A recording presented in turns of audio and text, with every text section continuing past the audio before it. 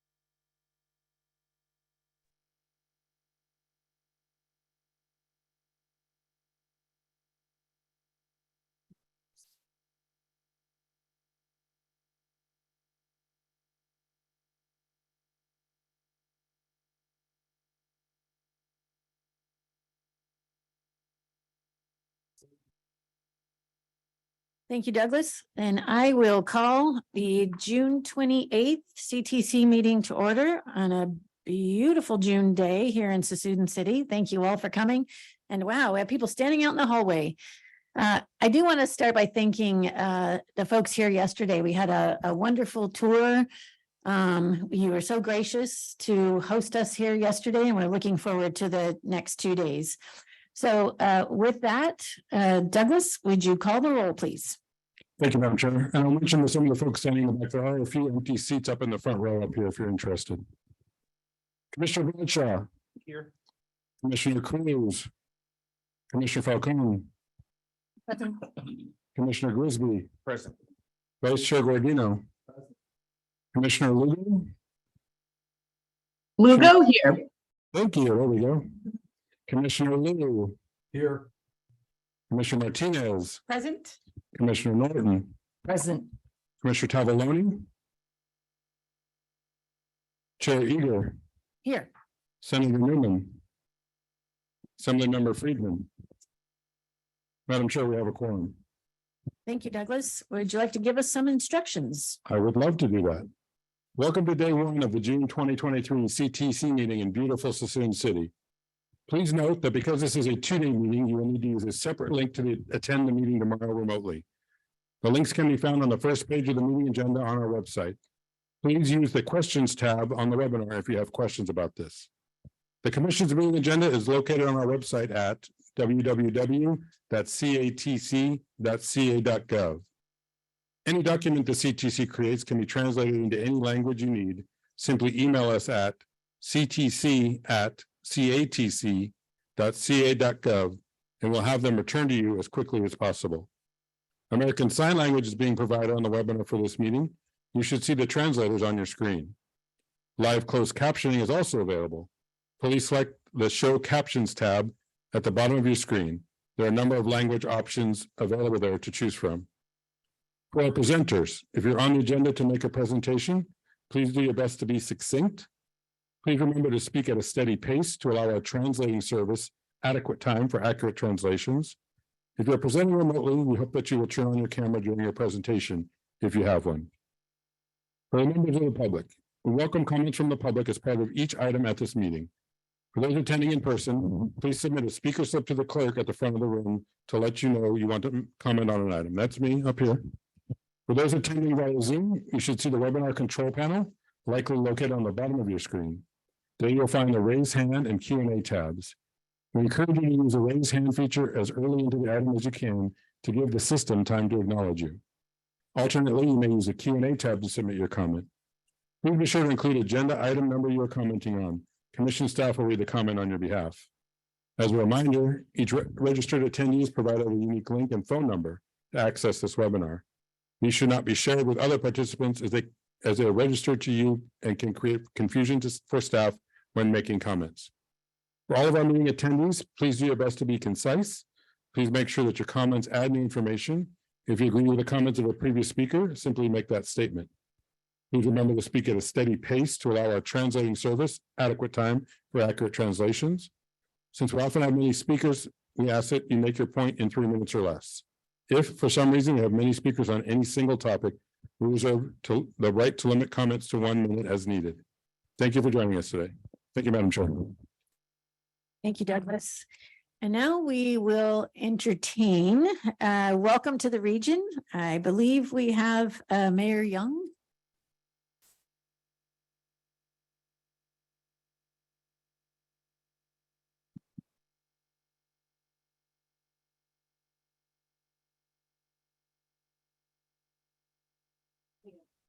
You're not Mayor Young. No, I'm not Mayor Young, but he will be coming up in just a moment. Well, hello, everyone. My name is Alma Hernandez, also pronounced as Alma Hernandez, and I am the mayor of the city of Suisun City.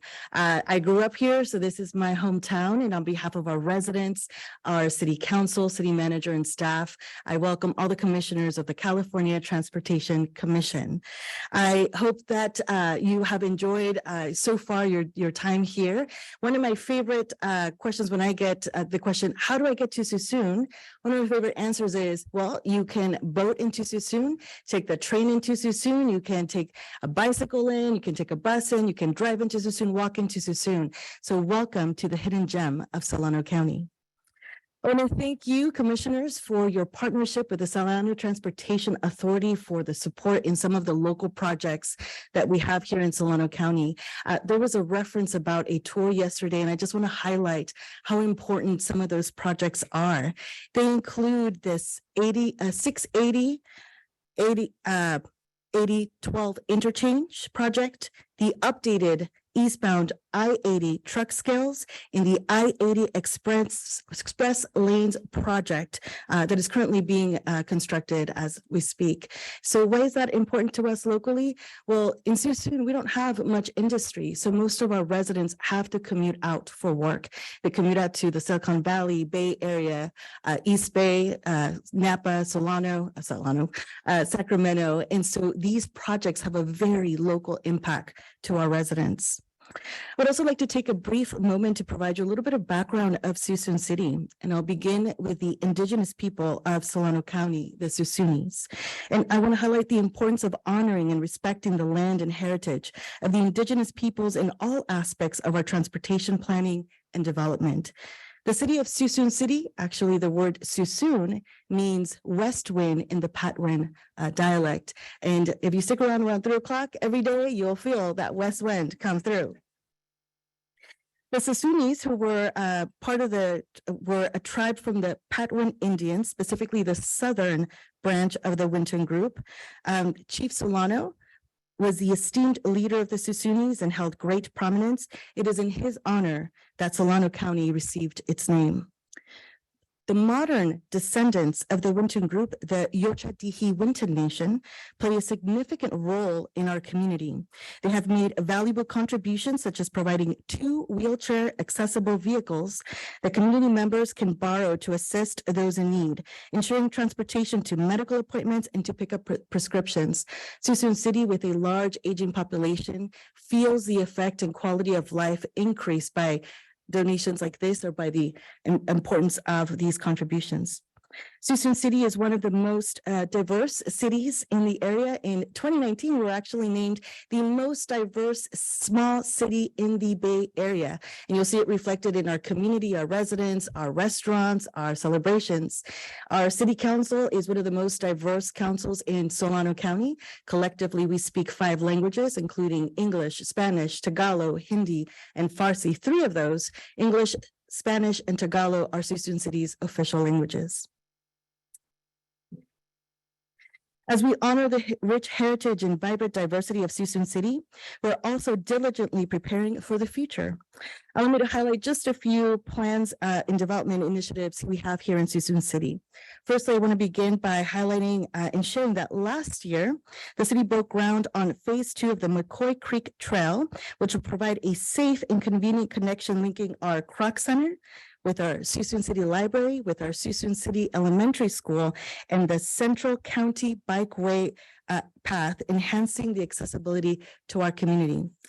It was significant for me to ensure that we had youth at this event, and with the support of STA, we're able to have 4 of our Suisun City Youth Commission students participate as MCs of the actual groundbreaking ceremony. It's important to ensure that youth also see themselves reflected in the investments being made to the infrastructure of how we access the community as a whole and what transportation means in that role. Additionally, I'm thrilled to announce that next week we will begin construction on the Suisun Mobility Hub, which is located just behind this STA office building over here. The hub will serve to secure a location for storing our on-demand microtransit fleet, with plans to introduce additional charging stations in the near future. Including in this hub will have more than 60 parking spots as well that will serve the staff here, but also will serve residents and visitors alike when they come and visit Suisun City. And word on the street is that some members were already joining in on supporting local businesses here by visiting La Cabana, her Joy of Eating at some of the restaurants. And if you've enjoyed, Saffron, really good. So if you've enjoyed that, we really want to support our local businesses and mom and pop shops. And so being able to provide accessibility to visitors to come and support them is really important to us locally. We're currently exploring options for bicycle and scooter sharing services. By improving our pedestrian and bicycle infrastructure, we aim to provide diverse mobility options for residents and visitors to enjoy our stunning waterfront. Last year, we participated in the Suisun City Community Transportation Plan. And part of that experience for me personally, as a city leader, I had the opportunity to connect with a diverse group of members of our community. And we did a walking tour of our city.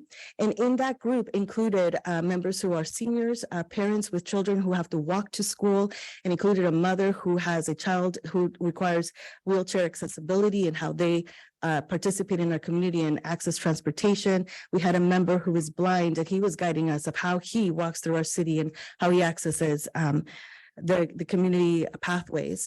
And so that alone provides us an opportunity to remember why we serve where we serve, and that the local impact is significant for the big decisions that are being made throughout our community and at the state level as well.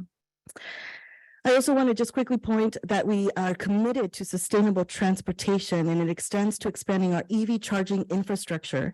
We're actively installing additional public use charges to support and promote greater EV adoption that will encourage multimodal transportation and work towards reducing vehicle miles traveled. For us locally in Suisun, we are one of the few cities in the county that have a climate and environment committee. So these types of investments are so important to local members who care for the environment. And the last point that I'll make is that one of the most exciting transportation projects to launch in Suisun City is the Suisun Microtransit in the community. The new service launched on January 3rd and has served over 5,000 riders. Suisun Microtransit consists of both an on-demand curb-to-curb service and a school tripper service. Additionally, a mobile application is coming this fall of 2023 to enhance the service. And why is that important? Well, Suisun City, being a disadvantaged and community, had over 30 years only 2 bus routes in the city. And over 30 years, the city grew. So over a quarter of our community had no accessibility to actual public transportation. Microtransit will now provide service door to door.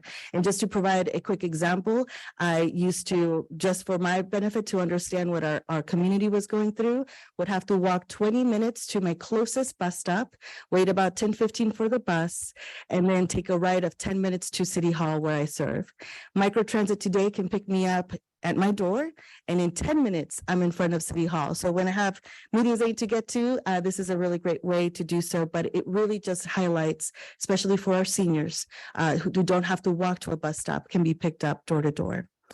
with that, I do want to just thank you once again for your service. And I am so grateful that you're here in Suisun and hope to continue to connect as the day goes.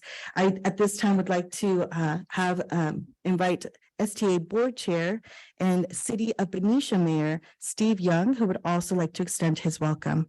So I will go ahead and turn it to him. Thank you.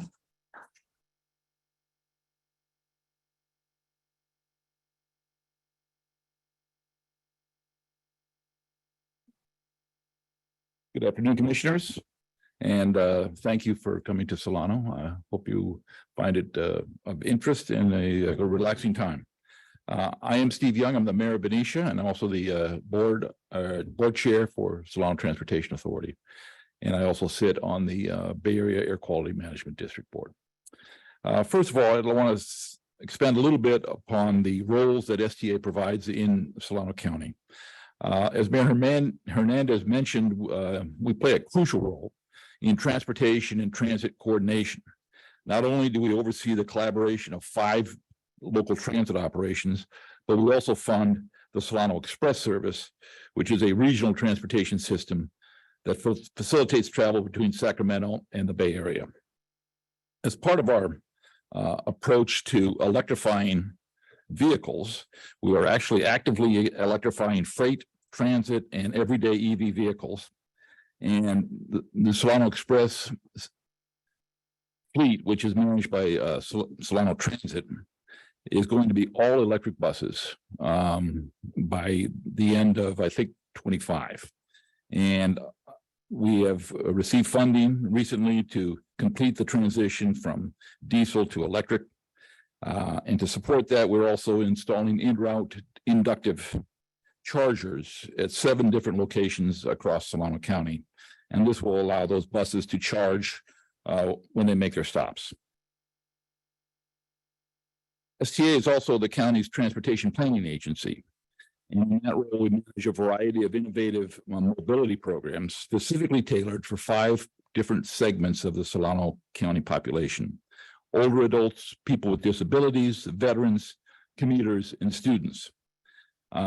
Just to highlight a couple of those, we have what's called the First Mile, Last Mile program, which provides transportation options, usually through Lyft, to allow commuters to get to and from BART stations, the ferry terminal, regional transit centers like that. We also manage the Safe Routes to School program, which promotes safe and active transportation for students, where we encourage walking and biking to school. We have a medical concierge service, which provides older adults and individuals with disabilities access to essential healthcare facilities. And we also have what's one of our newest programs called Equitable Access to Justice. And this is a program that was actually suggested by one of our judges here in the county.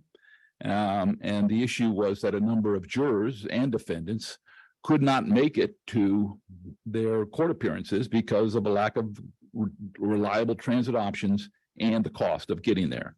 So this program actually provides free transit to jurors and defendants so that they can get to the courthouse. The Mobility Call Center, which is located just across the hall, is a one-stop shop for all of Solano County's transportation needs. And the call center helps set up van pools and connects commuters to different transportation options that will get them out of their car and into transit.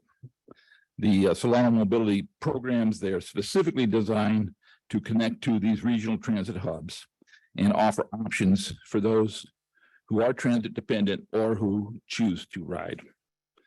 We've got some great regional transportation partners like the San Francisco Bay Ferry and the Capital Corridor train. We have 2 ferry terminals in Vallejo, including one on Mare Island. We have 2 train stations, one in Vacaville, and as mentioned by Mayor Hernandez, one just a block away. The Suisun Fairfield Station has been designated by the state as a Solano Rail Hub, which would allow for future connections to the SMART rail project out of Sonoma and Marin to come to Solano County. And as you might surmise, Solano County is experiencing some significant growth and development. The city of Vacaville is expanding their biomanufacturing campus, attracting new companies and fostering job opportunities for the region. And of course, with new jobs requires new housing. And the county is developing some affordable housing to keep up with this expansion and to help manage commuter traffic, to put the houses where the jobs are and the jobs where the houses are. And given our proximity to the Port of Oakland and Travis Air Force Base, Solano County is a prime location for logistics. Logistics, of course, add stress and strain to our transportation system. And as a result, we are actively working on some major transportation improvements. The I-80, 680 Highway 12 interchange is one of them. We're fully aware that finding solutions to these efficient or to make them more efficient and make transportation more efficient for commuters and trucking companies and businesses. We're going to need to continue this type of work. And the fact that you have been helping Solano County by helping fund the 680-80-12 interchange and the I-80 express lanes and the eastbound truck scales has been so important. These probably would not have happened without the support from the Transportation Commission. So with that, I just want to thank you for your ongoing support. You've been a great partner, and we look forward to working with you in the future. Thank you. Thank you, Mayor. And thank you, Mayor Hernandez. We wanted to thank all of you for hosting us. As I said at the beginning, we had a beautiful day yesterday touring the area. I guess for many of us, and I think Douglas, when he told us that, we had this hotel and we were going to be overlooking the water, and I think we all said, "You're crazy. There's no water over there." But it's so gorgeous, and all of the work that you all are doing to ensure that people can get in and out of this area is nothing short of a miracle. I know that with the Bay Area right here and Sacramento right there, people traveling back and forth, it's quite a feat to get people up and down the freeway. And yesterday, when we have a picture of some of us underneath a truck at the truck scales, we were thrilled to see what it was you were doing there. So keep up the good work, and thank you so much. With that, we will move to the approval of the meeting minutes. Motion to approve Martinez? Madam Chair, we're going to take tabs 3 and 4 together. That's okay? You certainly can. So tab 3 is the meeting minutes for the May meeting, the April 6th joint meeting, and the June 2nd special meeting. And tab 4 is the commissioners' meeting for compensation. Motion to approve Martinez 3 and 4? Second, Bradshaw. All those in favor? Aye. Opposed? Motion carries. We will move to tab 5, and this is the report from our executive director, Tanisha Taylor. Thank you. As we start our business today, I'd like to thank Mayor Young and Mayor Hernandez for welcoming the commission to Solano County and Suisun City. Solano County is a key link in the Bay Area, Sacramento region, and we're happy to be here to witness firsthand the importance of the region in our state's economy. It's been quite the month since the commission met in San Francisco. Clearly, we have a big milestone today to show for it. At the beginning of June, we learned that the deal on the federal debt ceiling would result in the rescission of $290 million of unobligated COVID relief funds. Commission staff jumped into action with staff from Caltrans and the Federal Highway Administration to develop actions for the commission to take in order to protect those funds. I want to once again thank staff from the California Division of Federal Highway Administration, the Caltrans Division of Local Assistance, Financial Programming and Budgets, and in particular, the team from the Office of the California Transportation Commission Liaison at Caltrans, Jaime Espinosa, Kenny Marie Fitzgerald, Christina Mendonça, and Michelle Rochon, as well as our own CTC team, Teresa Favila, Casey Ruggiero, Anya Allenbacher, Laura Pennybaker, and Matthew Osgood, for burning the midnight oil to make our June 2nd special meeting happen and protecting millions of California's transportation dollars. We'll have a more complete update from Caltrans on the outcomes of those special meeting actions at our August commission meeting. On June 20th, I approved an emergency allocation of $3 million for the milepost 204.6 track protection project in the city of San Clemente in Orange County under the delegated authority approved by the commission at the May commission meeting. This emergency allocation was to provide funding for the construction of slope stabilization measures so that operations could resume on the Lausanne Rail Corridor, which have been interrupted as a result of significant slope movement and debris on the track. On the heels of our special commission meeting, we held the next meeting of our Interagency Equity Advisory Committee, who continue to make progress on developing a governance structure and charter. The next Equity Advisory Committee meeting will take place in September, and we hope to see many of you there.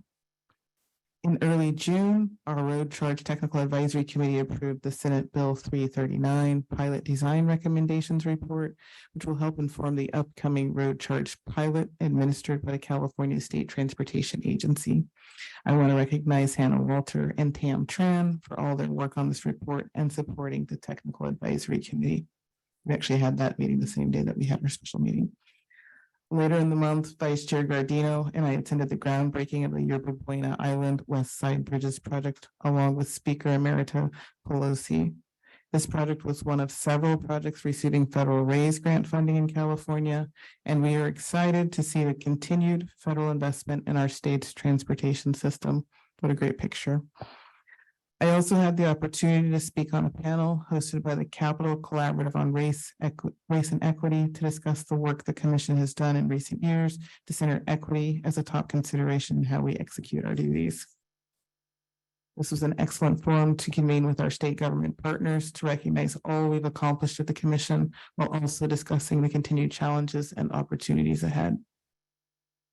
Last week, I participated on a panel at the California Foundation on the Environment and the Economy's annual transportation conference to discuss infrastructure. A clear theme of that discussion was, although we are in better shape overall with federal and state investments in transportation, we still have challenges ahead in securing a sustainable funding stream for transportation, and in particular, funding to support transition to zero emission vehicles. On that note, actually, this is old, so I'll wait for Justin to update it. As of yesterday, correct, Justin, we have a budget deal. I'll let Justin talk about those things. My notes, they were developed before that. We're in real time here, so this is great. This brings us to the business on our agenda for today and tomorrow, the final commission meeting of the 22-23 fiscal year. Today, the commission will consider awarding over $2.2 billion to transportation projects across the state.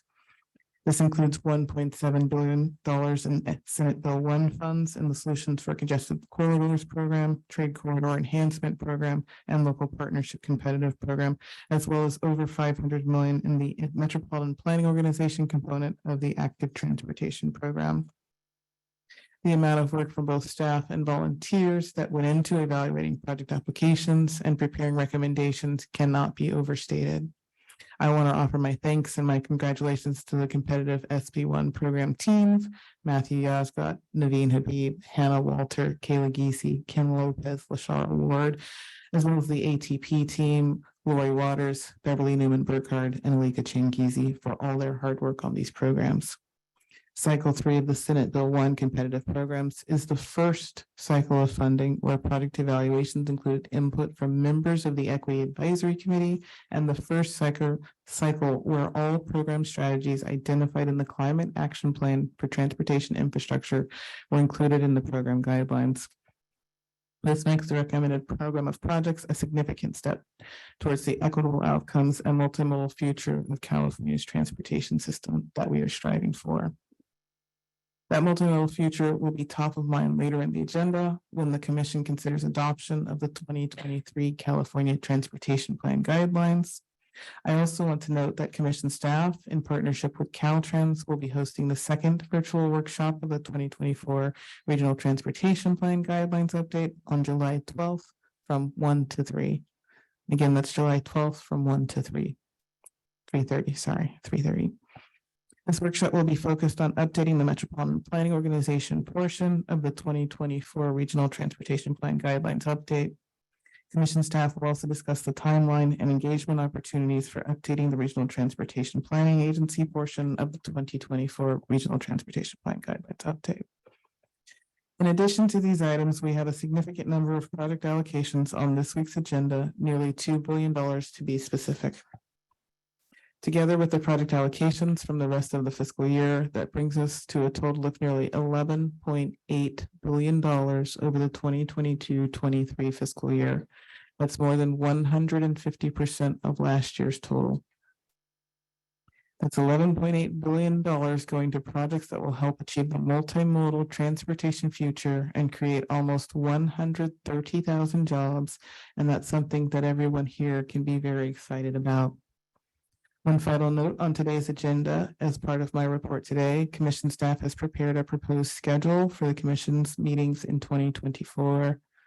This proposed schedule would shift our regular Commission meeting days to Thursdays and Fridays. We hope this will enhance participation from our partner agencies and stakeholders, particularly those in the legislature. Commissioners, some brief staffing updates. Francis Diaz-Sanchez has taken on a new role as project manager for the Senate Bill 1121 State and Local Transportation Needs Assessment. Francis recently joined the commission after 9 years with the Division of Transportation Planning at Caltrans. Staff will have more information on the Senate Bill 1121 efforts in the coming weeks, so stay tuned. Sherry Zamora has also assumed a new permanent role with the commission's planning team as a senior transportation planner, where she will help support our joint meetings with the Air Resources Board and Department of Housing and Community Development, as well as the commission's mobile planning functions and environmental policy work. Peter Rossi is assisting with the development of the 2023 Active Transportation Program Benefits Report. As a student assistant, Peter is a graduate student in the Environmental Policy and Management Program at UC Davis. Kat Kim joined the Transit and Intercity Rail Capital Program team in May. Kat has 20 years of experience in the travel and hospitality and property and casualty insurance industries in both Hawaii and California. We're also pleased to have Gina Horton join us as our procurement contract analyst. Gina comes from Caltrans District 3 and has 13 years of experience in contracts and procurement. And finally, Ahmed Goem started at the commission this month as Assistant Deputy Director of Engineering. Ahmed is also joining us from Caltrans, where he has over 15 years of experience in design, traffic operations, construction, procurements and contracts, and project management. I am particularly excited about these updates for the immediate impacts we will see on our staff between vacant positions, scheduled leave, and unforeseen absences. We've experienced prolonged impacts to about 12 positions out of our 40 or so roles that make our commission staff team over the last 2 months. It's not easy to carry out the commission's business at the busiest time of the year while operating at 70% of capacity. And I want to thank our team again for their hard work and dedication over these last several months. Although there's more work to be done, I hope there will be an opportunity for some well-earned rest and relaxation over the upcoming holiday and the extended period before our next commission meeting in August. And there's one more very important milestone coming up during that period. Next month will mark Commissioner Tavaloni's 100th birthday.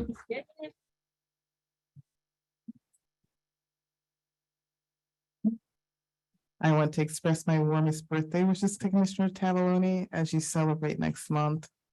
And last, but certainly not least, I also want to recognize the 11 Caltrans employees who were awarded the Governor's State Employee Medal of Valor earlier this month. This is the highest honor California bestows on its public servants, and we're extremely proud of our Caltrans partners for this achievement. That concludes my remarks, and I'll end my remarks by proposing the attached 2024 commission meeting schedule for your consideration. Thank you. Thank you, Director Taylor. I didn't hear in that you apologized for stealing all the Caltrans employees. I was looking at Director Tavares and I was like. Tony knows we have a quarantine agreement. We have a good partnership. Okay. Do we have any comments or questions Oh, no. for Director Taylor? No? Okay, we have one public comment. Kenneth Cow.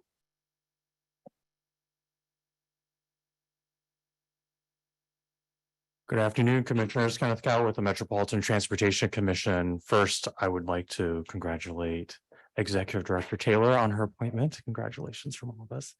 I wanted to speak about one of the items that you mentioned, and it is related to the COVID relief funding that was on the chopping block as a part of the debt ceiling arrangements. I wanted to appreciate all the commission staff, Caltrans staff, and FHWA staff as well. For all of their hard work. I wanted to just kind of put it into context, right? So I think Friday, before the Memorial Day holiday, FHWA sent out a little note that says, hey, you may want to obligate your money. Monday was a holiday. Tuesday, we were like, oh, we need to do something. Wednesday, Caltrans had a meeting with all the regional agencies and said, we need your information, all your documentation by the end of that day, by 5 o'clock on Wednesday. Thursday, Caltrans worked fiercely through the evening to get everything ready. And then Friday, you held the commission meeting. And then Saturday, the president signed the bill and millions of dollars would have been disappeared. Would have just poofed, gone away. So within that span of a week, we obligated, countless and saved countless amounts of money. So I wanted to congratulate you and thank you all for your partnership on that.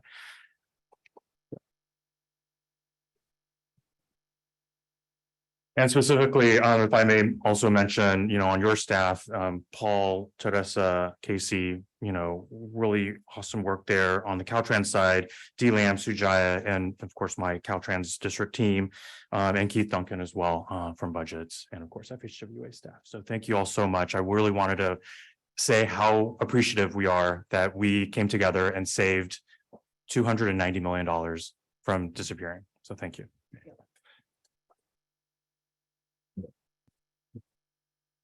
Kenneth Cow, we want to congratulate you. You are the father of a new child, Juniper. Yes.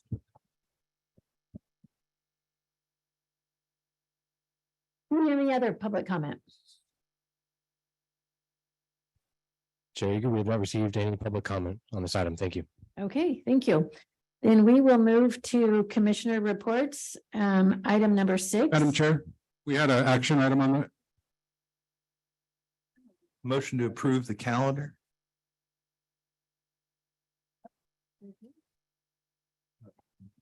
Second. Motion to That's- approve was Badcock, Bradcock. second. okay. Vice Chair Gardino a second. All those in favor? Aye. Opposed? Motion carries. Thank you, Douglas. Now we will move to 6, commissioner reports, and we're going to start with Commissioner Lugo. All right, thank you, Chair Eager. Wonderful to be joining the group remotely. And that kind of ties in with what I wanted to say today. So this is a year now that I have been participating in commission meetings. And when I was appointed by Governor Newsom last May, my daughter was a little over a year old. Now she's a little over 2 years old. But we are currently recovering from, yet another preschool illness, and her classroom is actually shut down this week because of a COVID outbreak.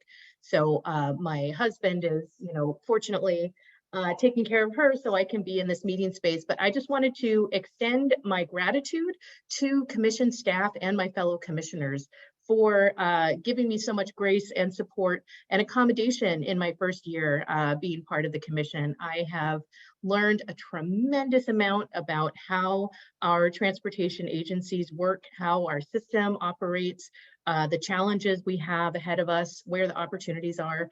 And I am just really grateful for all of the education and fellowship that I've found as part of the commission.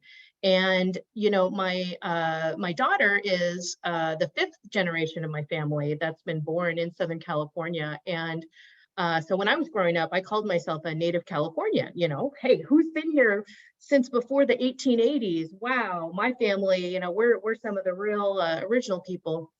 Well, as an adult, I have come to have a different understanding of what Native Californian means. And one of the things that I'm very excited about getting to be part of with my time on the commission is helping to support how we change our direction of collaboration with and respectful engagement with our tribes in California.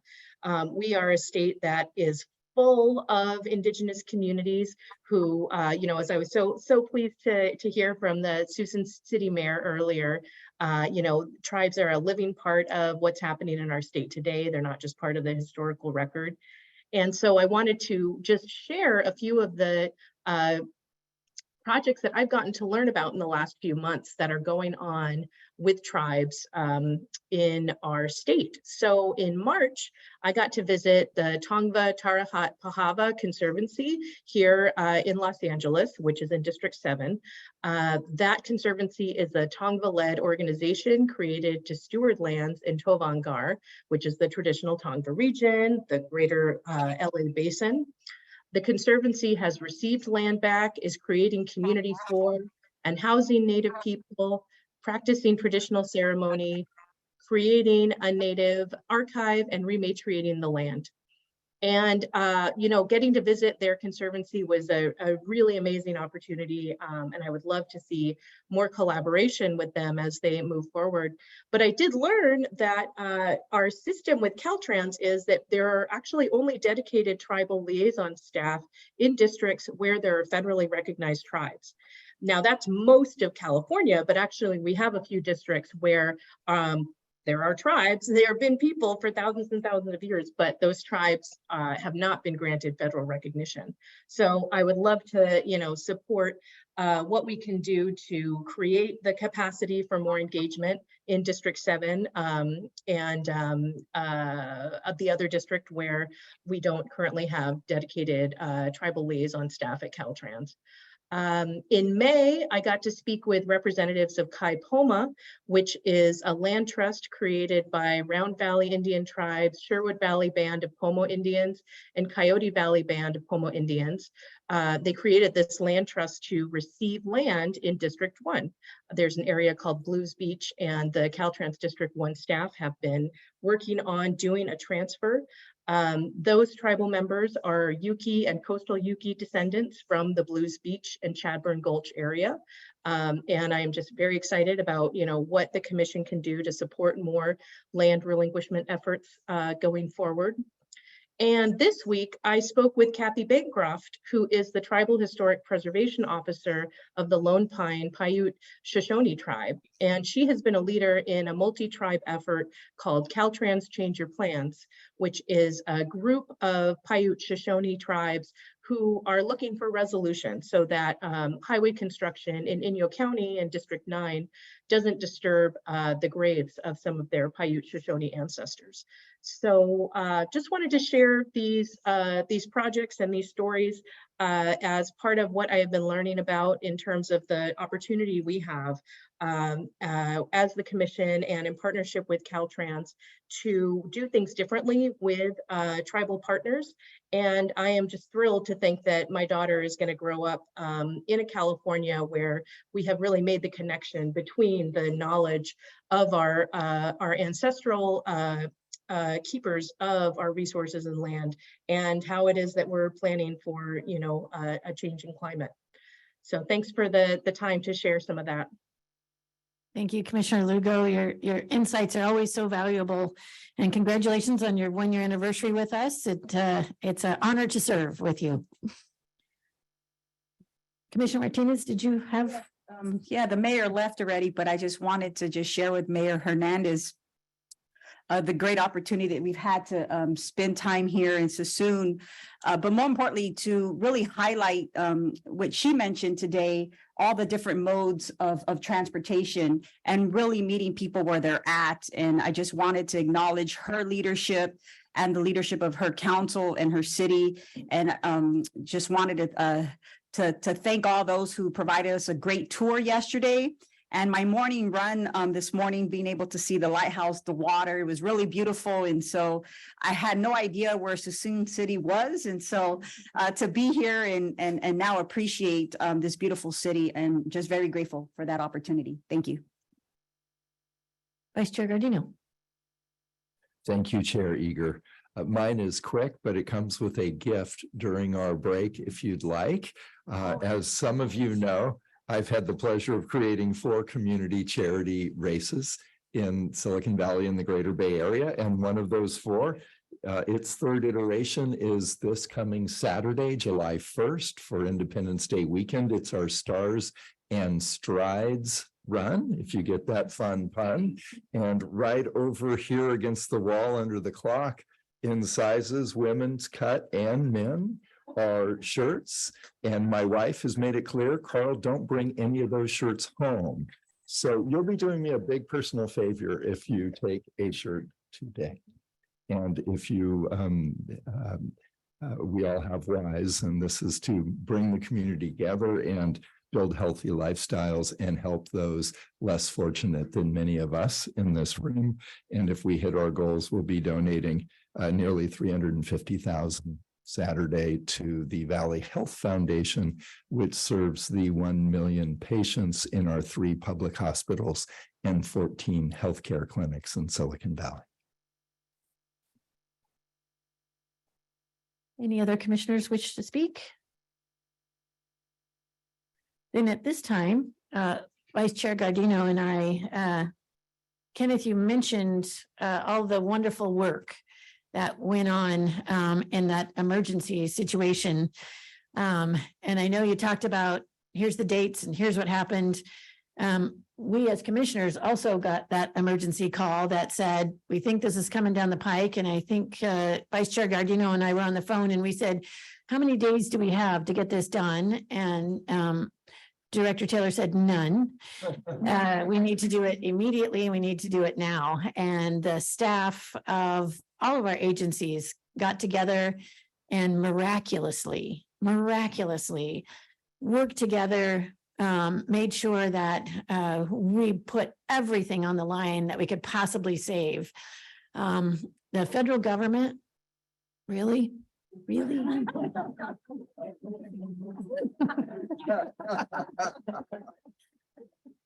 But we went around you and we made sure that we saved this. So with that, we have a resolution. Would you like to read it? Shall we just read a portion Yes. of it? Okay, we're going to read the be it resolved. There we go. This is a lot of pressure because I just learned how to read. That the California Transportation Commission extends to the staff of the California Department of Transportation, in particular, the Division of Budgets, the Division of Local Assistance, the Division of Financial Programming, and the Office of California Transportation Commission Liaison, and to the staff of the California Division of the Federal Highway Administration. That was a 6-5 vote.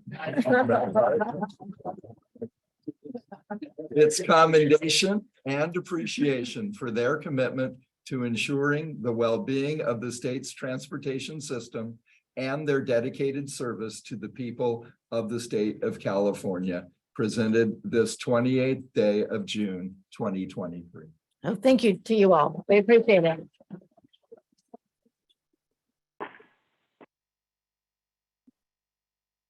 Okay, with that, I have nothing to vote on there, right, Douglas? Okay. I will turn it over to the Honorable CalSTA Secretary Tokes Omashakin. Thank you so much for joining us today. Thank you, Madam Chair. I appreciate that. I think it's a very good note to start on that type of work within a 48-hour period. Staff from the commission, from the department saved the state nearly $300 million. Incredible effort. And thanks, but nevertheless, Federal Highways. I was one of the 5 by I know. People lining up against the Federal Highway Division. That's unbelievable. No, you can't do that. You can't do that. Look, Madam Chair, Vice Chair, Commissioners, thank you for all the work that you're doing. The state of transportation in California is strong, but we're not without challenges, and thanks to the partners in the room as well. Many of you, all of the hard work that you're doing to continue to move the state forward. I want to start off by congratulating the new director, Tanisha Taylor, for this tremendous opportunity. Congratulations to you. I know you'll do a great job. And I also want to commend the search committee, the chair of the search committee, Commissioner Grisby, the entire team for what I know is a detailed effort that you guys undertook. I know it wasn't easy. I know some of the candidates. I know it wasn't an easy decision, but I know you guys arrived at the right decision. So kudos for the work that you did there. If we could go to the slides, if we could go to the first slide, I'm going to go through the core four as usual. If you've heard my remarks in the past, usually talk about where we are on these core four items. And also you will notice a theme throughout my remarks that a lot of it's going to be tied to funding and the fact that we're getting so much money as a state. And that's a big part of the reason why our state is in a strong place, a stronger place. But again, we're not without challenges. Number one, the Strategic Highway Safety Summit was held at the end of May. Members of the commission staff participated in this particular summit. I thought it was a great event. I got a chance to attend some of it. I know our partners from Federal Highways were in attendance as well. This summit was a little bit different because most of the times the summits are a little bit more insular or inwardly focused. This summit had hundreds of partners participate in it. I know the Strategic Highway Safety Plan itself is a plan that we are required to complete every 5 years as a state, and currently has more than 400 people in California participating in the process to develop it. It's a unique plan and process, and the summit was unique as well. Had members from CalWalks, again, Federal Highways, even our academic institutions like UC Berkeley also participating in the summit. But we can't continue to just meet for the sake of meeting. We have to continue to make advancements in safety for the state. This is our number one priority. And here's why I say that. NHTSA and GHSA, as you see on the screen, they recently came out with some reports. And it's, I will say, mixed reviews on the report on safety that's come out for the country and for California. From NHTSA, based on their report, the first quarter of this year, we saw 9,330 people, 9,330 people die on the United States, United States transportation system. That's a 3.3% reduction from the prior year over year. The prior year in 2022, the number was 9,645. So a 3% decline. That's progress, but it's not anything that we should be overly excited about. Those numbers need to continue to go further down and in the right direction. Specifically for California in that first quarter, we saw a 4% decline, so a little bit higher than the nation. The number was 1,142 in 2022. In 2023, that number was 1,196. So a 4% decline, but again, that number is way too high.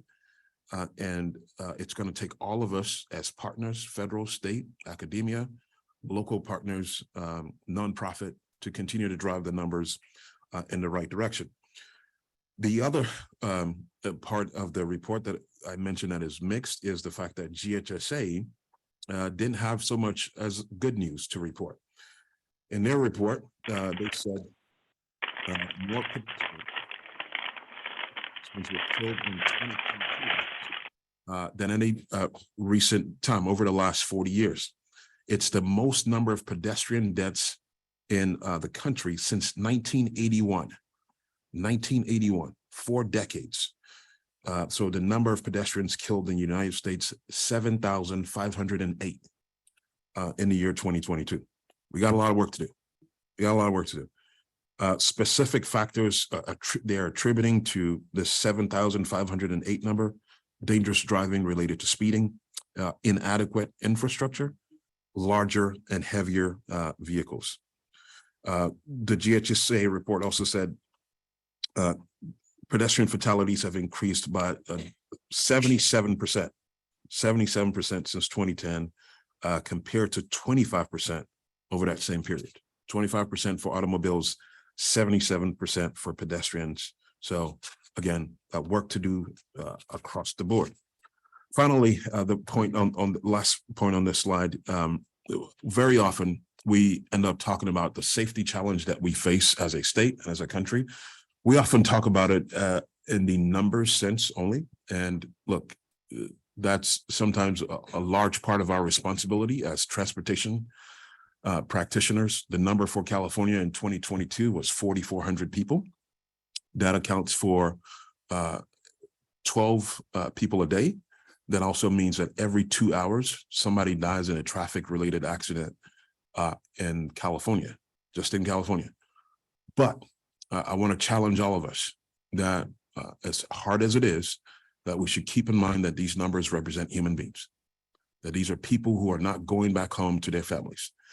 And it's incumbent upon us as the leaders of transportation that we continue to work to make sure that everybody gets home safely to their families, and we not continue to talk about 12 a day and two people, one person every 2 hours. Next slide. From an equity standpoint, a lot of work continues to happen here, and I'm proud of the fact that a lot of it is moving us from a symbolic, I always like to remind people, symbolic to a more systemic place and change for equity. I want to give a shout out and a thank you to the Equity Advisory Committee that has had their second meeting. They're demonstrating their commitment to being productive in the work in this committee.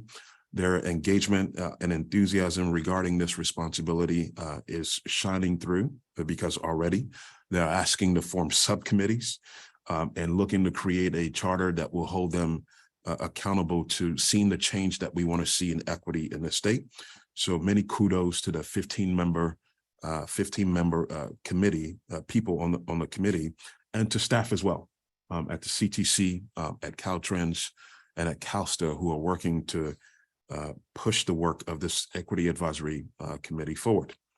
Finally, from an equity standpoint, we recently received, I mentioned that I'll mention money a lot, recently received a $7.7 million grant from the Federal Highway Administration in a grant called the ATTAIN grant. There's so many acronyms in this space. This one stands for Advanced Transportation Technology and Innovation. Sure. But a lot of money, $7.7 million, and we will put it to use. The funding is going to go to the Southern California Mobility Wallet. That mobility wallet is connected to the California ITP. Most of you know the Integrated Travel Project that's looking to create more seamless travel between highway, transit, and EVs throughout our state.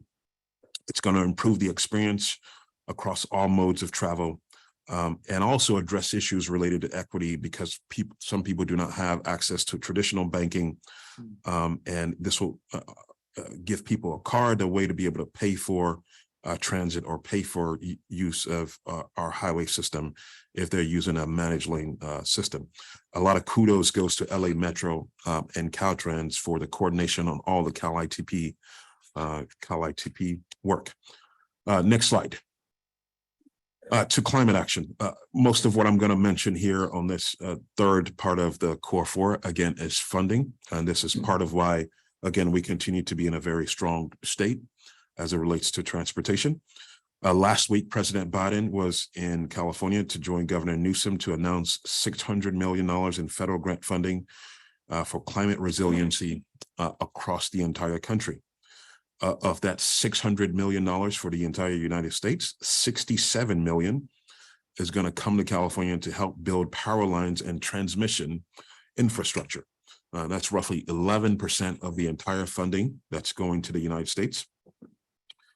Again, this is going to help us in our goals to reach 100% clean electricity by the year 2045. Also of note, along the climate action front, today, there are several members of the Biden administration from the FRA that are actually somewhere in the Central Valley, where it's being announced that the California High-Speed Rail is going to be getting $20 million to continue to further the project. To my knowledge and understanding, California in total is going to receive $121 million, $121.4 million out of the RAISE grants. A total of 8 projects in California will be awarded part of this RAISE funding.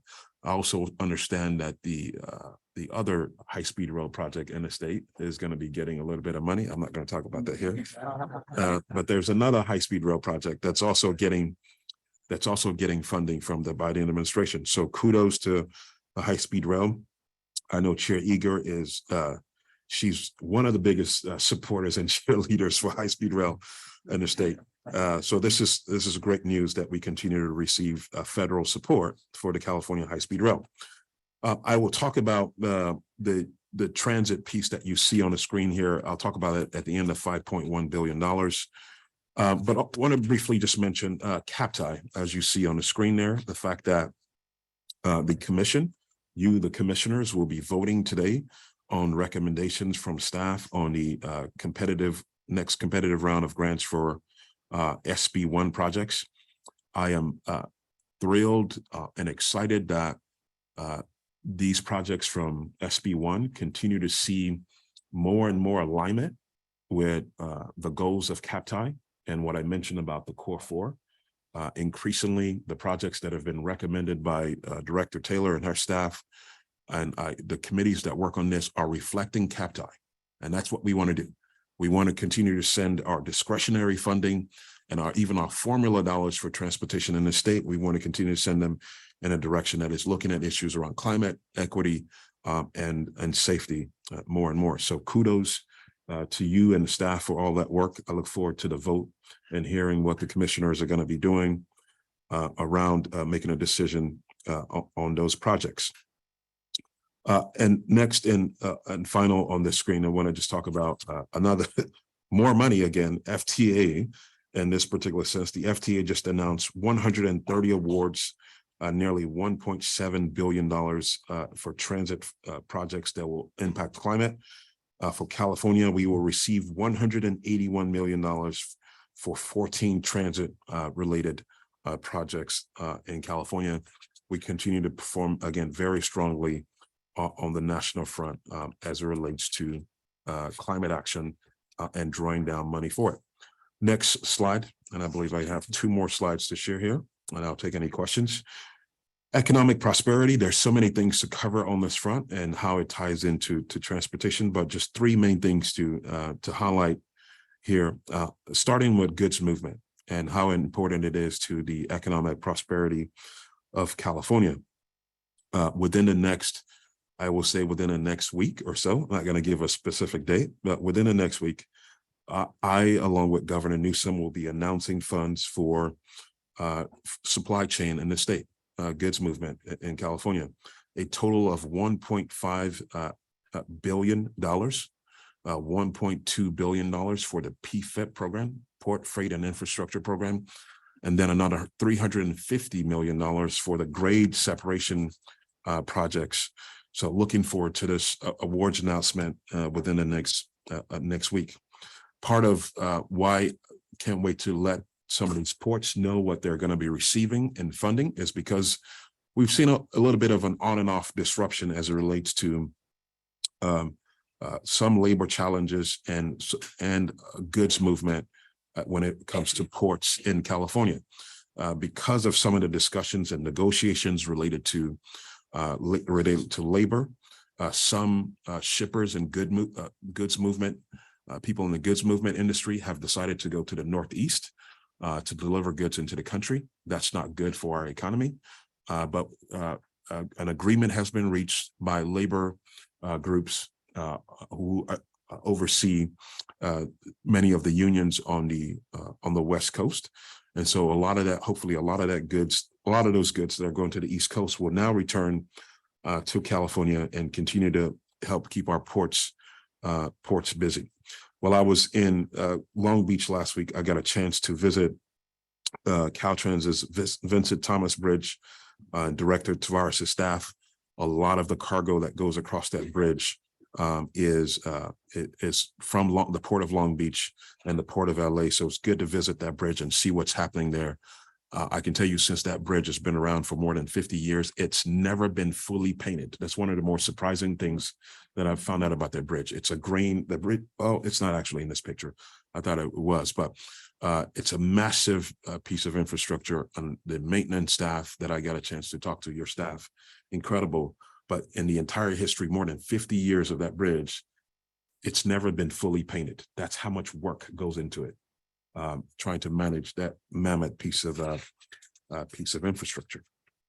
And last and final on goods movement and just infrastructure in general, as you see on the slide here, I was thrilled that this year's budget negotiations, and I'm saying that with a little bit of sarcasm, but I was thrilled that the budget negotiations this year was really centered around, believe it or not, for many of you in this room, if you don't notice, it was centered around transportation. As the governor proposed a piece of legislation or several pieces of legislation to expedite and speed up or streamline infrastructure delivery in California. And after many hours of discussions in committees and testifying along with fellow secretaries and directors from across the state, the legislature just this week approved the governor's budget, or approved the state's budget, I should say. And many of the items that the governor put into the proposal around expediting and streamlining infrastructure delivery made it through. So many kudos to our state legislature and members of the budget committee for helping to push this through. If you're wondering what does this mean for transportation in general about streamlining, it makes us more competitive. It makes us more competitive, especially nationally. When the federal government knows that we've passed legislation around CEQA, around efforts to improve procurement and contracting, it makes us more competitive nationally to be able to draw down those funds to California. So final item to cover, if you could go to next slide, please, is federal and state funding. In total, from a federal standpoint, just to let everybody know, we have received $20 billion since IIJA was passed in California. $20 billion, $15 billion specifically has gone to transportation. Of that $20 billion, $3.7 billion has been put into work already to invest in transportation projects. Over 47,000 jobs have either been created or sustained in California alone because of IIJA funding. And also critical to note, 25% or nearly 25% of all the awards to California are going to DBEs, disadvantaged business enterprises, nearly 25%. The goal that Director Tavares and his team have is 22.2%. based on a disparity study that they've done, and we're at 25% nearly. So kudos to he and his team for making sure that not just the big firms, the firms that usually get all the work, whether it be design or planning or construction, that they not only get the work, but that that funding goes all the way around. And finally, this week, we also got $2 billion just this week, again, for this time, it's for a program called Broadband Equity Access and Deployment, meaning BEAD. BEAD, this money is going to go to CDT and the Government Operations Agency of the state to, again, help deploy broadband and high-speed internet throughout the state of California. So again, more money to the state. This is on top of $6 billion that Governor Newsom has already put into last mile and middle mile for broadband in California. So again, more money coming to our state. Last thing I just want to mention is, again, a lot of kudos to the team at Caltrans and in particular at CHP as well.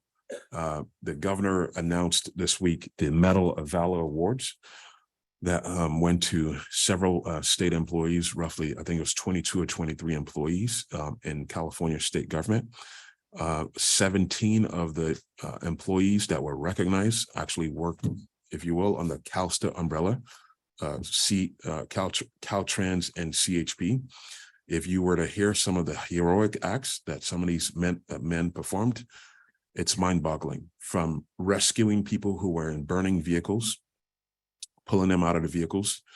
An officer jumped into the water to save a woman who was experiencing some medical challenges, who was trying to drown her daughter, actively working to drown her daughter because she thought her daughter was the devil. A CHP jumped in to rescue the child, all the way to an officer driving onto the freeway to face incoming traffic that was coming at him at 90 miles an hour to try to save other people from getting hit on the freeway. So incredible work being performed by the men and women and men of our transportation industry, whether it be at Caltrans or CHP. So many kudos to your staff. And I've said this as well.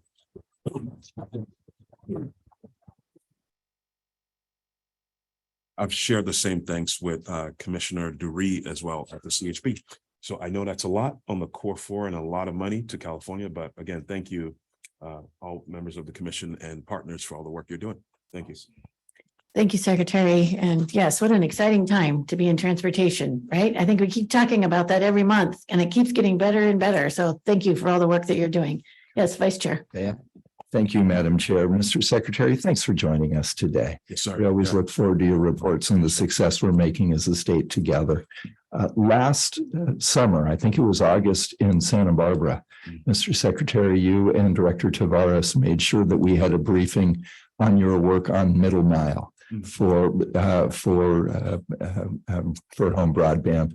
And I'm just wondering if it works out for our staff and our agenda, if perhaps in San Diego at our August meeting, we might have an update. That sounds, yes, Commissioner, that sounds good. There's a lot that's happening here. I know when I walked in this afternoon, I was engaging some of the director staff, our chief engineer as well. She's in the room. Just about this very issue. There's a lot that we're trying to do to make sure we deliver that 10,000 miles that we've committed to with the $6 billion in funding for the state. So yes, we'll be glad to provide an update. Yeah. Thank you very much. Yeah. Any other commissioners? Yes, Commissioner Cruz. Oh, I just want to commend the secretary for his work on the governor's infrastructure package. I've seen firsthand the amount of work and effort that went into that to deliver that in front of the legislature, and appreciate the governor and your team's hard work on that issue. Thank you, Commissioner Cruz. I'll say I noticed that you were in the room as well, and you were batting to make sure that we could almost bat 1,000. It wasn't a small feat. It was a heavy lift. So thank you for your support to the governor's proposal as well. This is a big deal, folks. If you haven't seen this this bill that was passed by the legislature, please get a chance to check it out. It's going to mean jobs, and it's going to mean expedited projects for our state. So thank you, Commissioner Cruz. And I think I heard you mention CEQA reform. Can we talk about that here? The gift, the gift. It keeps on giving. Yes. Thank you. Do you have any public comment? Chair Eager, we do not have any public comment for this item. Thank you. Thank you, Secretary. Director Tavares, welcome, welcome. Well, thank you, Chair Eager, Vice Chair, Commissioners. It's such an honor to be here and provide an update on Caltrans. Want to also extend my congratulations to Tanisha. Congratulations. So just a little tidbit, a year ago was my first CTC commission meeting as director. So you and I will be sharing anniversary dates going forward. So I hope we share many anniversaries together. So yes. So Chair Eager and Commissioners, I just want to also thank you for the invitation, allowing me to participate in the freshman legislative meeting on May 24th. That was such a great event to share what Caltrans is doing in partnership with the commission, with our new assembly legislators. And I just really was thrilled to be a part of that. Next slide, please. As the secretary mentioned, last week, the governor, the cabinet secretary, Secretary Omishakin, and myself were able to award 11 Caltrans employees with the Medal of Valor. And as the secretary mentioned, these are individuals that I like to say, when most people are running from fire, these individuals were running into the fire to save people. And if you'll indulge me, I'd like to just share a little tidbit about each of the 11 individuals. First of all, it's the highest honor bestowed upon any employee in the state of California. So this is the highest honor you could receive. Our first two individuals, Caltrans landscape maintenance worker Brian Rubula Cava and highway maintenance worker Jason Lofton, were awarded the Silver Medal of Valor for their heroic act during a dangerous rescue in extreme cold weather down steep terrain to save a couple after their vehicle went over a snow-covered embankment in Siskiyou County in December 2021. Caltrans equipment operators Jeremy Marayevav, Scott Davidson, and Trevor Gibson were awarded with the Silver Medal of Valor for saving a father and young son after their car went down a steep embankment in Trinity County on December 26, 2021. Caltrans highway maintenance worker Nicholas Macias and equipment operator Robert Hernandez were awarded the Silver Medal of Valor for saving a man trapped inside a burning vehicle in Merced on August 3rd, 2022. Caltrans maintenance area superintendent Cody Collins and transportation engineering technician Jeffrey Scardine were awarded the Silver Medal of Valor for rescuing a student who fell while taking a bank scaling and rock climbing course in Kingvale on October 6, 2022. The student was dangling by a rope, putting him into a very life-threatening and precarious situation. When Collins and Scardine quickly assessed the situation, they rappelled down the cliff, transferred the student safely to the ground, saving his life. And Caltrans highway maintenance worker William Miller was awarded the Silver Medal of Valor for rescuing a woman after her vehicle struck Miller's vehicle in the early morning of January 21st, 2020 in Placer County. Despite his own personal injuries, he selflessly saved the woman in the other vehicle before both vehicles were engulfed in flames. And last and definitely not least, Caltrans equipment operator Roberto Lopez was awarded the Gold Medal of Valor for rescuing a colleague who was trapped in a burning vehicle after an incident with a cargo truck in San Diego County on May 26, 2022. All of these 11 Caltrans workers courageously saved others while putting their own lives at risk. And I want to just make another note. We have close to 7,000 maintenance employees up and down the state. These individuals never look for praise. They do their work kind of behind the scenes, but I can tell you these 11 were recognized, but I can also tell you those 7,000 employees do heroic things every single day. And so if I could, if you'll indulge me, could we applaud all of the Caltrans employees? Thank you. Next slide, please. So next, I'd like to share some important changes in our organization at Caltrans with our planning and modal programs. Our planning and modal program really sets the direction for the work of the entire department through research, through planning. Our local assistance program, project initiation documents are also founded in this group as well. And we're setting a course toward greater integration and embracing our multimodal responsibilities in all of our program areas. And the planning modal programs really are leading the way in this area. In July, we're going to integrate the modal programs. We're going to take the aeronautics program and the rail and mass transit program and combine them into our planning and local assistance divisions. This will help expand our multimodal capacity by ensuring that planning and local assistance staff in headquarters and in the districts take greater responsibility for their integrated multimodal work.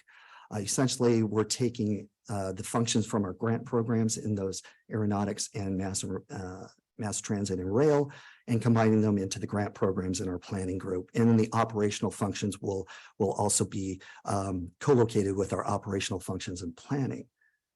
We'll move the federal transit grant programs and transit and intercity rail capital program from Division of Rail and Mass Transit to local assistance to align that better with those operational type of functions.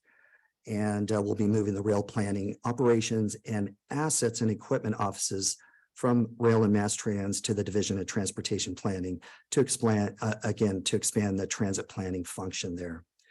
This will bring all of our multimodal planning functions under one division so that we can operate stronger. We'll have a one-stop shop for our local partners or regional partners out there as well. And we'll be more efficient, hopefully, in, as the secretary mentioned, competing for those federal grants as we go forward. So excited to see this change, more efficiencies going forward. So next slide, please. Want to share a safety update. I've been talking about the safe systems approach for quite some time. The secretary has as well. And so one of the many projects the Division of Safety Programs has recently approved is in District 3, a Colusa 20 safety project. And it's featured on this slide. Prior to the department moving in the direction of safe systems approach, this project had proposed essentially to include shoulder widening along a 2.5 mile section of State Route 20 for a cost of $67 million.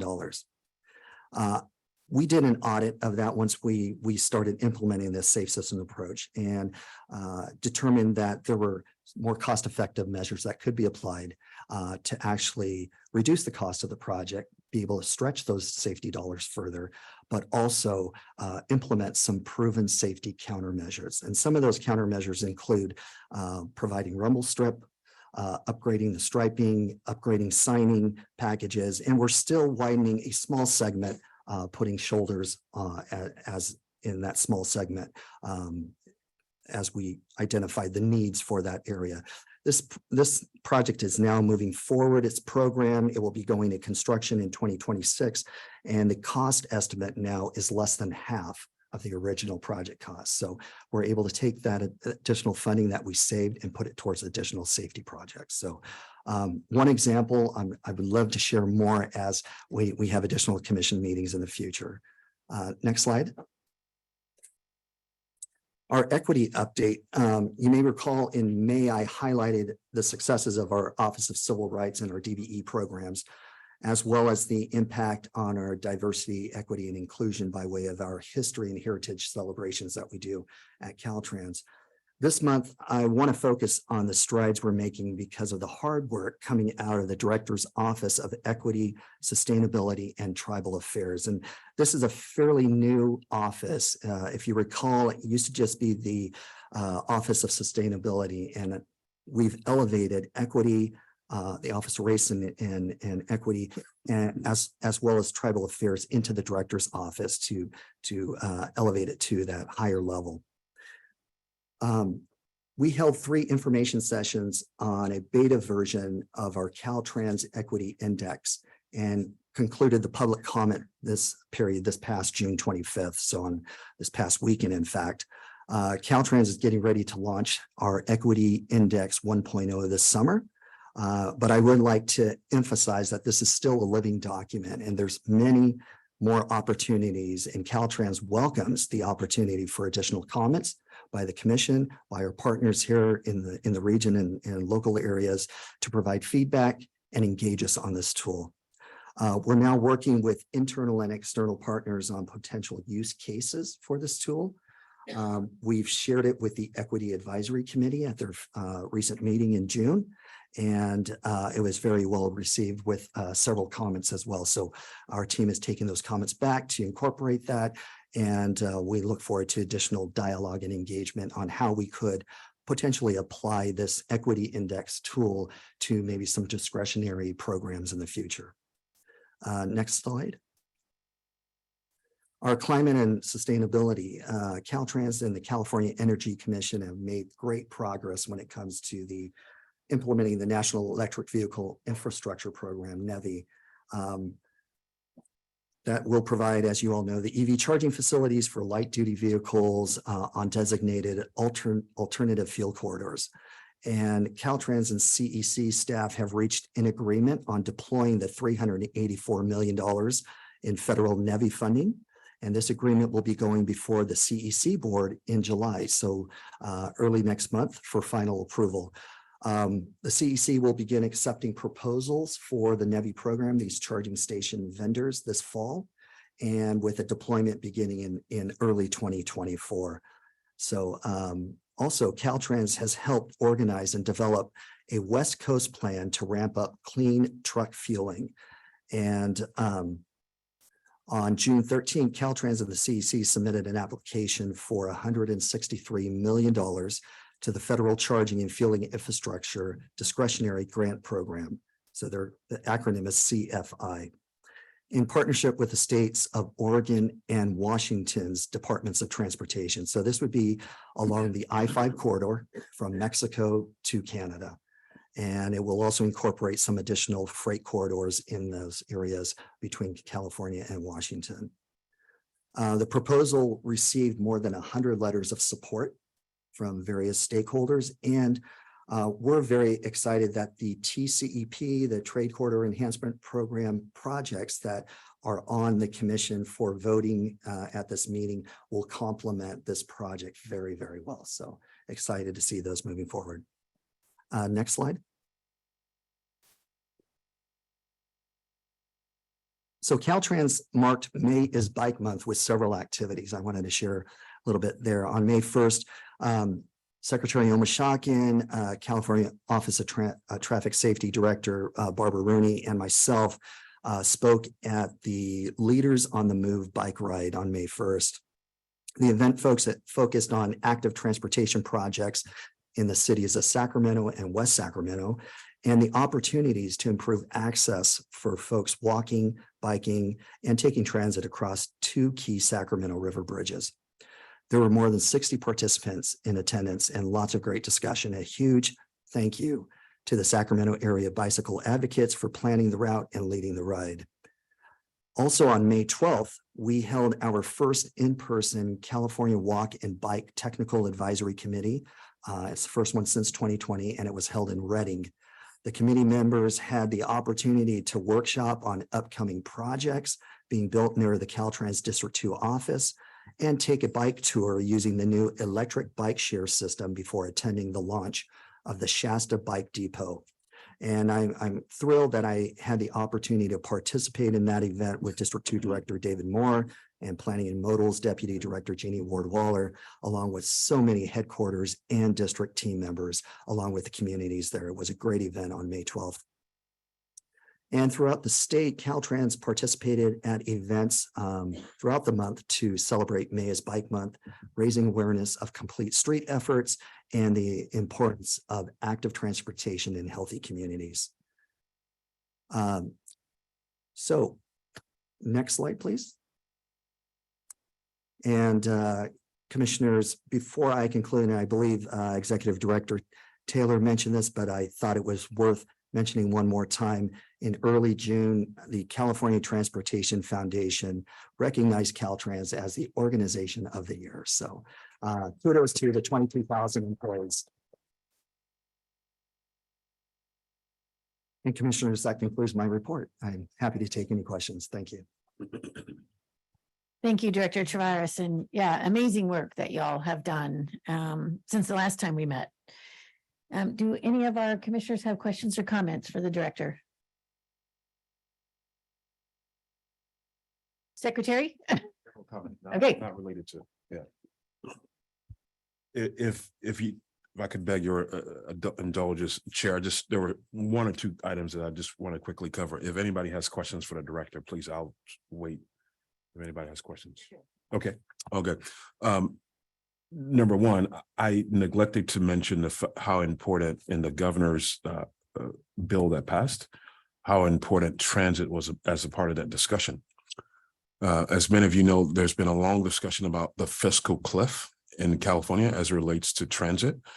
Transit was able to get $5.1 billion as a part of that the bill that passed. $1.1 billion is going to come from the PTA and GGRF. And another $4 billion is just going to be coming from the TRCP program. So in total, 5.1. I think it's very important because we were at a really challenging state as it relates to transit for the state. So that's a big deal. And the second thing that I neglected to mention in my report that was in my notes is the fact that there was a bad accident this morning on Amtrak.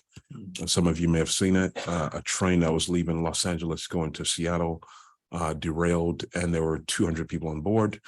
But fortunately, several people taken to the hospital and no fatalities. So very thankful for that case, but 200 people on a train from LA to Seattle in our state, something that that's significant, always makes the national news. And I should have mentioned the fact that that happened in our state. So anyway, I'm glad, we're fortunate, blessed that there were no fatalities. So apologize, but I forgot to mention those two points. If there are any questions for the director, I'll stand down. Thank you. So do we have any comments or questions for the director? Any public comment? We've not received any public comment for this item. Thank you. All right, thank you. And I guess we have to hear from Vincent Mamano. It's on my list, so I guess I gotta say.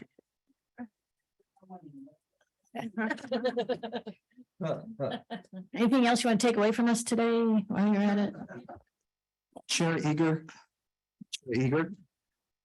If I may, I left off one very important announcement. We're seeing a theme. Yeah, do I get to come back in 2 hours and go, "Oh, I forgot to say something"? How does that work? No, but he's taking up your time, so. Things aren't done, I'm good. Last week, Chief Deputy Director Kiever and myself held second interviews for the District 7 Director.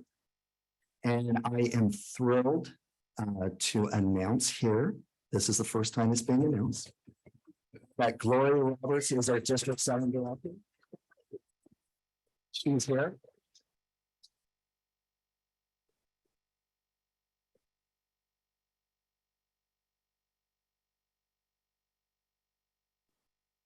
She's going to do an outstanding job. I've had the opportunity to work with her for many years. She's an amazing leader. And those in the Los Angeles Ventura area, you are very lucky to have her. Thank you, great news.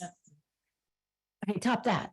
Anybody else want to go? Does anybody else have anything else they want to say? Director Tavares, I just want to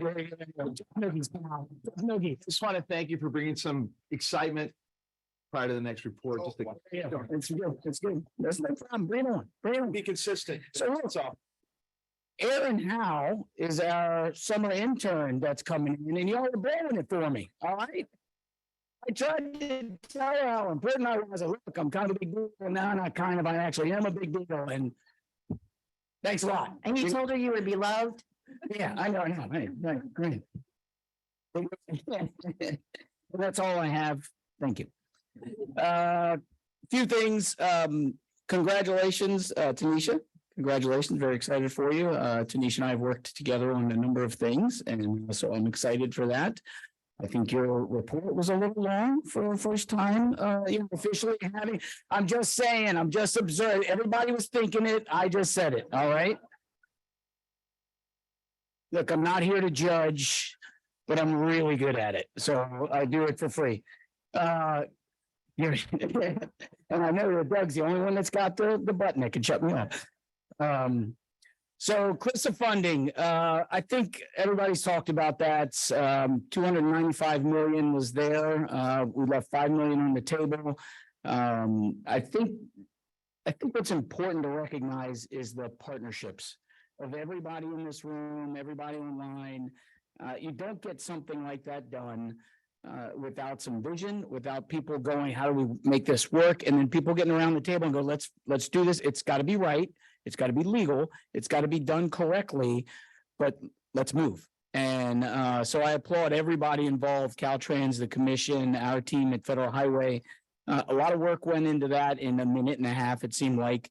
But again, I think the most important thing is the relationships that we have in this circle, the trust that people have, the way we can work together to accomplish a goal is just fantastic. So I commend everybody on that.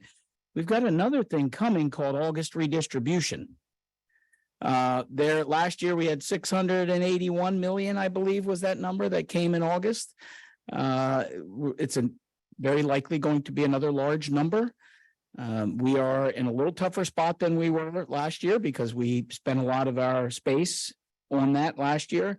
So I want to encourage, this is talking to everybody back here again. Dee, tell me if I'm saying all this right.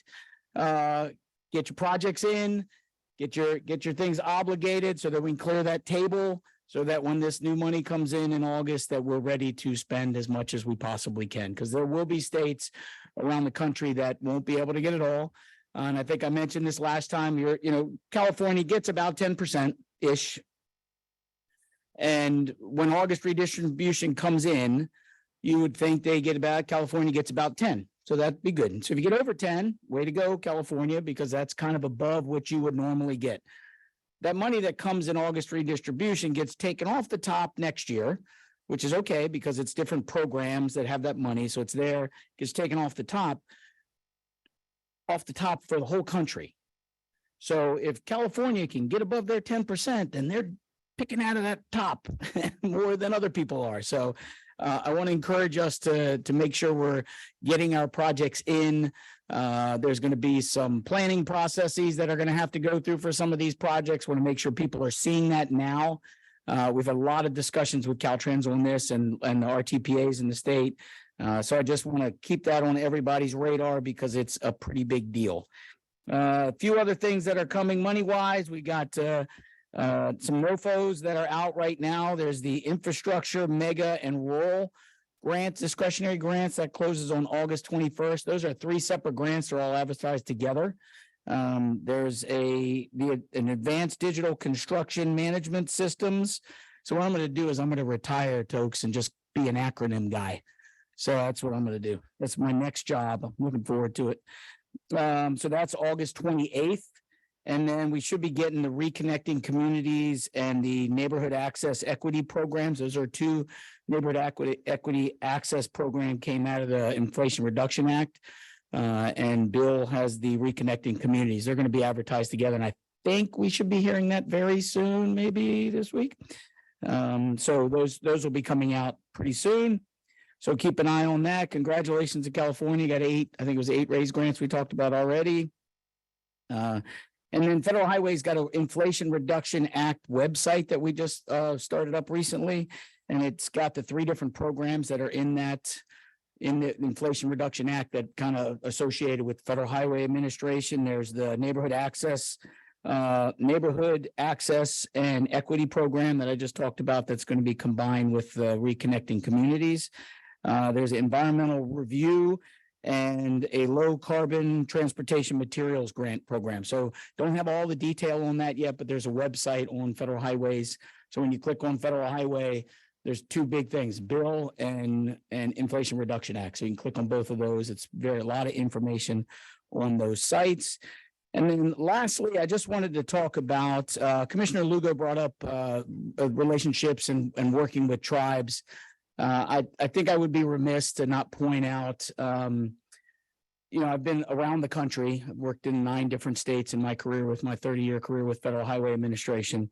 And I haven't seen the work that goes in, right? So Caltrans has a Native American Advisory Committee, had a meeting with them. I've had an opportunity to join that. That Native American Advisory Committee has governor's representatives and tribal representatives from all over the state.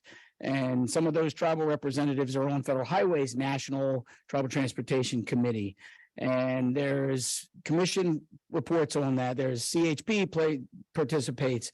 A lot of things have come out of that. I know I just remember several years ago with just data, crash data. And CHP worked with Caltrans and the tribes to figure out how can we, kind of work this crash data to accommodate what the tribes were looking for. And they were able to find a way to do that. So there's a lot of work that goes into that. And it's a big group. And so I want to make sure people recognize that there's a lot of work that goes on with, I don't think if you looked at Tony and you asked him right now or Tokes and say, hey, are we good? No one will ever say you're good. Because you're not. You always got to do better. I think everybody's heard me before talk about tribes should not be handed something. They should be at the table preparing it as opposed to handed something to comment on. I think there's a lot of outreach that goes on. I know just a couple of the areas that Commissioner Lugo was talking about that I've actually worked with tribes, the Pomo, by several Pomo tribes up in Northern California. Our office is working with Caltrans in District 9 right now on a current project that she mentioned. So I want to applaud Caltrans for that. I also want to applaud Caltrans for not saying we're good. I want to applaud the tribes for coming to the table, because a lot of times tribes may not come to the table because they don't know they can. And I think there's a lot of outreach that goes to that. In fact, California might be one of the few, if not the only, around the country that on the strategic highway safety plan that Tony was talking about and Tokes was talking about earlier. They had the safety summit recently. But our strategic highway safety plan that has all those members has a executive committee that votes. It's the voting group that previously was only state agencies were the voting members. And within the last couple of years, when Tokes was the director, he added more voting members.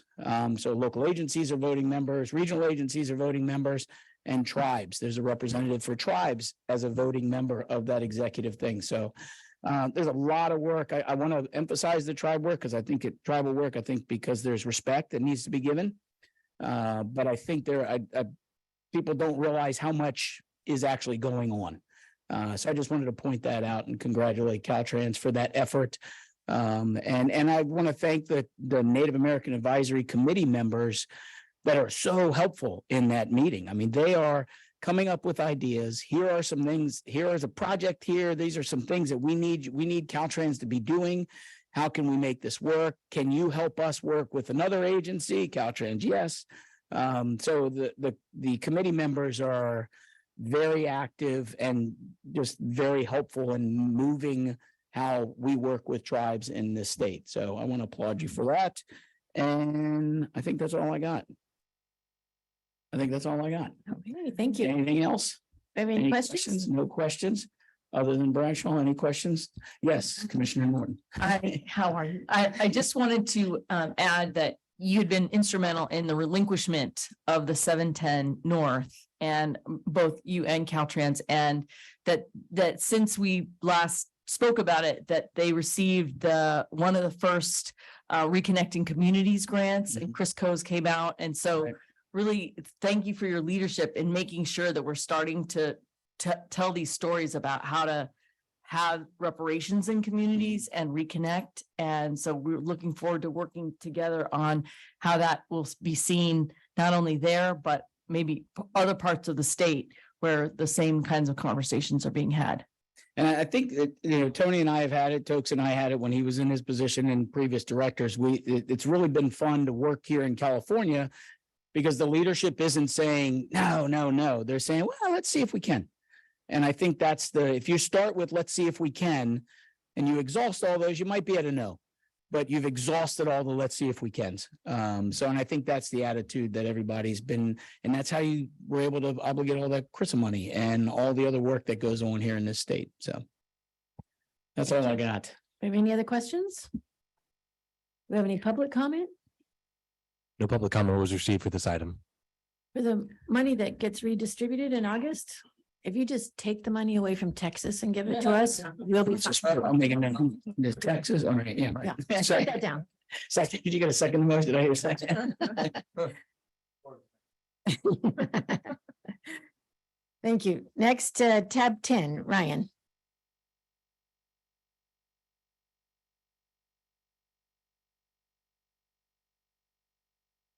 All right, so good afternoon, Chair Eager and Commissioners.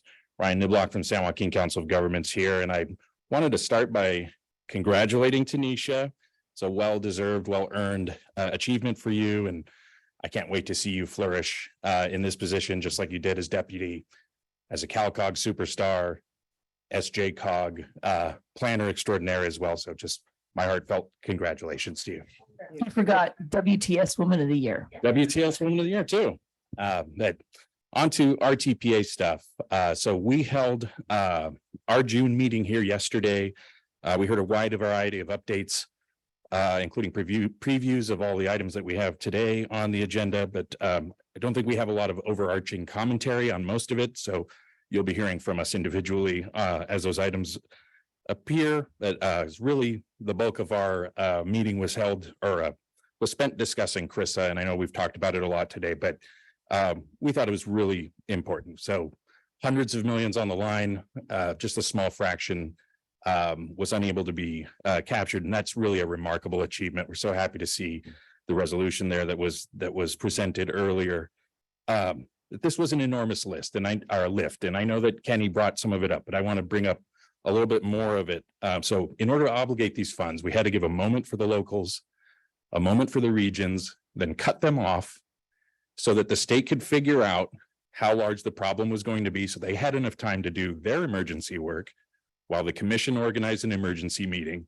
But before any of that could happen, we had to get hundreds of people to understand just what the hell was going on and get on the same page and be on the same plan. And so between commission staff and DLOM and Sujaya and the local assistance team, they created the combined consciousness we needed to get this done. And it was really remarkable. And I don't think it's been mentioned enough, but also between district staff and FHWA staff, they got done 2 months or 3 months worth of paperwork in like 2 days.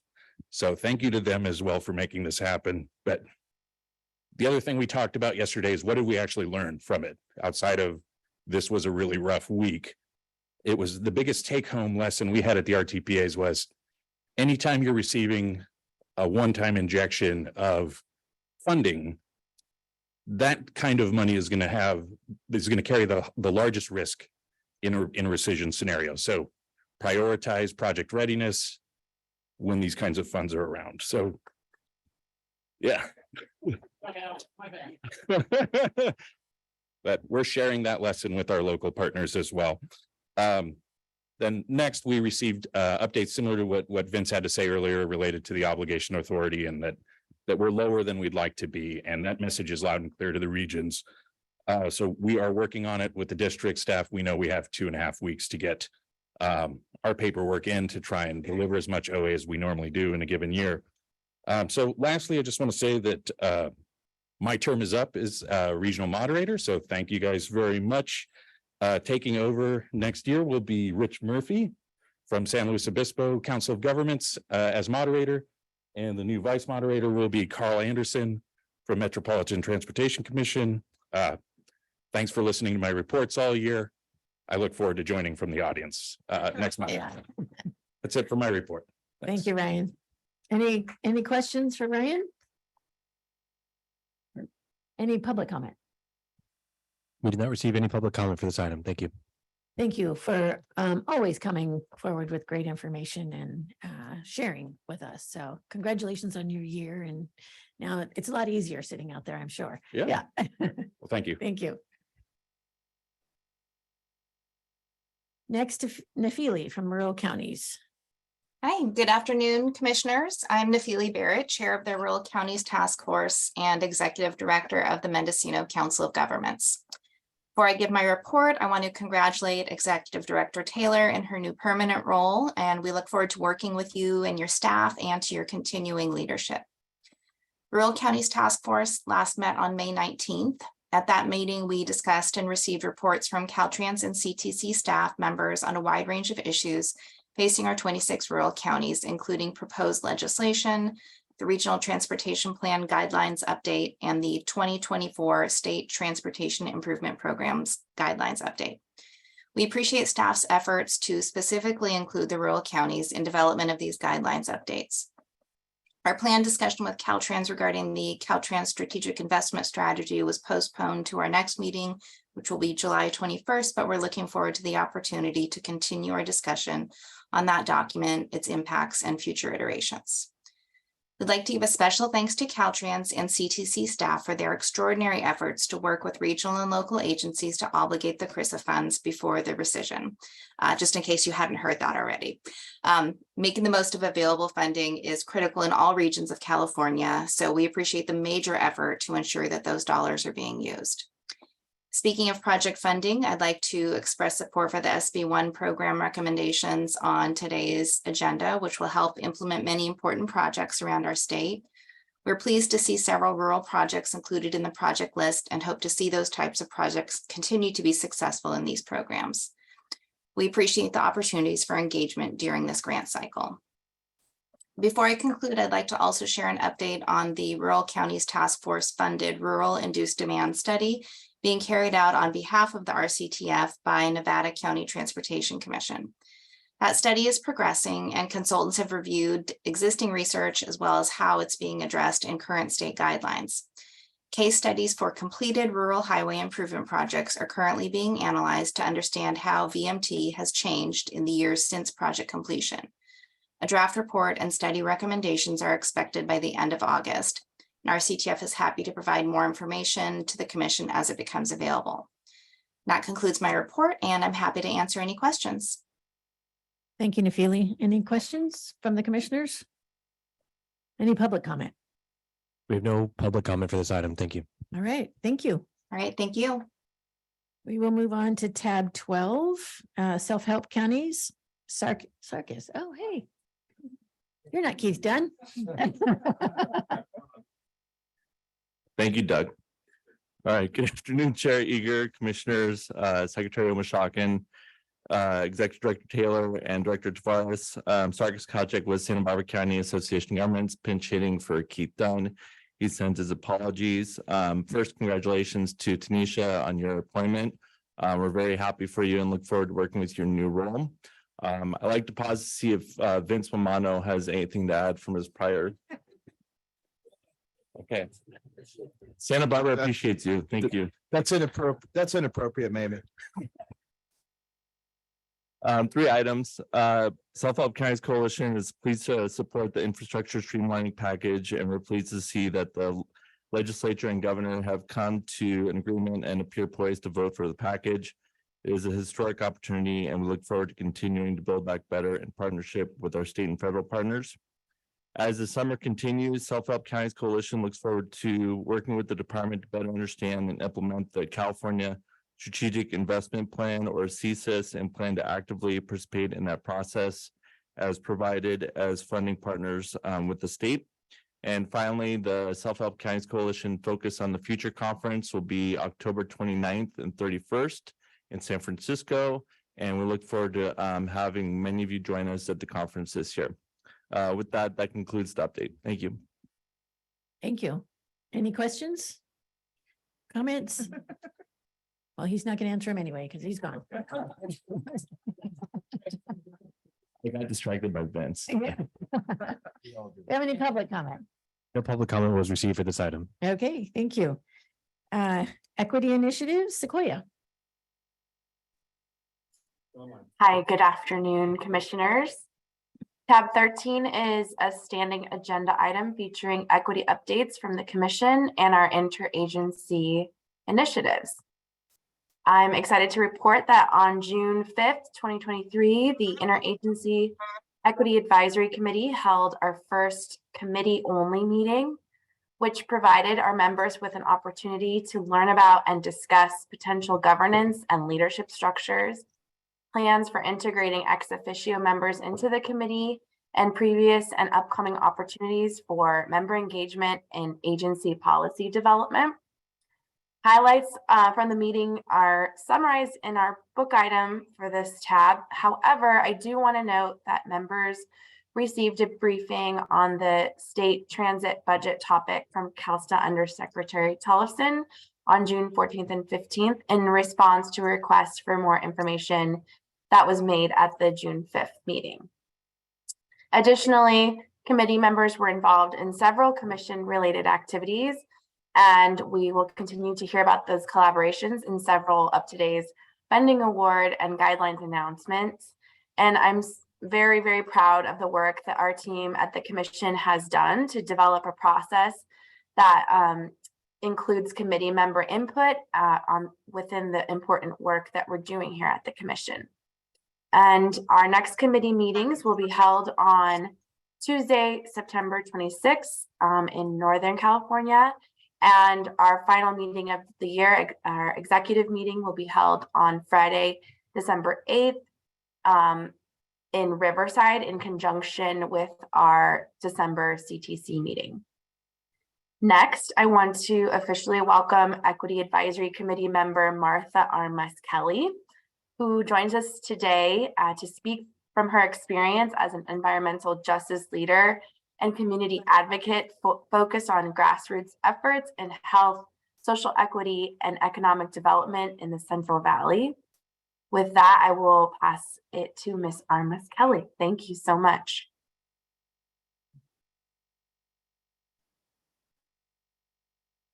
Oh, thank you. So this is all new to me. I just want to say thank you. I want to thank everyone here for the opportunity to be present and be representing my community.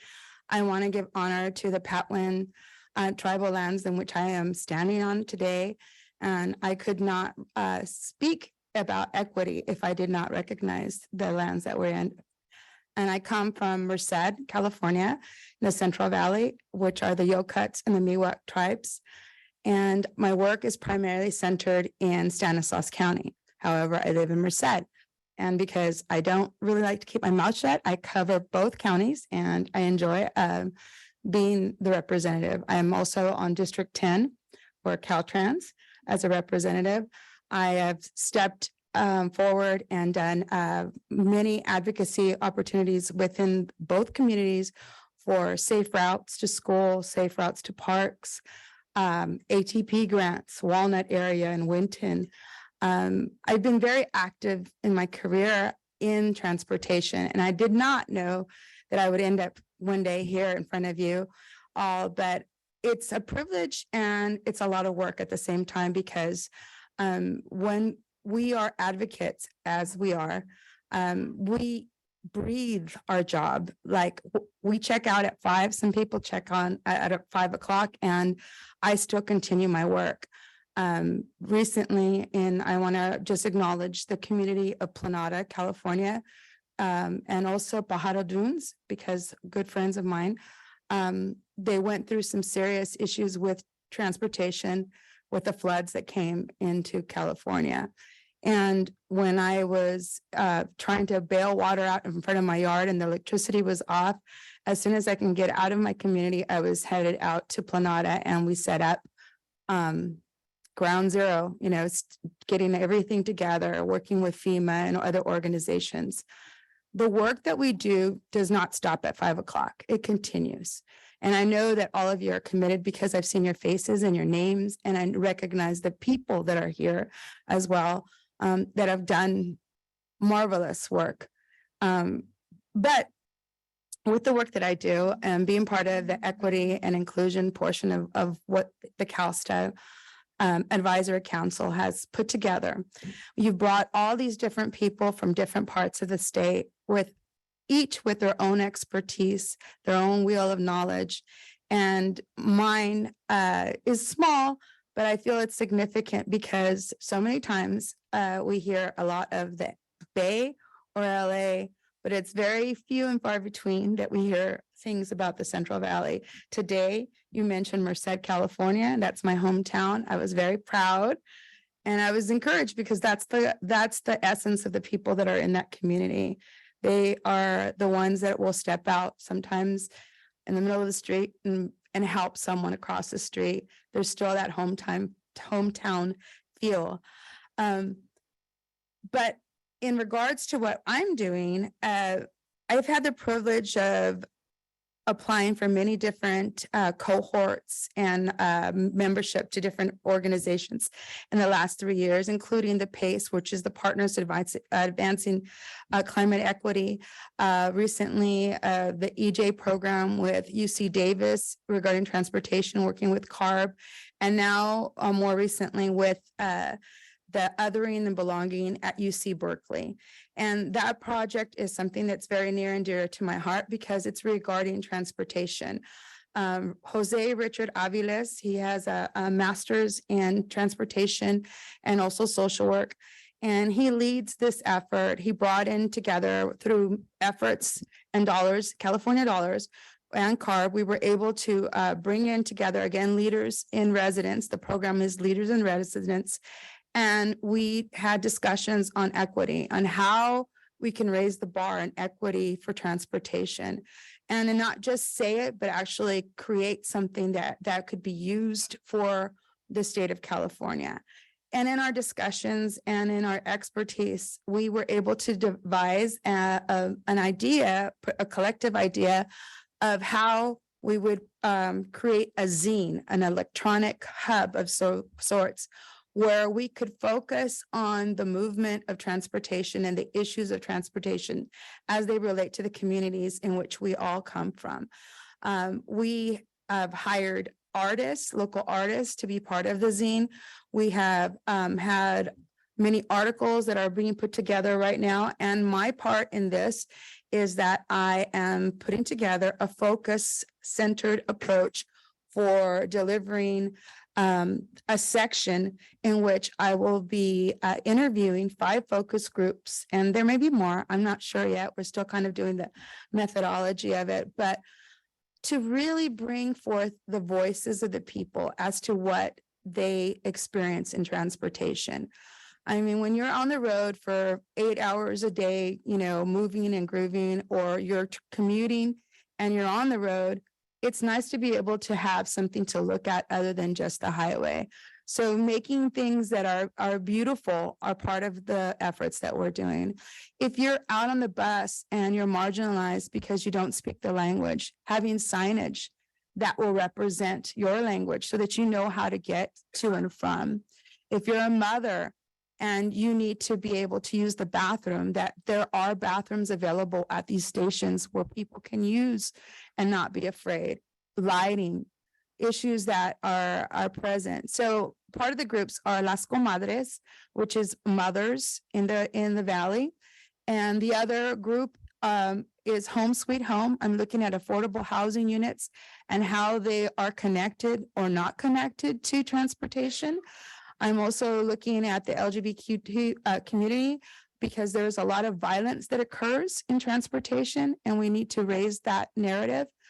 I'm looking at the indigenous groups. I'm also a tribal advocate for United Tribes of California. And how do we connect folks? Like you said, bringing them to the table and not just saying, here's the program, but actually giving them a voice in which they can speak. So these are all considerations. I could go on, but I'm just kind of giving you a little, overview. I'm excited because this is part of what you're doing. By bringing us here, we're able to say, hey, what about this? Or how about that? And one of those how about that is that each of us represents a community. I am affiliated with 2 MPOs, Stanislaus and Merced County. And recently, because of the work that I did with another consulting group, Ames Consulting, I was asked to sit in on an MPO meeting regarding EV placement and stations. And I live in that community and they didn't know who I was. And it wasn't like, oh, you should know who I am, but it was more like, I should know that there's someone that's watching, there's someone now in their community that wants to participate and wants to be that voice, that conduit, so to speak, from you to them, to the community. And I want to extend that to you, that as we start developing and we're looking at how to form our group and the constructs of our group, that we ourselves are presented to the community in a way that, whether it be media, whether it be governance, that they recognize that you have elected and brought in us folks into a position of advocacy and representation and counsel so that we can give our recommendations. And I know it may seem funny, but once they know that you're doing this, it creates accountability. It creates cohesion. And it creates a sense of belonging to the community when they know that someone, a familiar face, is in session and is driving 2 hours over here to participate, that their dollars are being spent in an adequate and more than a substantial manner, that their voices are heard. So today, I'm here to say thank you again. And you'll be hearing from my other partners and peers. And we'll be coming back and we'll give you a more formal presentation of what we are doing. I want to send a shout out to Richard Aviles, for doing this work, and for all the other participants in academia that are also doing work as we speak. We're drawing that gap to get smaller and smaller. And that's the goal. And I thank you all this day for all of your efforts. Thank you. Thank you so much. And the passion and the commitment that you have, we can't thank you enough for joining us. It's very hard not to sing because I'm in front of a mic, but I'm. All good, all good. Next time, next time. Yeah, thank you. Thank you. Wait, one more thing. Yes. I just want to say, Secretary Omishakin talks a lot about co-creation. And that it's not just about participation, it's about co-creation. And I think it's been really wonderful to be working together and to listen to each other. Because I think that co-creation and authorship is really such a great opportunity to work together. And so I just want to thank you for continuing to talk about that and to have us through dialogue really create some things that we're going to look back on and really believe in together. So thank you so much. Thank you, Joao. And again, like everything that's mentioned here, use us. We're excited to be part of this group. Don't feel, if you want to get my card, I don't have one today, but you can get my number. But I'm mobile. I'm looking for that opportunity. We're all looking for those opportunities. We vacillate in so many different circles and we hear, what is going on. And we know some of those disparities that are not really focused. And that's why it's such an exciting opportunity to be here, because we want to share and we want to co-create and we have ideas and we just need those dollars. So when you give us those dollars and we put it in the right place, I mean, what more can come out but fruition, good fruition. So thank you. Any questions? Thank you, Madam Chair, and thank you, Martha, for being here. And I see William here too from the EAC. First of all, just thank you and the EAC for all the work that you've already done. It's so exciting to hear that your work is being really integrated into our work. And I think it was Secretary Omishakin that said, this is not just a symbolic thing that we're doing, that there's meaning to the work that the EAC is going to be doing with us. So we thank you, and especially for the work that you did to help with the selection of projects for SB1 programs that we'll be hearing and voting on later on. So thank you for that. This is actually related to another item, but I wanted to take advantage of it while Sequoia is here and while you're here, and William.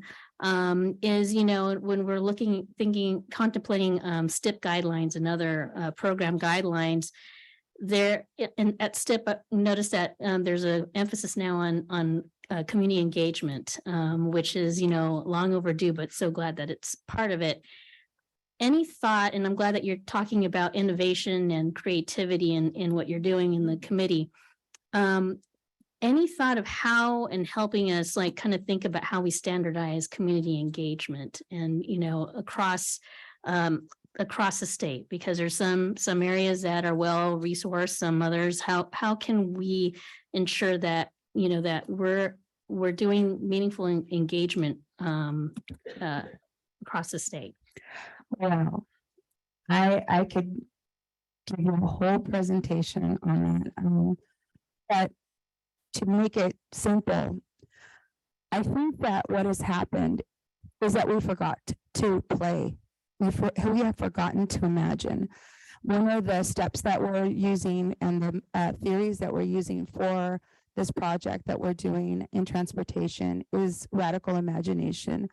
And radical imagination says to all of you, what if? What if there was nothing that would hold you back? What if there was nothing that would keep you from creating or participating or thinking or inventing or prioritizing? No budget, no institutional walls, no lines. What would you bring to the table? And that same concept applies to community. What if it didn't matter that you didn't have a degree in engineering? What if it didn't matter that you weren't on the planning commission? What if it didn't matter that you didn't have a language barrier and you could just speak freely and talk about what you need, what is needed in the community? Then the answers would come, they would flow. But we need to consider also the fact that folks have needs, and we need to not just check the box, but really look at how we can get them involved by having the meetings at times when people can participate, by having food, because sometimes that's the only window that they have is after 5 and you have to feed your families. And having opportunities for transportation, having opportunities for venues to be used by organizations that are already holding meetings and already experts in the community and helping them, like Catholic Charities, for example, which is my employer. I just want to make sure I put a shout out for my boss. But when you look at that, when you look at the organizations, and we don't bring in so many consultant from outdoors, and we bring the people that are already doing the grassroots works and efforts, you are honoring those folks that are doing the work, and they know a bevy of people, and then they participate. But when you bring a group that doesn't know the community, and just because they have a perspective, and by all means, they may have a great perspective. I mentioned Ames, you know, they're a great group, but they work with us. Even they recognize that they don't know the community, so they stipend us. They stipend the CBOs, the organizations, and say, hey, come and work with us because we know that you know your people. So it's really being mindful and really being methodical about how you engage, thinking about the audience. Like when we do public speaking, you know your audience. Well, I think that's critical. Knowing your audience is critical. Knowing who you're talking to. What are the needs of that population? And what are the injuries or the history that we have already had with those people that we're trying to reach? Because if we don't consider what has happened, then we're just going to repeat the same thing. So I could go on, but thank you. Thank you. Any other questions or comments? All right, thank you so much. Gracias. Do we have any public comment?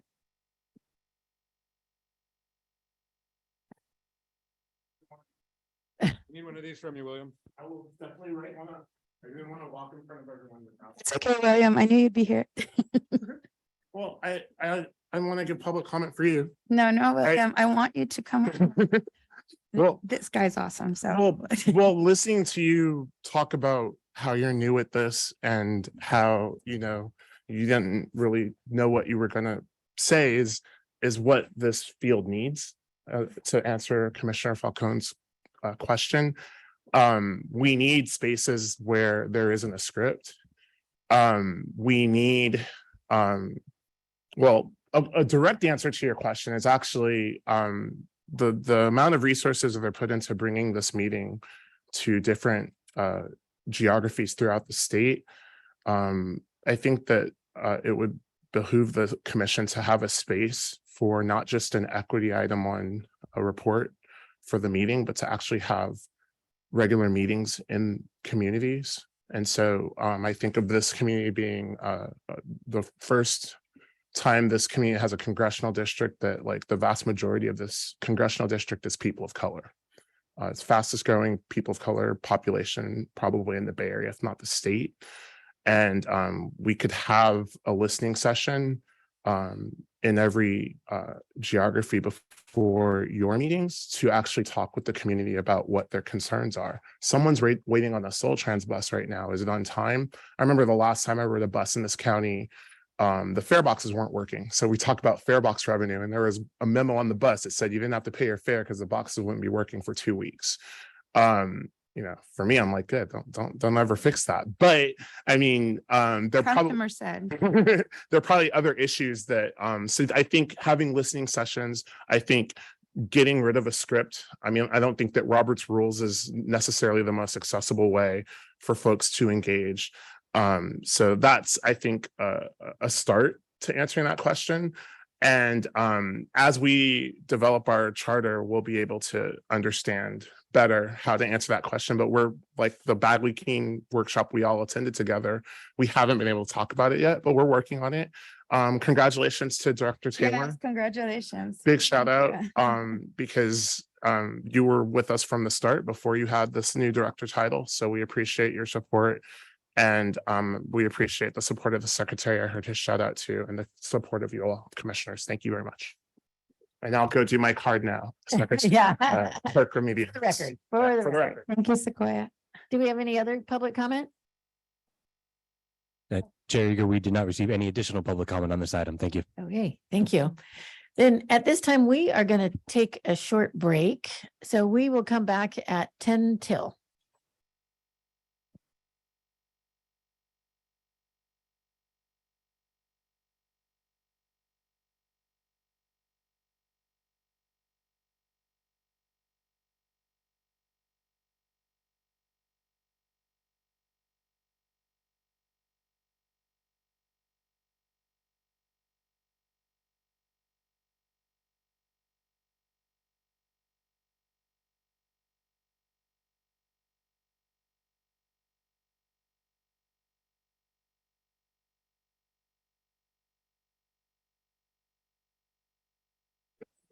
Years ago.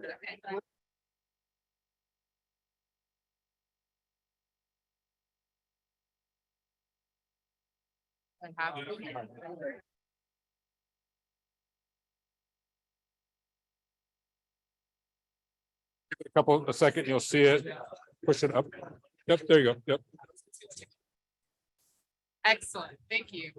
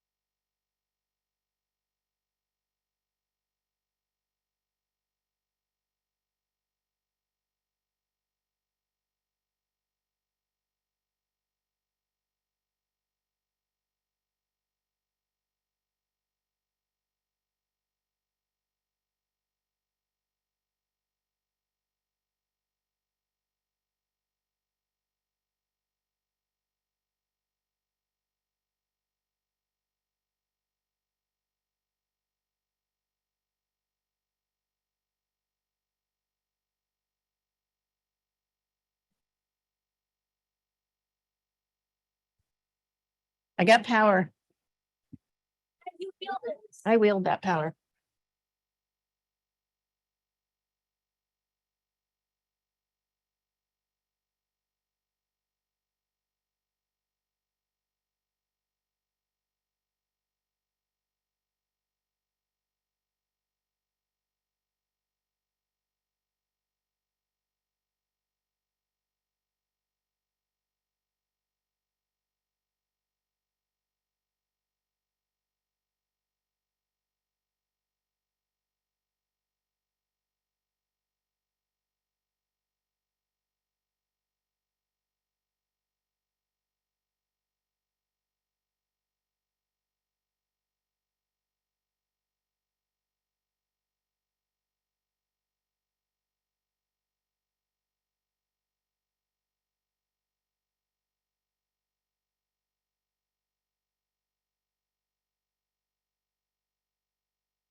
Madam Chair, we're ready whenever you are. Are we ready? We're ready. Okay.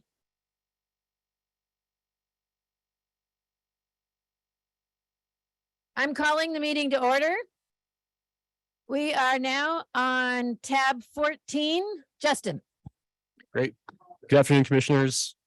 Tab 14 is an action item and staff will be recommending the commission accept this report. We'll be recommending that the commission accept this report on state and federal legislative matters. On state legislative matters, staff is not recommending any new positions on bills at this time. And policy committees in the Senate and Assembly will continue to meet and hear bills until the legislature adjourns on July 14th for summer recess, and then both houses will reconvene on August 14th. The book item includes a list of bills that are tracked by commission staff and their status as of June 3rd. In addition to working on policy bills, the legislature has been finalizing the 2023-24 state budget this week, as we've heard. The book item contains information that was available about the budget at the time that it was published earlier in the month, but a final deal was announced late Monday, representing an agreement between the governor and both houses of the legislature. The budget deal announced this week includes a few items of note for the commission. The announced budget deal preserves the augmentation to the active transportation program included in last year's budget and rejects the cut that was originally proposed in January. I will accept the applause for that, for all the work that, yeah. The budget also preserves the full amount allocated to CalSTA's transit and intercity rail capital program last year, and also provides an additional $1.1 billion to CalSTA over 4 years for zero emission transit capital projects. And both those funding streams include flexibility for capital funds to also be used for operations expenses. The budget also includes about $60 million of general fund for specific projects throughout the state. Staff is still working with Caltrans to gather more information about those projects, and we'll report out about that in the future. And then the budget also includes all three budget proposals made by the commission, and that includes authorization and funding to compensate advisory committee members. It includes funding to secure CEQA legal services and staff resources to implement SB 1121, the state and local transportation system needs assessment. The budget deal also includes a number of bills proposed by the governor to streamline the delivery of infrastructure projects, and those bills are expected to be heard this week and approved quickly thereafter. And that concludes my remarks, and staff recommends accepting this report. Thank you, Justin. Do we have any questions for Justin or comments? Do we have any public comment? No public comment was received. Then I will entertain a motion to accept the report. Move acceptance. Vice Chair Gardino. do I have a Second, Martinez. Martinez, all those in favor? Aye. Opposed? Motion carries. Budget and allocation capacity. Great. Back to you, Commissioners. Justin. Thank you.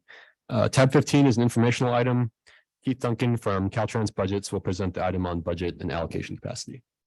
Cool. Thank you very much, Justin.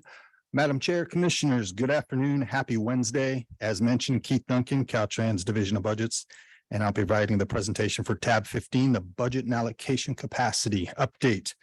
I'm sorry, and Executive Director Taylor. Just rolls well. Next slide, please. To begin, as noted on the slide and in your agenda material, the commission has allocated about $5.5 billion on 834 projects through the month of May.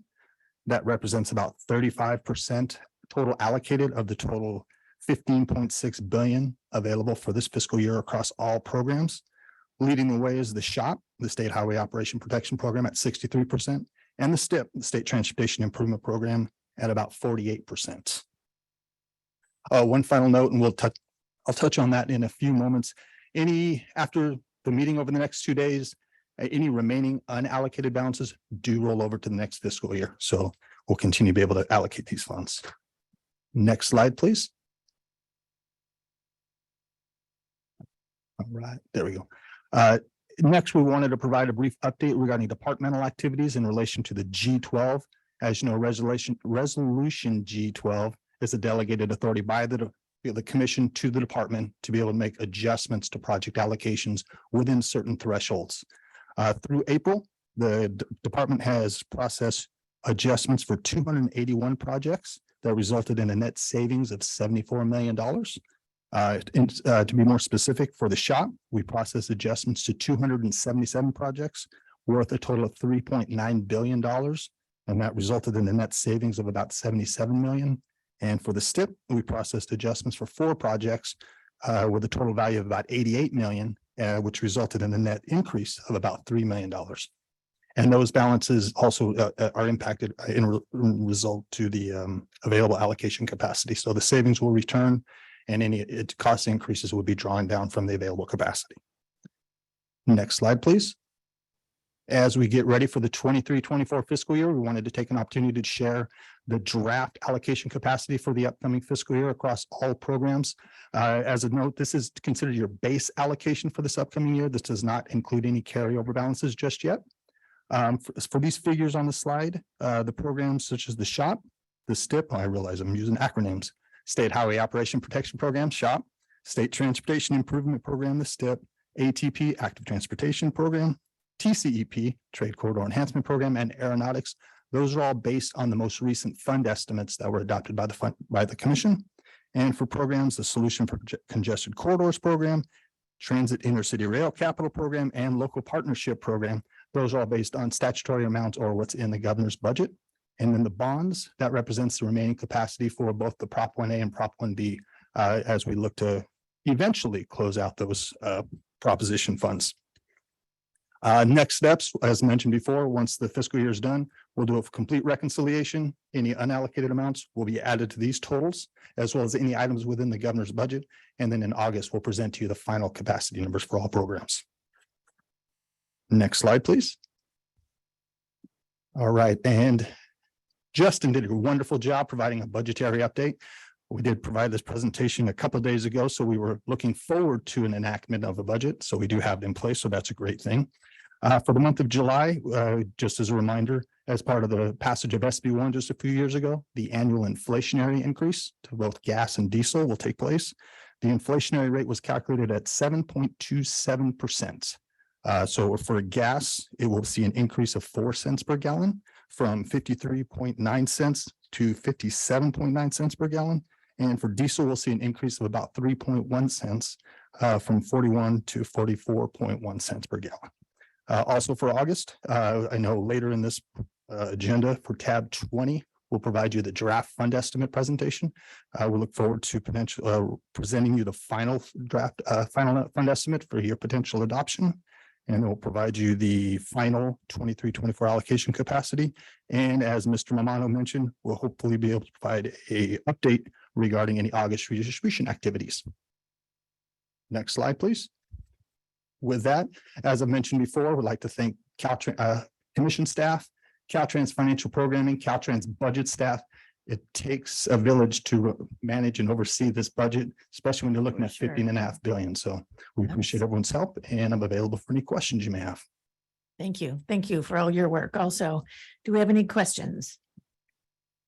Comments? Do we have any public comment? No public comment was received for this item. Okay, thank you, Keith. Thank you. All right, we are going to move to item 16, unless y'all just want to go home now. Okay. What's mean? You do, yes. Okay, Naveen. Commissioners, tab 16 is an action item to adopt the 2022 Solutions for Congested Corridors program. As you are aware, this is a competitive program which was established in 2017's landmark legislation, Senate Bill 1. $250 million are appropriated annually from the state highway account to provide funding to regional transportation planning agencies, county transportation commissions, and the California Department of Transportation, affectionately known as Caltrans, to reduce congestion throughout the state. Affectionately. I like that. Yeah. I heard something different, but.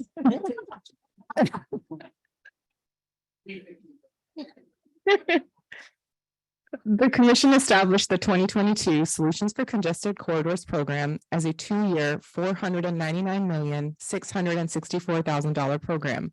And today's action will establish the third funding cycle for this program. The 2022 program underwent an extensive guidelines development process. We, the California Transportation Commission staff, planned and hosted 7 public workshops to solicit input from various stakeholders, which included local, regional, and state agencies, private industries, non-governmental organizations, and general members of the public. The program guidelines describe the policy standards and procedures for the development, adoption, and management of the Solutions for Congested Corridors program.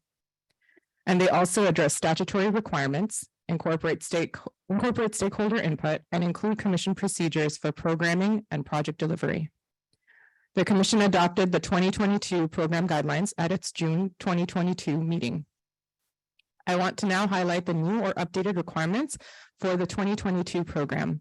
This included an expanded consideration of climate impacts to incorporate key strategies from the Climate Action Plan for Transportation Infrastructure, or CAPTI. Specifically, CAPTI Strategy 1.1 to prioritize multimodal and active transportation solutions, enabling travelers to opt out of congestion and reducing vehicle miles traveled. CAPTI Strategy 1.2 to require projects to be included in comprehensive multimodal corridor plans, also known as CMCPs, which was already required by SB 1, and was fully implemented this cycle. All nominated projects were required to be included in a multimodal corridor plan prepared in accordance with the comprehensive multimodal corridor plan guidelines adopted by the Commission in December 2018. CAPTI Strategy 3.3 to elevate community engagement to an evaluation criterion in collaboration with the Equity Advisory Roundtable. We also developed the Equity Supplement and further elaborated upon the accessibility and economic development and job creation and retention criteria to consider equity throughout the project nomination and selection process. And lastly, CAPTI Strategy 7.1 to integrate pro-housing principles into the existing efficient land use evaluation criterion. Overall, we have incorporated almost every CAPTI strategy that was identified for the Solutions for Congested Corridors program. For the 2022 program, the Commission received 24 project nominations totaling over $1.5 billion in funding requests. Requests continue to exceed program capacity by over $1 billion each cycle, which demonstrates a great need for projects that address congestion across the state. An evaluation team consisting of Commission and Caltrans staff reviewed project nominations based on the criteria identified in the Commission's adopted guidelines. Staff evaluations were limited to documentation submitted with the nomination package, including the required performance metrics outlined in the program guidelines. Staff recommendations were published on June 8th, 2023, and are included in Attachment B. Commission staff recommends funding for 10 projects for a total of $532,812,000 in the 2022 program. Combined, the total project cost of these projects is over $3.2 billion. The recommended program exceeds the identified capacity by $33,148,000 and will be supported by future Solutions for Congested Corridors program project cost savings consistent with the program guidelines. Staff recommendations include projects that provide a diverse array of benefits and best demonstrated a shift away from single occupancy vehicle solutions while reducing congestion and increasing throughput in California's highly traveled and congested corridors. These projects support the CAPTI framework and the state's climate, public health, safety, equity, and economic vitality goals as they incorporate multimodal solutions, transit and active transportation elements with a focus on first and last mile connectivity. Together, these projects will create nearly 40,000 jobs, encouraging economic development and increasing access to employment opportunities for underrepresented communities in project areas. Specifically, the recommended projects provide new transit routes and passenger rail system upgrades. Zero emission bus purchases, local road improvements, including complete streets, and several other operational and safety improvements. Notably, the recommended projects in the 2022 program cycle greatly emphasize projects that promote travel alternatives to single occupancy motor vehicles. Over 70% of the recommended funding is for projects that support active transportation, transit, and rail improvements that support interregional and interstate connectivity through an integrated statewide multimodal transportation network. This presentation culminates over 24 months of meetings, workshops, work groups, trainings, orientations, evaluations, and office hours, where Commission staff collaborated with various stakeholders to prepare and adopt the program guidelines and subsequently evaluate all project nominations to arrive at these recommendations. This would not have been possible without the support and assistance of our multilateral teams. I would like to personally thank each individual commission and Caltrans team member who assisted with the evaluation process. Casey Ruggiero, Justin Hall, Sheridan Nansen, Benjamin Brissett, Rebecca Light, Jason Finley, Vanessa Fall, and Beverly Newman Burkhardt. A special recognition for planning team members Bridget Driller and Laura Pennybaker for their development of the CMCP checklist process and thorough review of all submitted comprehensive multimodal corridor plans. Cheers to the entire SB1 program team for sharing their expertise and always lending their support and assistance. And our subject matter experts, we are so very grateful to Peggy Martinez and Naila Pope Harden from the Interagency Equity Advisory Committee for evaluating project equity and community engagement. Western Starboard and the team at the California Department of Housing and Community Development for evaluating land use efficiency and housing benefits. And Josh Rosa and the team at the California Air Resources Board for evaluating air quality impacts. I would also especially like to thank our fearless team leader, Matthew Yascott, for his unwavering commitment to our team and programs, and our incredible executive management team members, Executive Director Tanisha Taylor, Mitch Weiss, and Paul Golozowski for their guidance, expertise, and patience with us through this 2-year-long process. And last, but certainly not the least, our deepest gratitude is reserved for all of our stakeholders for their continued support and involvement with our program. Thank you all so very much. Since the project nominations were submitted on December 2nd, 2022, we have received several comment letters, which are included as attachment C and as a yellow update. Commission staff is scheduling debrief sessions in July with agencies that submitted 2022 Solutions for Congested Corridors Program project nominations. These sessions are not mandatory and will be scheduled upon request. If you are interested, please email sccp@catc.ca.gov. The staff recommendations are consistent with program statute, the adopted program guidelines, and adopted comprehensive multimodal corridor plan guidelines. Commission staff recommends your approval of tab 16 to adopt the 2022 Solutions for Congested Corridors program. This concludes my remarks, and I will now respond to any questions you may have. Thank you. Thank you, Naveen. Do we have any comments or questions on tab 16? I just wanted to thank you again, Naveen, for not only for the past 2 years engaging so many partners to be a part of this process, which only makes for better product at the end of the day, but for calling them out as well. Thank you, Commissioner. Yes, Commissioner Grisby. Thank you, Naveen, and for your, to your entire team. Are there any projects that you recommended that are VMT increasing projects? We did. We recommended a couple of VMT increasing projects, specifically the Santa Barbara US 101 project that includes an HOV lane capacity increasing component. It is a multimodal project, so it's a parent project with several different components included with it. So it isn't just specific to the lane increasing component. And I believe it completes the US 101 corridor in the Santa Barbara County and Ventura County area. So it connects the communities which are kind of disparately disconnected right now. I hope that answers your question. So that's the only one from your point of view. I'm sorry? That's the only one from your point of view that's on the list that's, I think so. That's a capacity increasing element with the VMT induction. And that's the one that I think CARB also identified for us. okay. Yeah.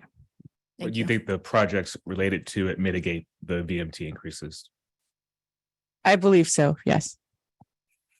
Matthew, did you want to answer that?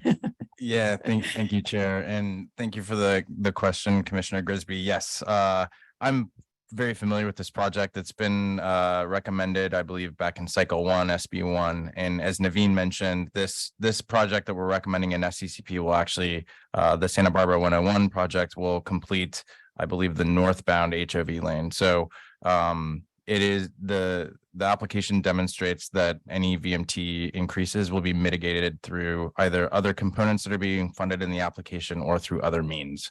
And our understanding is that all of the projects that are brought to us that go through CEQA also have to identify mitigation for induced demand. So that includes the Mid-County Parkway? Yes, the Mid-County Parkway project is a widening project on a non-state route. Primarily, it was evaluated as a safety project, but that project has also identified means of mitigating any induced demand that might result from its completion. And is that from the bike lanes associated with it or from? So it's from bike lanes associated with it, but it's also tying to the other components that are included in the comprehensive multimodal corridor plan that was submitted along with that project. One of the pieces that was funded with the Mid-County Parkway component was the Paris to Moreno double tracking on Metrolink. That project is included in what we're recommending before commissioners. However, it's being funded through TARCP. That was an award that was achieved between the period that the application was submitted to us and us bringing recommendations to you. But that project is also attributing for some of the mitigation. And just one more question. So the land use around that particular project, from your point of view, is will this project increase development pressures or anything like that in that area?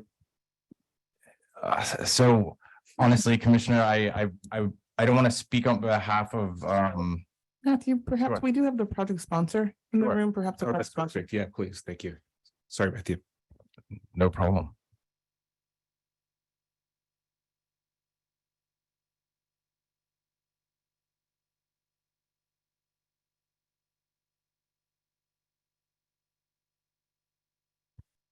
Good afternoon, Commissioners. Ann Mayer, the Executive Director of the Riverside County Transportation Commission. It's good to see you all. So the Mid-County Parkway project and the segment that's being funded today, or hopefully being funded today, is a longstanding project that we've been focused on mainly to provide access to the communities of Hemet and San Jacinto. Both of those communities, we kind of call them, they're a cul-de-sac, and that they have very limited access in and out of those communities.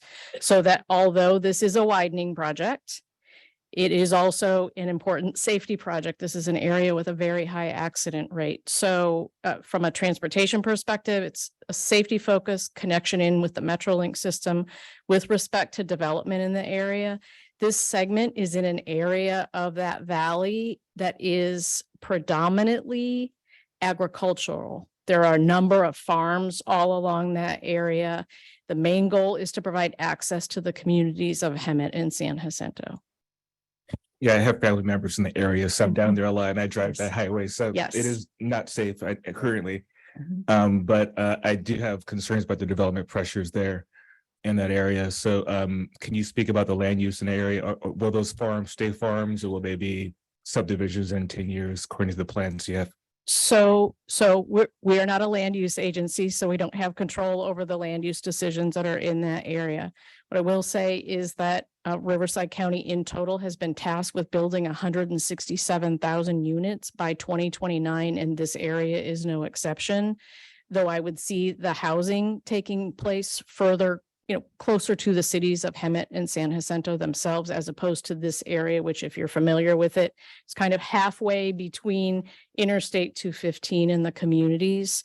There have been some development proposals in that area. There was one that was proposed more than 10 years ago and is not proceeding because of concerns from the community. This is also an area, segments along here that are also in conservation. In addition to being the transportation agency, we're also the Western Riverside County Regional Conservation Authority. We manage that conservation area. So there's a lot of area there that's in conservation. So as to future land use in the area, will there be additional housing? I'm certain of that because of the housing designations that are being required.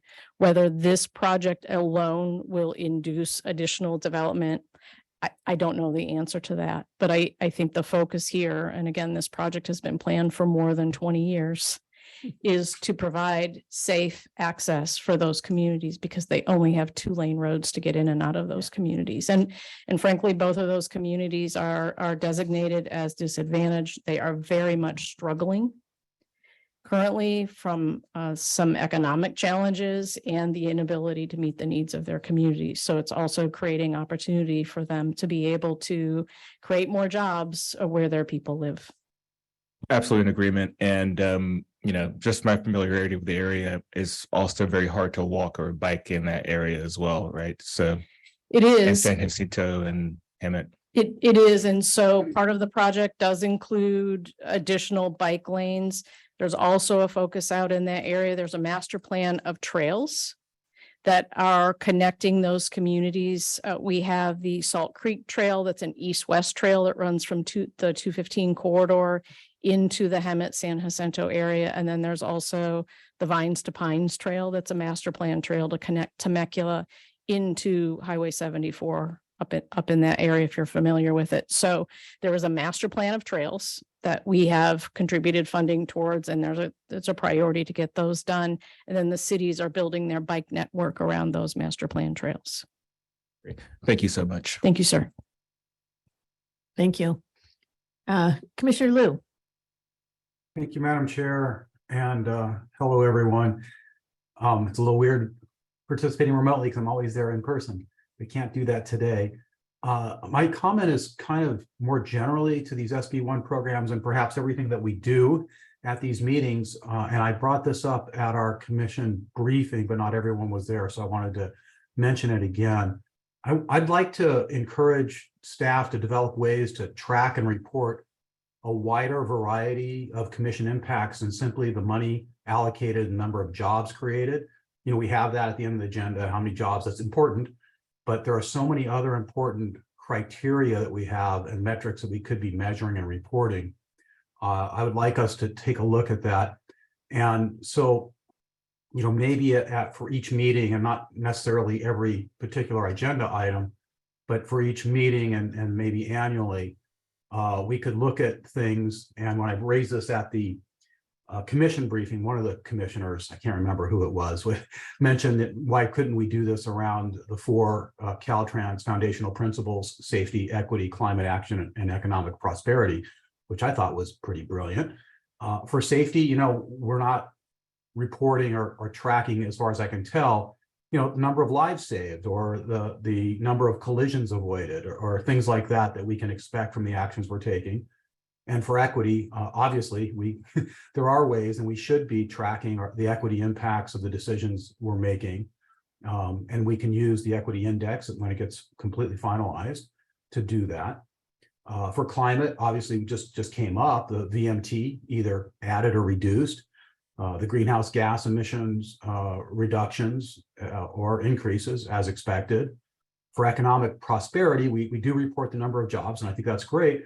But I'd also like to know how many of those jobs we expect to go to women, and how many of those jobs do we expect to go to skilled and trained workers, and things like that. This is, a sample of some of the things in terms of metrics that I think we should be reporting for each of these SB1 programs and perhaps all of our work, so that we can do a better job of seeing how we're tracking with the foundational principles that we endorse. So I think I got a commitment from staff during the briefing to work on this, but I'd just like to maybe ask staff to discuss it a little bit and see where we can go and how best we can approach this issue of a wider variety of metrics and data.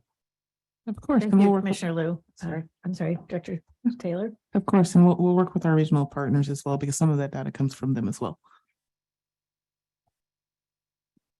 Do we have any other comments or questions from commissioners? And I think we have a assembly person online. Yes, thank you, Chair Eager. We do have Assemblymember Greg Hart online with their hand raised. Hi there, this is Assemblymember Greg Hart. I want to just thank you, Chair Eager, and members of the California Transportation Commission for giving me this opportunity to speak to you. I really appreciate the hard work that you and your staff have done. And I respectfully request approval of the recommended $132.4 million of Senate Bill 1 Cycle 3 funding for the Santa Barbara US 101 Multimodal Corridor Project. This transformative interregional project will provide needed congestion relief to more than 100,000 Californians who travel the corridor between Santa Barbara and Ventura County each day, and will expand opportunities to utilize multiple transportation options to reach employment, social services, education, and recreation areas. The corridor is Caltrans District 5's most congested corridor and one of the most congested freeway segments in California. Additionally, it's the only corridor on the Central Coast that connects the Bay Area to Southern California. This project will have significant statewide benefits by modernizing our highway infrastructure to ensure safety, disaster response, and emergency access along the statewide highway system. It will also enhance the state's goal to reduce greenhouse gas emissions through carpool incentives, reducing idling due to unnecessary congestion, and providing active transportation options. Innovative solutions have been identified through a community consensus process and ratified by county voters with 79% support for Measure A, Santa Barbara County's regional transportation sales tax measure. I respectfully request the approval of the US 101 Multimodal Corridor funding. This impactful investment will keep California moving forward. Thank you for your attention, and thank you in advance for your support. Thank you, Assembly Member. Do we have any others online? Yes, Chair Eager, we also received a written comment from one of our virtual attendees. This one comes from Carson Link, representative of Senator Monique Lamone's office. They write, our office is writing to strongly support the passage of the funding in item 16, especially that dedicated towards Santa Barbara County. This funding is essential to the expansion of transportation within the state and is much needed within our community. I encourage you to vote in favor of staff recommendations. Thank you. Thank you. And keeping on the Santa Barbara train, Mayor Osborne.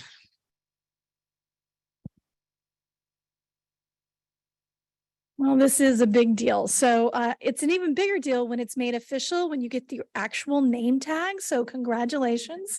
It's well-deserved beyond the name tag from everything I hear. So I am Janelle Osborne, Mayor for the City of Lompoc and Santa Barbara County, and currently the chair for the Santa Barbara County Association of Governments, or SBCAG. I want to thank you from the SBCAG Board of Directors for the support and the work that your staff has done on the Senate Bill 1 recommendations for the Santa Barbara US 101 Multimodal Corridor. As we showed you when you visited in October, our partnership with your commission and affectionately with Caltrans, we have seen it as instrumental in our ability to deliver on the remaining segments of our multimodal corridor. Our voters in Santa Barbara County renewed our transportation sales tax measure in 2008 with overwhelming support, with the Santa Barbara US 101 project as the flagship priority. These local funds are providing a vital match for us with Senate Bill 1. Senate Bill 1 has been a game changer for us, and with your investment, we are getting closer to completing this essential corridor that is relied on by our residents and Californians for interregional travel, while improving those connections and the quality of life for those that travel along it. We are thankful for your investment to help us close critical gaps on that network. We are grateful for all of the work your staff put into SB 1 Cycle 3's process. They should be commended for this very heavy lift, as well as the transparency and collaboration involved with the process. So once again, I want to thank you, Commissioner Eager, and all of you for visiting and understanding the work that's being done, for the partnerships that you've enabled us and the money we've been able to bring together and go much further. Thank you. SBCAG supports your staff's recommendations. I appreciate your time, your work, and look forward to hearing a yes vote. Thank you, Mayor. Kenneth Cow.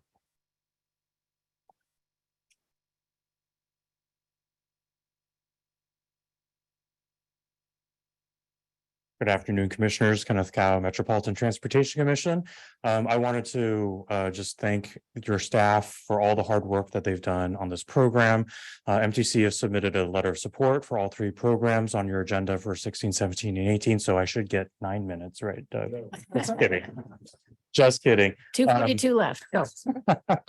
No, but I just wanted to thank all of the staff, all the lead staff, Naveen, Hannah, and Masara, all of them done great work, and of course, Matthew and the executive team. So wanted to thank you for on behalf of all the Bay Area. We of course have some projects that didn't make the cut, and we'll continue to work with you with the state and the federal partners to make sure we can get those important projects moving forward. So thank you very much. Thank you.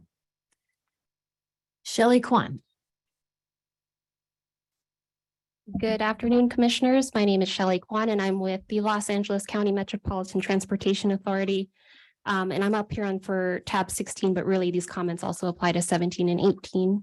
So I want to first applaud CTC staff for the transparent and inclusive process that they brought to the guidelines and the application process for this cycle. It is so clear that they are dedicated to the success of the programs and the applicants, with one example being the post-application briefings and the office hours that they made available. And just as an anecdote, Metro's I-710 Integrated Corridor Management Project was not successful in the 2020 Trade Corridor Enhancement Program, but we met with CTC staff and they told us exactly how we could improve for this cycle, and we did. And so the project is part of the recommendations you're considering today. And we also appreciate that this is a cycle of a couple firsts with the incorporation of the climate action plan strategies and the participation of the Interagency Equity Advisory Committee and the evaluation of the applications.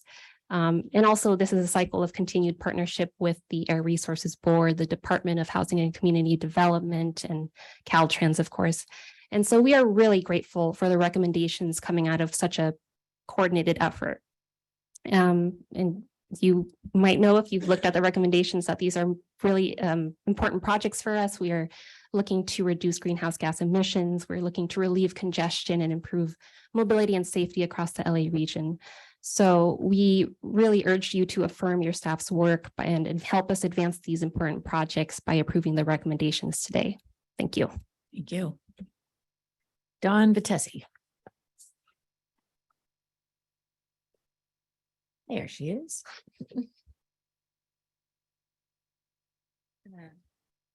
Thank you, Chair and Commissioners. Congratulations, Tanisha. So on behalf of the San Diego Association of Governments, I'm here today to strongly support adoption of this program of projects. Specifically, we are recommended for funding for the Bataquitos Lagoon Double Track Project. It's an essential component of our passenger and freight rail network in the Low Sand Corridor. And as stated in the report, it replaces an 80-year-old single track wooden trestle bridge right in that coastal area. So it really, seeks to address climate impacts, reduce greenhouse gas emissions, increase throughput, and really enhance all of our interregional connectivity. I would like to point out this is a shovel-ready project, and so we are really excited to be back to you soon. If you should adopt this program of projects today with a baseline agreement and allocation, we are ready to go. And again, we thank the work of all the staff and all of the people who participated in the evaluation panels. I know it was a lot of work and we really appreciate it. Thank you. Don. Do we get the shovel if we approve? You'll be invited down, right? Yeah. You'll be invited down. We'll be there. Come shovel some dirt with us. Thank you. Do we have any other public comment? Yes, Chair, we did receive one additional attendee seeking to comment on this item. I'd like to call upon Kiana Valentine. Good afternoon, Chair Eager and Commissioners. Can you hear me okay? Yes, we can hear you. Wonderful. Thank you so much. Kiana Valentine on behalf of Transportation California, representing the statewide transportation construction industry. As you know, that builds, repairs, and maintains our multimodal transportation system.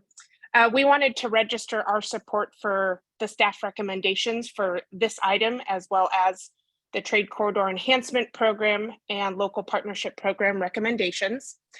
As noted in the staff memos, the CTC staff did their due diligence, as did the regional agencies that applied for these grant programs, to incorporate multimodal solutions to our transportation problems, as well as the CAPTI framework into the project guidelines and selection process. So while some of these projects still include, as we have discussed, some capacity increasing components, they are only parts of more comprehensive and multimodal programs and projects. So for those reasons, we are supportive of these staff recommendations and urge your aye vote this afternoon. Thank you. Thank you. We have any others? I see no other attendees indicating they wish to comment. Okay, then at this time, I will entertain a motion. Motion to approve Bradshaw. Okay, Bradshaw and Second Falcon. second Falcone. All those in favor? Aye. Opposed? Well, she raised her hand first. I'm sorry. Motion carries. Congratulations to all of you.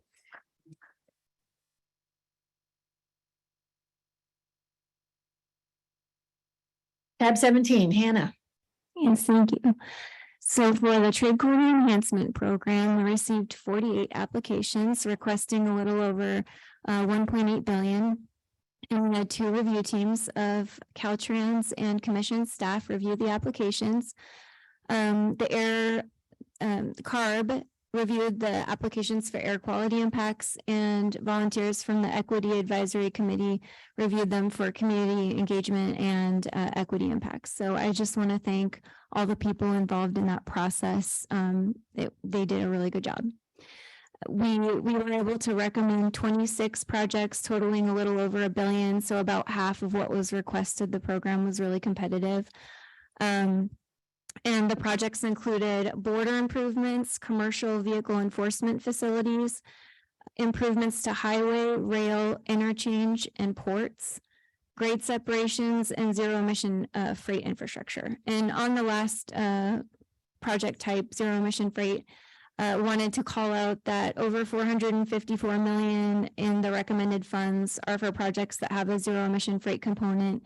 And of those, about 100 million are for projects that are just building zero emission freight infrastructure. So we're happy to be making progress on that CAPTI goal. And all the projects are now in regional plans that have an approved sustainable community strategy. And that includes the Fresno Union Pacific Railroad subdivision Ceres to Turlock double track project in Stanislaus County. I wanted to say that because we didn't have a chance to update it in our project list, but that is approved. And finally, I would like to address some comments that have been received about the TSEP awards in the last day, yesterday. I'm going to read these because we've developed them recently, and so I want to make sure I cover everything. First, the commission received a letter asserting that the recommended projects are not in full alignment with CAPTI goals. And I want to say this with humility. This is not accurate. CAPTI called for 5 near-term strategies to be addressed in the Trade Corridor program. The prioritization of zero emission investments was a key strategy, and those strategies have been achieved in the projects being recommended. The projects reflect the Commission's commitment to CAPTI. And some of the other strategies that the projects help encourage are things like safety, economic resiliency, and supporting disadvantaged communities. The letter states that the trade quarter program contains projects that will induce vehicle miles traveled, which violates the principles of CAPDI. However, CAPDI acknowledges that some projects will induce VMT, and those projects should include mitigation for that induced demand. The trade quarter program requires that projects comply with the California Environmental Quality Act, which requires that any induced demand be offset with mitigation where possible. And mitigation examples could be constructing bike and pedestrian facilities or contributing to transit. If mitigation is not possible, this is disclosed as a significant impact. The recommended trade quarter projects that add lanes have either already mitigated the impacts for CEQA or are in the CEQA process and planning mitigation efforts. The projects that induce demand also contribute. I'm sorry, I lost my place here, and I need to read this to make sure I'm saying it all correctly.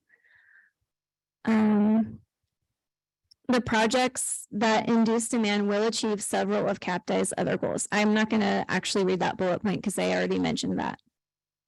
It's important to remember that the trade quarter program by statute is a goods movement program. And while as a state, we are trying to move more freight through rail and transition to zero emissions, the highway system is still critical for moving goods and keeping our economy competitive. And it is not always possible right now to achieve significant increases in freight throughput without an increase in VMT. We would be happy to meet with the author of the letter to provide background details that we believe are missing from the contents of the letter. Lastly, I want to highlight the letter received, which called into question the eligibility of the Grant Line Road Safety Freight Mobility Project in Sacramento County. The project sponsors have responded to the letter's concerns, and those responses have been shared with commissioners prior to this meeting. To summarize the comments, the sponsor states that the trade quarter funds on design would not supplant. So they're confirming that the funds do not supplant committed funds, as the local funds already committed to the project could be used on later phases, including construction. The sponsor states that the trade quarter funds would not be used to fund a capital improvement that is required as a condition for private approval or permits. And just for some background, the trade quarter guidelines prohibit projects that are required as a condition of development. And the sponsor has no agreements in place with private developers on this segment. Lastly, the project is included in the Sacramento Area Council of Governments Metropolitan Transportation Plan and Sustainables Community Strategy as required by the trade quarter guidelines. So just wanted to respond to those comment letters. And again, I just really want to thank everyone involved. Thank you to Matthew and my team. And we recommend approval of these projects. Thank you, Hannah, and thank you for being transparent and bringing those letters to us and talking about those issues that are so important, and that everyone who looks at these projects does so under that CAPDI view. So thank you so much for bringing that forward. Do we have any questions or comments from commissioners? Yes, Commissioner Grisby. Yeah, thank you, Madam Chair. Thank you, Hannah. So is there anyone that can speak on the Grant Line project in the room? Doug, do we have anyone on the line for that? Yes, we do have a couple of virtual attendees who are seeking to comment on this item. Yeah, Matt Lampa, is that who you were thinking? Yeah. Okay. All right, Matt Lampa, you are now free to unmute yourself and comment. Yeah, hi, this is Matt Lampa from the Capital Southeast Connector Joint Powers Authority. So I think we wanted them to answer a question from Commissioner Grisby. Yes, and my question is the Grant Line Road project part of the Southeast Connector Freeway proposed, the 34-mile freeway in Sacramento County? It is a component of the Capital Southeast Connector. It's approximately 3 miles, the segment that we've applied for. And is the, so for the larger freeway, is the plan still to have the exits be about a mile apart? That's correct. It's a planned limited access facility with 1 mile access intervals along the expressway segments. Okay. Would having exits at about a mile, which is the typical urban exit mile length, I believe, lead to additional development pressures?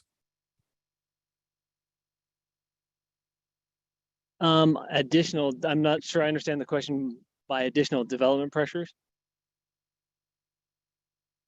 Well, would having spaces, spacing that is typical in an urban environment lead to more housing development in the area and an increase in VMT as a result beyond simple freight movement?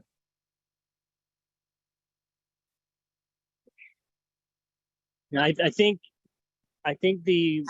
in urban settings, my understanding is the access is higher or less than 1 mile spacing. So this is considered the expressway segment with limited access with 1 mile spacing. And we are not the JPA. I just want to be clear, the JPA is not a land use authority. We're a special district independent body who just builds this project. And so some of the developments that are surrounding this are within Rancho Cordova and County of Sacramento. And so those plans, those developments, they have been approved through those entities and not us. Thank you. I appreciate that. Thank you. No more questions. Mr. Grisby, do we have any other commissioners wishing to speak? Yes. I'm somewhat familiar with that project, and I could tell you that the grant line right away sort of butts up to the urban services boundary in Sacramento County. So there's not a whole lot of development that can go beyond that proposed expressway. A lot of it's happening now in Rancho Cordova that's connecting communities in Elk Grove and Rancho Cordova and the job centers also in Rancho Cordova, but that is the urban services boundary. Is it mostly agricultural now, Commissioner Cruz? There is some agriculture out there. Most right. it's yeah. Thank you. Do we have commenters online? We do. We have one virtual attendee with their hand raised. We have Peggy of Union Pacific Railroad Company.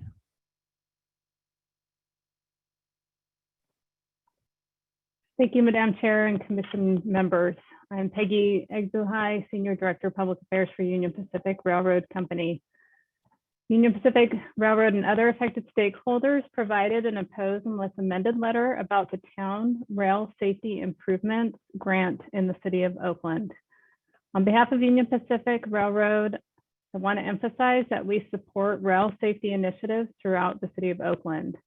The challenge we are faced with the proposed town rail safety improvements is that it is incomplete and only takes into account a few safety elements that are needed, ignoring the overall package of projects that need to be addressed to help rail safety in the Port of Oakland and Jack London Square corridor.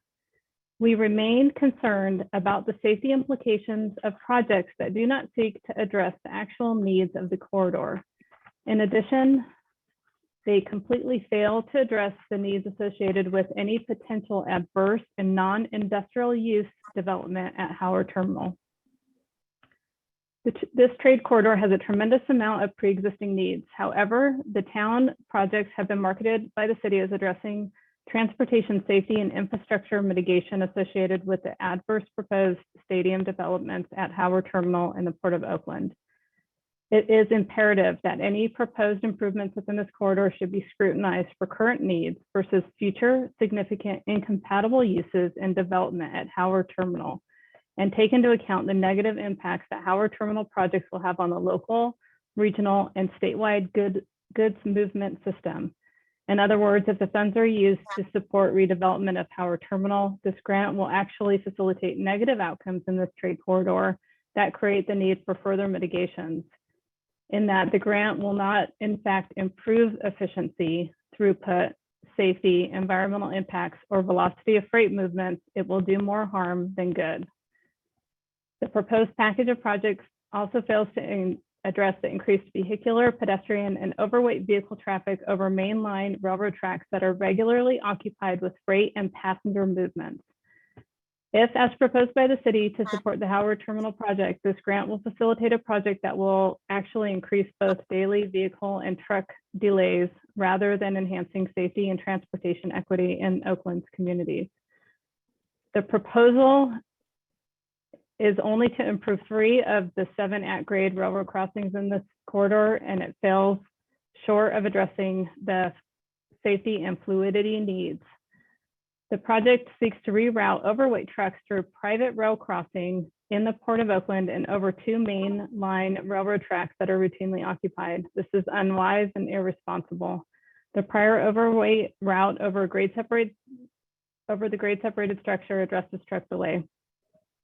We stand for questions and are happy to work with the city and want acknowledgement that a construction and maintenance agreement is required before any construction money can actually be expended in this corridor. Thank you. Thank you. We're going to move on. Next, we have MTC Commissioner Jim Spearing. Madam Chair, can I ask a question? Oh, yes. Sorry, I didn't see your hand up. Yeah, I just put it up real quickly. Because I thought maybe staff would address it, but I'm kind of wondering why we got so many opposed unless amended comments this morning when, you know, this proposed list of projects has been out for quite some time now, and whether staff can help figure this particular issue out. Yeah, thank you, Commissioner Liu. I'll be honest and say I think staff was a bit surprised to get so many questions and comment letters at the last minute as well. And as you can tell, we prepared Hannah to address some of the comments that were received in her comment in the presentation of this item. And Commissioner Liu, I can also say if you want some additional feedback on the comments we just heard from Union Pacific Railroad, I do know that the city of Oakland is here to speak on behalf of their project and to address some of the concerns. So we are trying to ensure commissioners have all the information in front of them to make the best decision possible by approving these recommendations. Yeah, thank you. And I realize that when you get a last minute comment, a substantive comment like this, it's hard to get us the information and response so quickly. I don't think I need to hear from the city of Oakland unless they feel like it's necessary to say something, because I think I'm comfortable with moving forward. But I would encourage people to submit their comments in as timely a manner as possible, so that if they do have substantive concerns and issues, that we can kind of help to address them before we get to this part of our decision-making process. Thank you, Commissioner Liu. Appreciate it. Jim, you're up.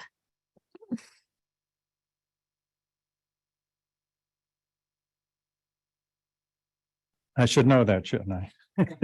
You do better. Thank you, Madam Chair. Yeah, I just real quickly want to welcome the commission and secretary and Director Traveris. You know, our staff really appreciate you having this meeting here. I just want you to know how much it is appreciated, and it means a lot to Solano County. So thank you. I also just want to congratulate your new executive director.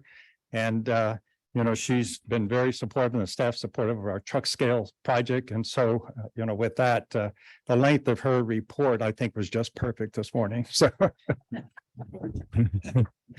you know, I do want to report that at MTC this morning, we approved an RM3 allocation to the truck scales project, $31 million for this project, 5.3 in LONP design fund and $25.5 million for the right-of-way phase. And so if you approve this today, it's going to be a banner day for this truck scale project. And so I appreciate it. I really appreciate the commission's support, not just on this project, but over the years. I mean, Solano County has had some great projects that this commission has helped make possible.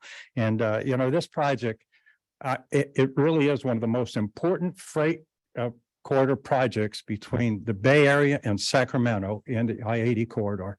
I think most of you are very familiar with the congestion, the air quality, the backup, all of the very things that we're trying to solve. This project does that. And so I just want to thank staff for their support and the commission support. So thank you, Madam Chair.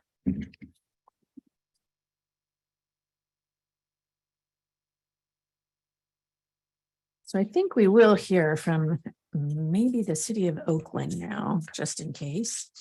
Nicole Ferrara.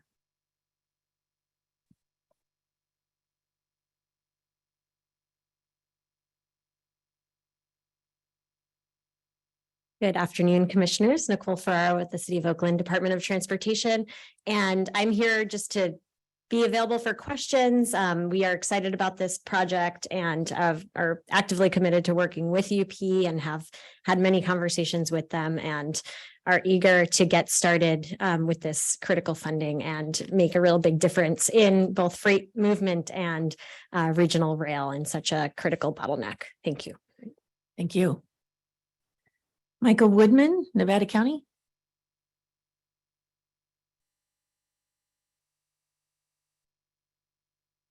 Thank you, Chair Eager, fellow commissioners, Director Tavares. First and foremost, want to congratulate Director Taylor on her appointment. I'm addressing you today to indicate our support for the SB1 funding recommendations and to commend the commission and its staff, especially Matthew Yazgat, Hannah Walter, and Naveen Habib, and all the other staff behind the scenes for their efforts engaging with the stakeholders and conducting a transparent and inclusive process. From the numerous guideline workshops, the office hours, and the guidance that your staff provide, they truly set the bar for effective and meaningful engagement for these competitive programs. As a small rural regional transportation planning agency, the preparation of this TCEP grant was a major undertaking, and we accomplished it in partnership with Caltrans District 3, and we're very grateful to be recommended for funding. The benefits that this funding will provide from the corridor improvements on State Route 49 in Nevada County are significant and include improving goods movement throughput, reducing freight emission impacts on adjacent AB 1550 populations, improving safety and operations, improving multimodal mobility and connectivity, as well as improved evacuation egress, and also improving access to Nevada County's new transit operations center and zero emission bus charging infrastructure. Without the SB1 funding, this project and the benefits to the state and our community would likely not be able to be achieved. So I want to thank CTC staff and Caltrans for their hard work in reviewing the applications and delivering these program recommendations. And that concludes my comments. Thank you. Thank you. John Kerry, City of Vacaville.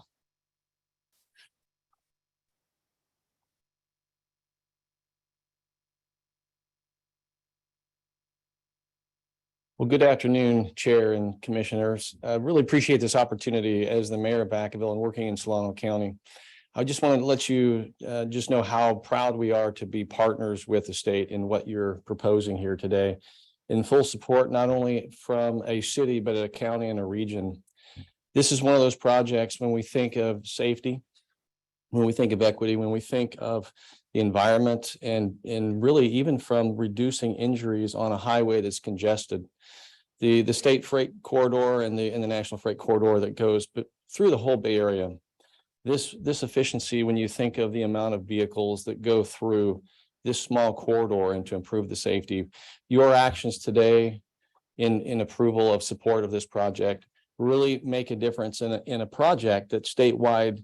I think what we can do is we can look at and say, it meets all the objectives and benchmarks, and we hear the impacts. And that's the exciting part about what we have before you, and really I'm excited. The Northern California area that most people don't know, and I've shared some of this with some of you in the past, is simply this. When we look at the economic drivers of our future in industries, in the California Biotech and Biomanufacturing Center, that is, the hub is in Solano County, but it supports jobs and industries and supply chains up and down the whole corridor. So it is integral when we're trying to get the movement and not have vehicles and trucks that will be by 2035 in the tune of 48,000 vehicles. This is really special for, I think, the entire industry and transportation for all the goals and objectives that you're trying to meet. So I just want to say thank you for all the work that you do and just let you know how much we are in support of this, not only as a city, as a county, but an entire region. So this is good for California. So thank you. Thank you. Don, you're up again.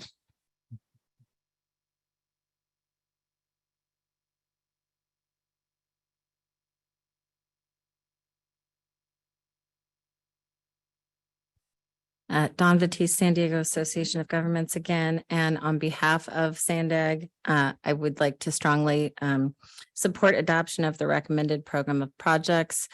The program of projects includes the Otay Mesa East Port of Entry project and the Harbor Drive 2.0 project. Both of these projects provide significant benefits within and beyond the San Diego region. In addition to goods movement and economic benefits, they provide significant public health and safety benefits. And so we thank you for your support for adoption of this program.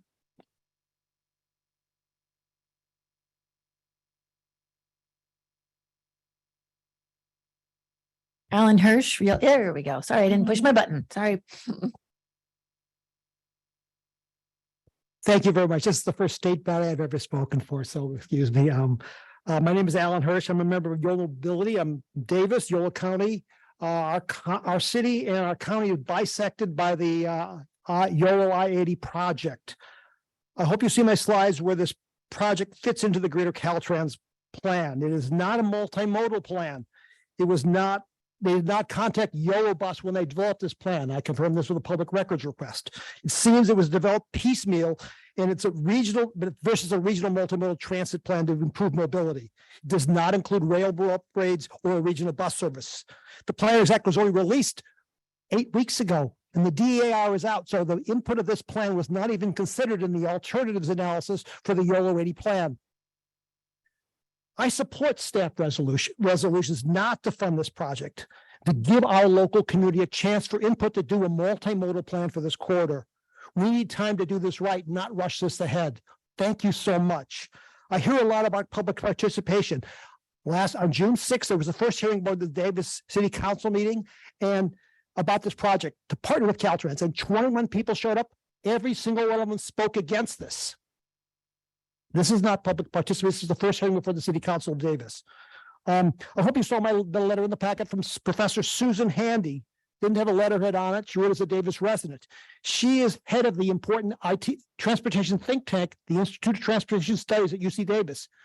She's also head of the National Center for Sustainable Transportation. She says in her letter, this will not fix congestion. And she also speaks as a personal matter. She says, I know this freeway. It is the Tahoe traffic that congests it. Not trade, Tahoe traffic is peaks. If you're in Davis, you know that Sunday afternoon you avoid the freeway because of Tahoe traffic. This is not about trade. This is about the super commuters to Tahoe. At least that's the peak we're trying to solve here. Also, I want to thank Mr. Traverse of the Transportation District, Caltrans, for permitting this project 24th out of 24, probably reflecting the weak public process that did not involve the community of Davis and YOLO County in this thing and the implications. This project was not reviewed by a single one of the transportation commissions in the cities of YOLO County or any of the climate commissions. It was kind of brushed through because the advocates really want this to happen. They have free federal money. I know we want to build jobs and freeways, but I think we need to think about other things too. Impacts. Professor Stephen Wheeler suggested this project will hurt the affordability of housing in Davis, will encourage more people to commute from Davis into Sacramento versus providing housing in Davis for people who work and go to the university. You have 10 seconds left.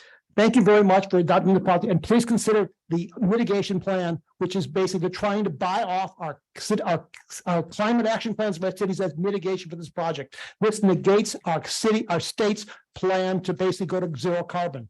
Thank you very much for not funding this project and supporting staff's recommendation. Thank you. Do we have any other public comment? We received no other public comment for this item. Thank you. Okay, then I will entertain a motion. No. Oh, I'm sorry. Okay. You had a comment? You're right. Yeah. First of all, I just want to uplift all the work that each and every one of the staff that's worked on all these SB1 funding. Thank you. We know that you worked really hard on the guidelines and have really moved worked with collaboration. And thank you for mentioning that you did talk to CARB, Hannah. And I know that your work's not done after this because you'll be looking at another cycle of guidelines. So, I just want to uplift all of your work. And I think my fellow commissioners appreciate, all the effort that you all do to get us to where we're at today. This is hard because I also want to honor the comments or questions that my fellow Commissioner Grisby brought up regarding, some of the potential land uses that come from projects, and it's really difficult to balance, the the economy through freight, and the risk of what kind of development may spur from our infrastructure decisions, and it's going to be one of those things that we have to continue to refine as we look at future guidelines, right?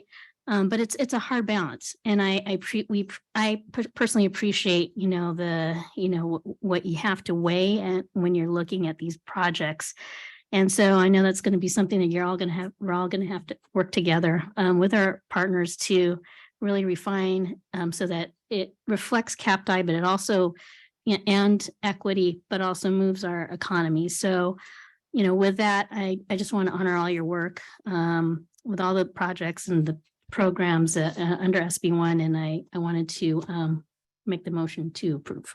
Thank you. Thank you, Commissioner Falcone. Commissioner Grisby. Thank you, Commissioner Falcone, and thank you, Hannah. I'm supportive of the projects listed, except for one, which to me goes against the framing that I have, which is I'm not knee-jerk against highway expansion, adding lanes or anything like that, particularly when we know freight movement is at risk if we do not make those improvements.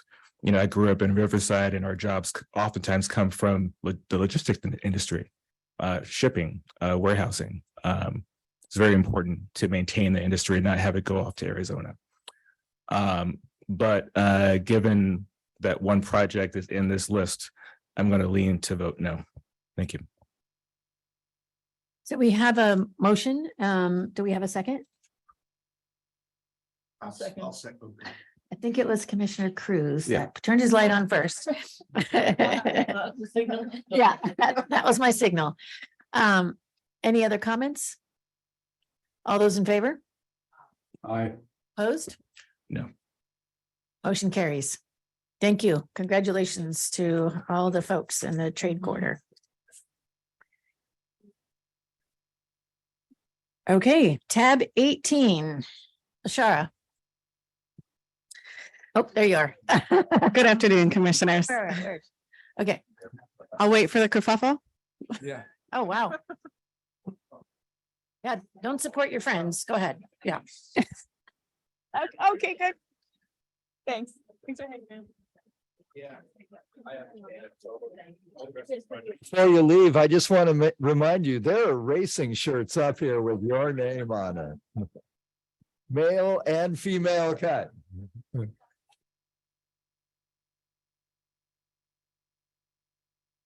Okay. Good afternoon, commissioners. Tab 18 is an action item to adopt the 2022 Local Partnership Competitive Program. The commission established the 2022 program as a $114 million program. The program's objective is to provide funding to counties, cities, districts, and regional transportation agencies in which voters have approved fees or taxes dedicated solely to transportation improvements, or that have imposed fees, including uniform developer fees, dedicated solely to transportation improvements. The 2022 program is intended to balance the need to direct increased revenue to the state's highest transportation needs, while fairly distributing the economic impact of increased funding. Staff is pleased to report that the 2022 program has resulted in more equitable outcomes this cycle than we have seen in previous cycles. We attribute this to multiple factors, including the influence of the California State Transportation Agency's Climate Action Plan for Transportation Infrastructure, or CAPTI, as I will refer to it, and as we have referred to it all day long, and to the two new evaluation criteria that I'd like to highlight for you now. These are the accessibility and community engagement criteria. The accessibility criterion asks applicants to describe how the project improves accessibility and connectivity for residents and non-residents that travel or need to travel through the project area. Special emphasis is placed on multimodal infrastructure for those with or without mobility devices and connectivity between jobs or major destinations and residential areas, especially those in disadvantaged or historically impacted and marginalized communities. The community engagement criterion asked applicants to describe how their projects align with the Commission's racial equity statement. Specifically, applications were evaluated based on their project's ability to create mobility solutions for all Californians and demonstrate meaningful and effective public participation in decision-making processes, especially those from disadvantaged or historically impacted and marginalized communities affected by the project. During the project nomination evaluation process, members of the Interagency Equity Advisory Committee independently reviewed the community engagement sections of project nominations.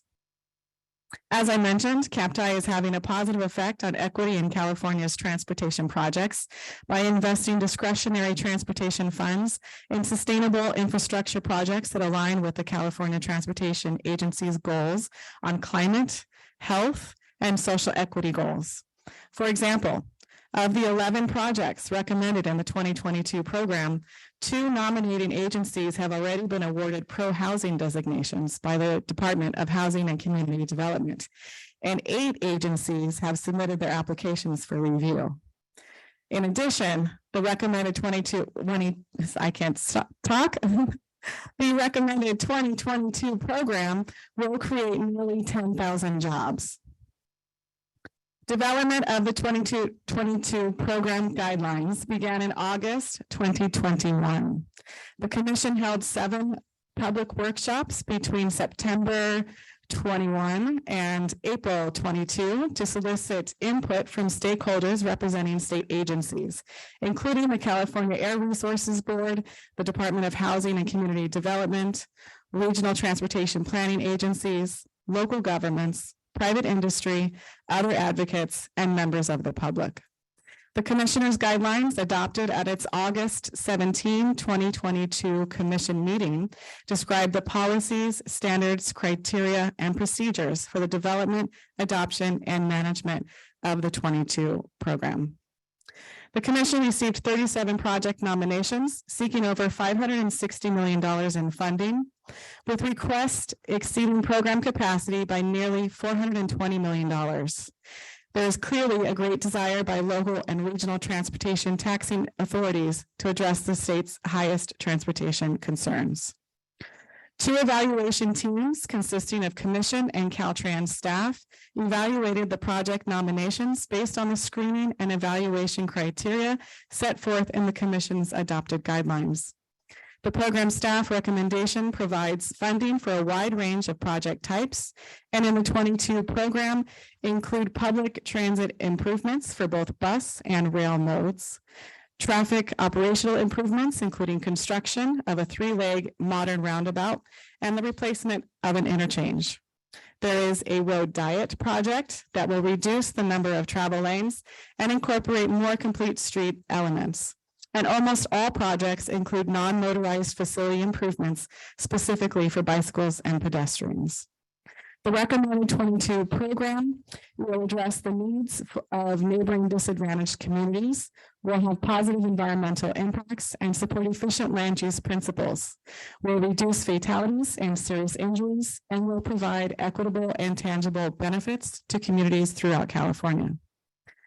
I would like to take this opportunity to personally thank each individual Commission and Caltrans staff member that assisted with the evaluation process, including Sharon Bertozzi, Lindsay Likethus, Manuel Morales, Jaden Gales, Lori Waters, Leanne Batayan, Zach Taylor, Jose Esiguera, Monica Torres, Celeste Aceves, and a special thank you to my local partnership program team member, Anya Allenbacher, who led one of 2 evaluation teams and helped to ensure that our evaluations were fair, transparent, and consensus-based. In addition, I'd like to thank Weston Starbird and his team from the Department of Housing and Community Development for reviewing the transportation, land use, and housing sections of select project nominations. And Mike Despain and Connie Stewart from the Interagency Equity Advisory Committee for reviewing the community engagement sections of select project nominations. And of course, all of the other stakeholders who contributed to this program. Finally, I'd like to take a moment to recognize the support and guidance of our commission management team, especially our previous director, Mitch Weiss, and our current director, Tanisha Taylor.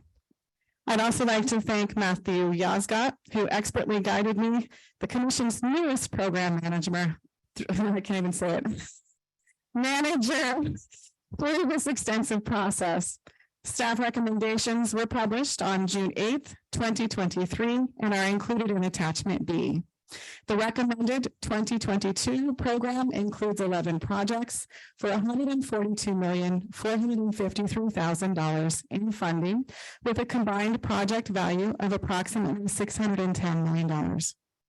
The total proposed programming exceeds the identified funding capacity by $6 million and will be supported by future redistribution of local partnership incentive program funding, consistent with the program guidelines. Since posting the staff recommendations on June 8th, 2023, we have received several comment letters included in attachment C as a yellow update. The staff recommendation is in line with program statute, the adopted program guidelines, and the adopted accountability and transparency guidelines. Staff recommends your approval of projects in the 2022 Local Partnership Competitive Program as presented in this item. This concludes my remarks, and I'm happy to take any questions that you may have. Thank you. You did a wonderful job for the first. Thank you. time. Good job. Do we have any comments or questions from commissioners? Yes, Commissioner Grisby.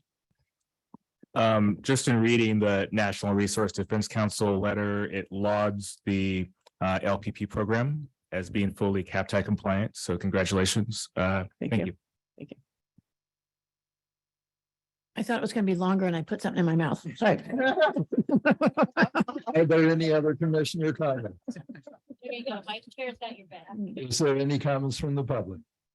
There are no additional comments from the public. Thank you. Was our chair done chewing? Okay, good. I'm just gonna put this out there first, though, before we take a motion. I don't want the entire room then to get up and leave after we vote on this. Jaden's been working really hard on his presentation here coming up soon. So please stay until Jaden's all done. So with that, I will entertain a motion. So moved. Second. All those in favor? Aye. Opposed? Congratulations to all of you. Motion carries. Madam Chair, who made the first and second? We didn't catch that. Grisby and Vice Chair Gardiner. Thank you very much. We will move to tab 19. Beverly.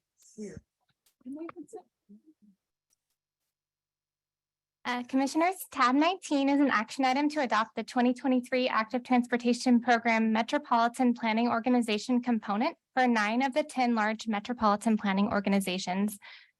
Please note that there's a yellow replacement item for attachment B, which included minor changes to project footnotes and project types. So the 9 MPOs with projects up for adoption today include Fresno Council of Governments, Kern Council of Governments, Sacramento Area Council of Governments, San Diego Association of Governments, San Joaquin Council of Governments, Southern California Association of Governments, Stanislaus Council of Governments, Tahoe Metropolitan Planning Organization, and Tulare County Association of Governments. The amended 2023 Active Transportation Program Fund estimate included $853.52 million for the statewide component, $170.704 million for the small urban and rural components, and $682.816 million for the Metropolitan Planning Organization component. The Commission adopted the 2023 Active Transportation Program statewide and small urban and rural components at its December 2022 meeting. And at its May 2023 meeting, the Commission adopted the program of projects for the Metropolitan Transportation Commission's Metropolitan Planning Organization component. The remaining 9 large MPOs are coming forward for adoption today, making this the final programming action for the 2023 Active Transportation Program. Commission staff reviewed all MPO program submittals for consistency with the 2023 Active Transportation Program guidelines and the applicable regional guidelines, and to ensure that the MPO project recommendations were selected through a competitive process. Commission staff held virtual meetings with each MPO to discuss their recommendations and to clarify any questions. Staff recommends 134 projects for funding, totaling $539.754 million in active transportation program funding, and with total project costs of $936.885 million. 92% of the funds will go to projects benefiting disadvantaged communities, and 54% of the funds will be used to create safer routes to schools for children, families, and school staff. The recommendations include a variety of project types and sizes, from large complete streets projects with comprehensive improvements across a long corridor to small gap closure projects in disadvantaged communities with minimal active transportation facilities, to non-infrastructure educational programs in schools. The recommended projects include a broad range of active transportation infrastructure improvements, including over 120 miles of new bikeways, 60 miles of new sidewalks, intersection timing improvements, high visibility crosswalks, intersection bike boxes, shade trees, bike racks, benches, wayfinding signage, lighting improvements, ADA compliant curb ramps, and bus boarding islands. So I wanted to take a few minutes to highlight some specific projects. Thank you. Next slide, please. Okay, so first up, from the Fresno Council of Governments, they selected the City of Parlier's Limitless Lane Network project, which is receiving $3 million. So this project will serve a low-income farm worker community with some of the highest rates of asthma, pollution, pesticide exposure, cardiovascular disease, low birth weights, and poverty in California. Many parents leave for work in the early hours of the morning, so most children in the community must walk or bike to school. So the project area lacks bike lanes, so children must share the lane with vehicular traffic. So this project will build over 2.6 miles of barrier protected class 4 bikeways and 1,000 feet of sidewalks with shade trees. And they'll be creating a safer connection to several schools, along with a variety of other destinations, which are on the slide. All right, next slide, please. All right, so Kern Council of Governments selected the City of Tehachapi's Valley Boulevard and Mill Street Gap Closure Project, which is receiving $3 million in funding. So this project serves a low-income community that lacks active transportation facilities. So non-motorized users, which mostly consist of children, must walk on dirty and muddy shoulders, and bicyclists must share the lane with vehicles. This project will construct bike lanes, sidewalks, and ADA compliant curb ramps, creating safer connections to schools and other key destinations. Next slide, please. The Sacramento Area Council of Governments selected Sacramento County's Bell Street Safe Routes to School project, which will receive $9.9 million in funding. This project serves the historically disadvantaged neighborhood of West Arden Arcade, which is home to a large community of Afghan refugees who lack access to vehicles. Many active transportation users in this community are children, older adults, or persons with disabilities who must navigate discontinuous sidewalks and unsafe crossings. This project will construct over 2.3 miles of sidewalks, 1.5 miles of bike lanes, and 25 new crosswalks, creating safer connections to schools and the food bank. Next slide, please. So San Diego Association of Governments selected the City of National City's 22nd Street Separated Bikeway Project, which is receiving $3.3 million in funding. This project serves a low-income community that relies heavily on active transportation and transit, and that is disproportionately impacted by pollution. The project will construct 3,000 feet of protected and separated bikeways, connecting residents to the transit center and after-school activities for children.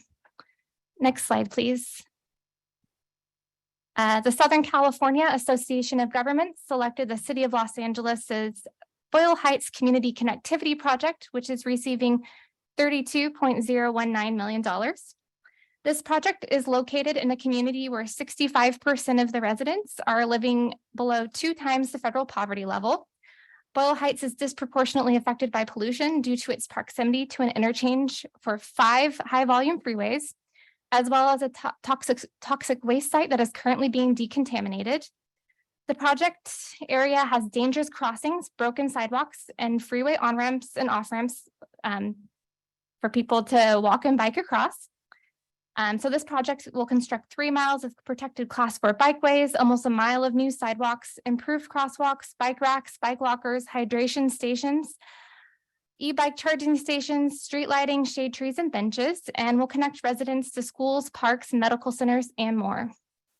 Next slide, please. All right, the San Joaquin Council of Governments selected the City of Stockton's Main and Market Complete Streets project, which is receiving $10.1 million in funding. This project serves a low-income community that is disproportionately burdened by pollution. Many residents lack access to vehicles, so they must walk and bike on streets without sidewalks and bike lanes. So this project will provide bike lanes, new and enhanced sidewalks, crosswalks, curb ramps, and improved intersection lighting, and will connect residents to the train depot, the convention center, and more. Next slide, please. All right, we're almost through all of them. So the Stanislaus Council of Governments selected the City of Ceres Improving Pedestrian Safety on Central Avenue and Hackett Road Corridor project, which is receiving $2.6 million. Oh, sorry, $2.5 million. So this project will serve a low-income community where many children walk to school on busy streets without sidewalks or sidewalks that are in disrepair. And yeah, I think this is the one where you can see all those kids walking to school in the pictures. And the project will add bike lanes, sidewalks, curb ramps, and shortened crossings, and will connect residents to schools, parks, and the downtown business district. Next slide, please. All right, the Tulare County Association of Governments selected the Tule River Tribe Complete Streets and 2 Pedestrian Bridges Project Phase 1, which is receiving $2.981 million. This project is located on the Tule River Reservation, where many residents lack access to clean drinking water, healthy food, and vehicles. The reservation has limited active transportation facilities, leaving residents to choose between walking and biking in the traffic lanes or on dirty and muddy shoulders. This project will add a sidewalk, a multi-use trail, 2 pedestrian bridges, and provide safer access to the education center, gym, housing authority, and tribal council building. And one really cool thing about this project that I wanted to note, you can see those baskets on the bottom. So they'll be using some traditional basket weave patterns to incorporate those designs into retaining walls, paths, sidewalks, and the pedestrian bridge deck. Next slide, please. And the Tahoe Metropolitan Planning Organization selected the Pioneer Trail Pedestrian Improvement Project Phase 2 in the city of South Lake Tahoe. And they are receiving $1.2 million. This project will benefit a low-income community that works primarily in the tourism industry and that has a high rate of active commuting. The project will add Class 2 bike lanes, street lighting, sidewalks, shorten pedestrian crossing distances, and connect residents to employment centers, shopping, and the elementary school. All right, so Commission staff would like to thank MPO staff for their partnership on the ATP. There are too many of you to name, but we recognize how much work goes into this process, and we're grateful for your quick responses to our feedback throughout this process. Several MPOs had new staff working on recommendations this year, and every single one of them rose to the occasion. We also would like to give particular recognition to Caltrans local assistance engineers, Desiree Fox and Elijah Hall, for their in-depth deliverability reviews of all projects and their assistance to implementers. We are extremely grateful for your hard work and partnership. And of course, I would personally like to thank Lori Waters and Alika Changizi for their hard work and support. The MPO's proposed program of projects are consistent with the 2023 Active Transportation Program guidelines and the applicable 2023 Active Transportation Program regional guidelines. Therefore, staff recommends your adoption of the 2023 Active Transportation Program Metropolitan Planning Organization component for the 9 MPOs that I listed previously. And I'm happy to answer any questions. Thank you, Beverly. Great information. Thanks. Do we have any comments? Yes, Commissioner Grisby, surprise, surprise. Well, I just want to provide a comment by saying, seeing the picture of the kids having to walk in the street reminded me of a trip I took to a predominantly African-American part of Virginia once, where they had the bus stop in the drainage ditch along the side of the road.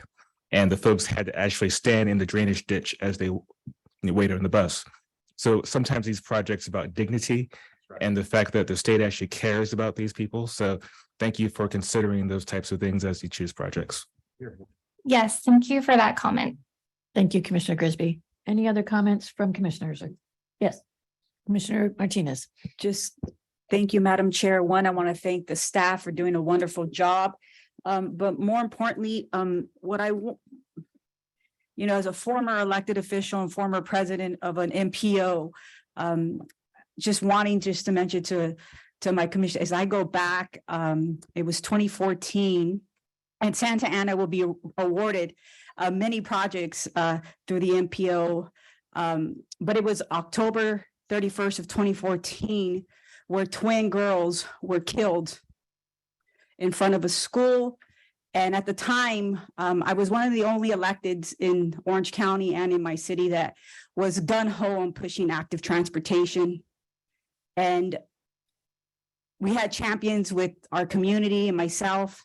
We really didn't have champions within our city staff beyond Parks and Rec. But we were able to get our public works director and his staff after this particular accident. I get very emotional because it changed everything for Santa Ana. And if you go there today, you see the changes. And so I want to tell you as commissioners that you are making an impact, that you as staff are making a tremendous impact in a community like Santa Ana, where folks are disadvantaged, where 36% of the residents don't have access to a personal vehicle and are riding and are taking the bus and are biking. And we're making their lives a little safer, and specifically children and their parents, and trying to get to and from school. And most of those projects are safe routes to school. And so I just truly, from the bottom of my heart, I want to recognize the good work that you all are doing because it matters. So thank you very much. Thank you. Thank you, Commissioner Martinez. Any other comments or questions from commissioners? Do we have any public comment? No public comment was received for this item. Thank you. And I will entertain a motion to accept staff recommendations for tab 19. Motion to approve Martinez. Second. It's all good. Martinez and Bradshaw, That works. all those in favor? Aye. Opposed? Motion carries. Congratulations. Good job. Tab 20, Justin.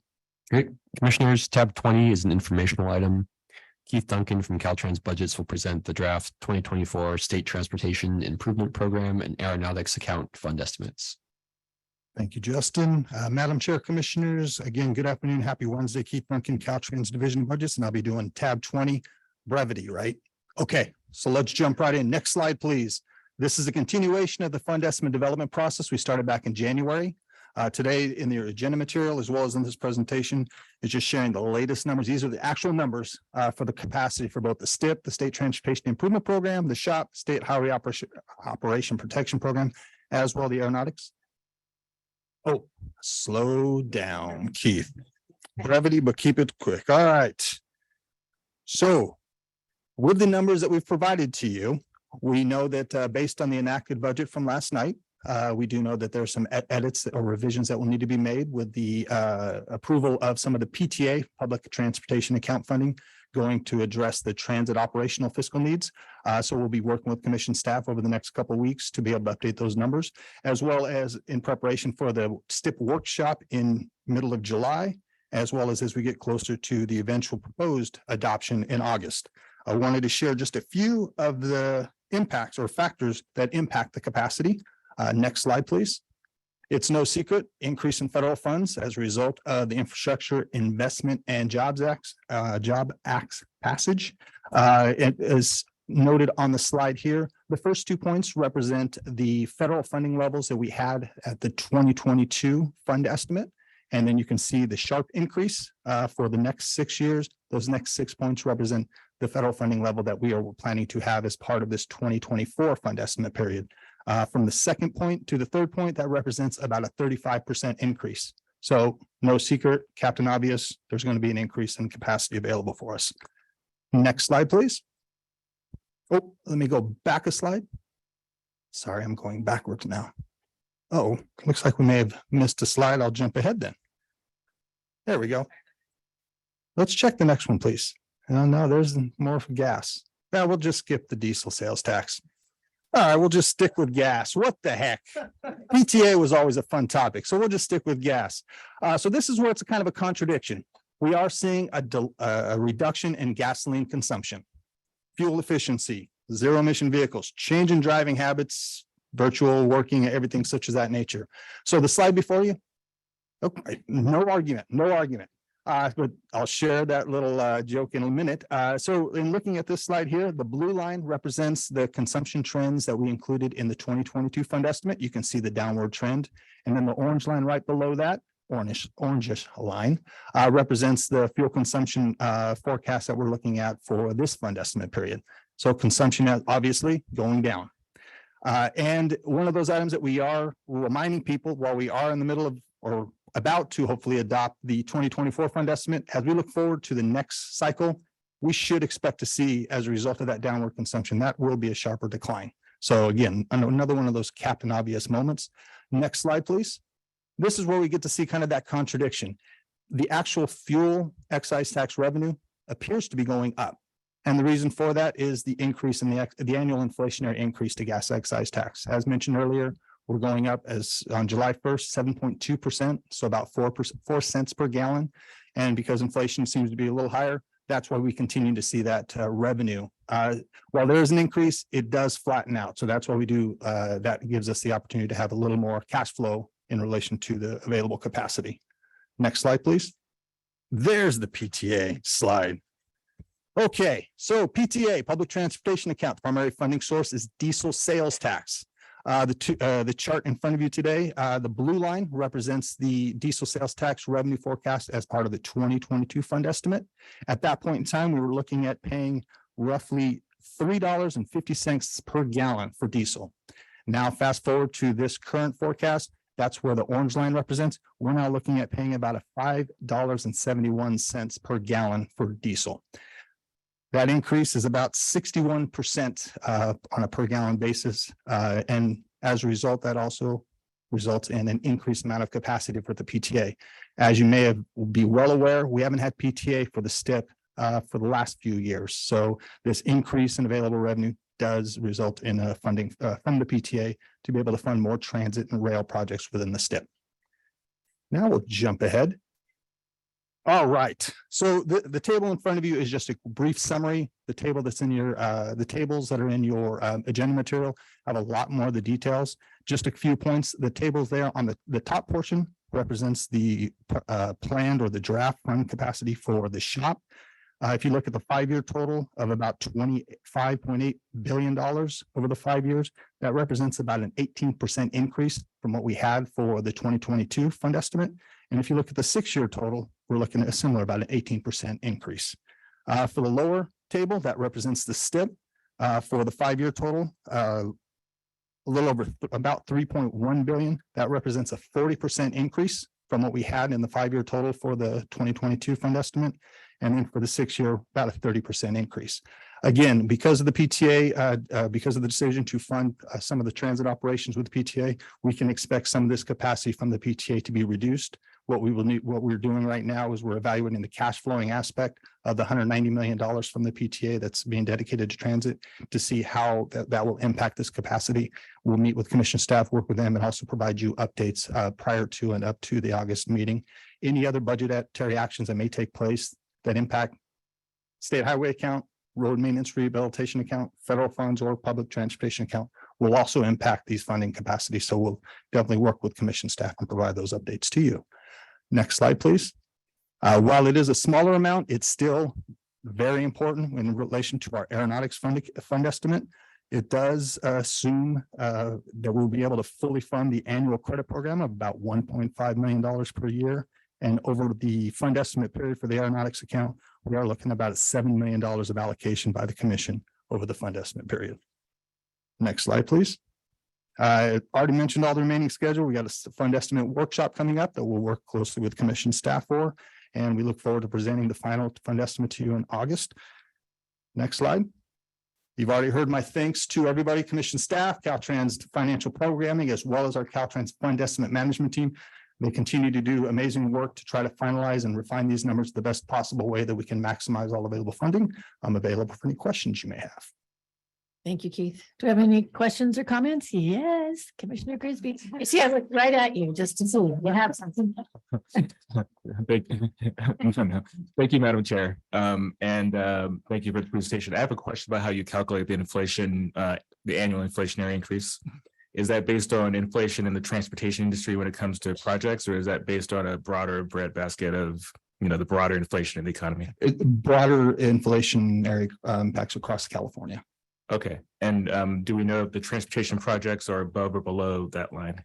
We're seeing, we're working with our asset management team. They have a slightly a lower inflationary adjustment, and they're looking at some of the national averages. They're digging in a little further. But that has to do with the 10-year state highway system management plan, looking at a 10-year plan as compared to a 5-year. So that's where we are comparing our notes. When you're looking at a slow, reduced period of time as compared to a longer period of time, those numbers can, I say skewed, but just a little different from that period. But we are working closely with that, and I can definitely work to provide you a little more details. Great, thank you. No, thank you. Any other questions or comments from commissioners? Do we have any public comment? We received no public comment for this item. Thank you, Keith. Thank you. Tab 21, Casey. Good afternoon, commissioners. Tab 21 is an information item presenting the draft 2024 STIP. As required by statute, every odd number year, and at the same time the STIP fund estimate is developed, the STIP guidelines are updated. These guidelines describe the policies and procedures for the development, adoption, and management of the 2024 STIP. The STIP guidelines are divided into two sections: the 2024 specific guidelines and the permanent guidelines, shown in the book item as attachments A and B. The specific guidelines provide the schedule and the funding available for the 2024 STIP as shown in the department's draft fund estimate under tab 20, which is what Keith just presented. It also includes policy areas that we want to emphasize for the 2024 STIP. Important updates to the specific guidelines as reflected on the pink attachment include the STIP fund estimates capacity shows a net new increase in the 5-year STIP period. The first year is relatively small and will only cover cost increases. However, starting in year 2, new programming may be possible. The PTA shows capacity of 625 million. This is exciting because the STIP has had minimal or zero PTA funds for several cycles. However, this is not sufficient to fund all transit and rail projects in the base year and the first 3 years of the STIP. Consequently, rail and transit projects are still required to maintain federal and state eligibility. Finally, all cost increases on currently programmed projects will impact programming capacity available for new programming. The permanent guidelines describe the policies and procedures for the development, adoption, and management of the STIP. All proposed changes to the draft guidelines were developed in coordination with the regions, Caltrans, and the Equity Advisory Committee. Significant additions and revisions to the permanent guidelines include Section 23, Community Engagement. This new section requires Regions and Caltrans to document how community engagement activities influence the development of each RTIP and the ITIP. Sections 26 and 41, active transportation. Language was added to these sections requiring Regions and Caltrans to incorporate complete street elements on highway and local road projects where feasible. Section 41, active transportation in the ITIP.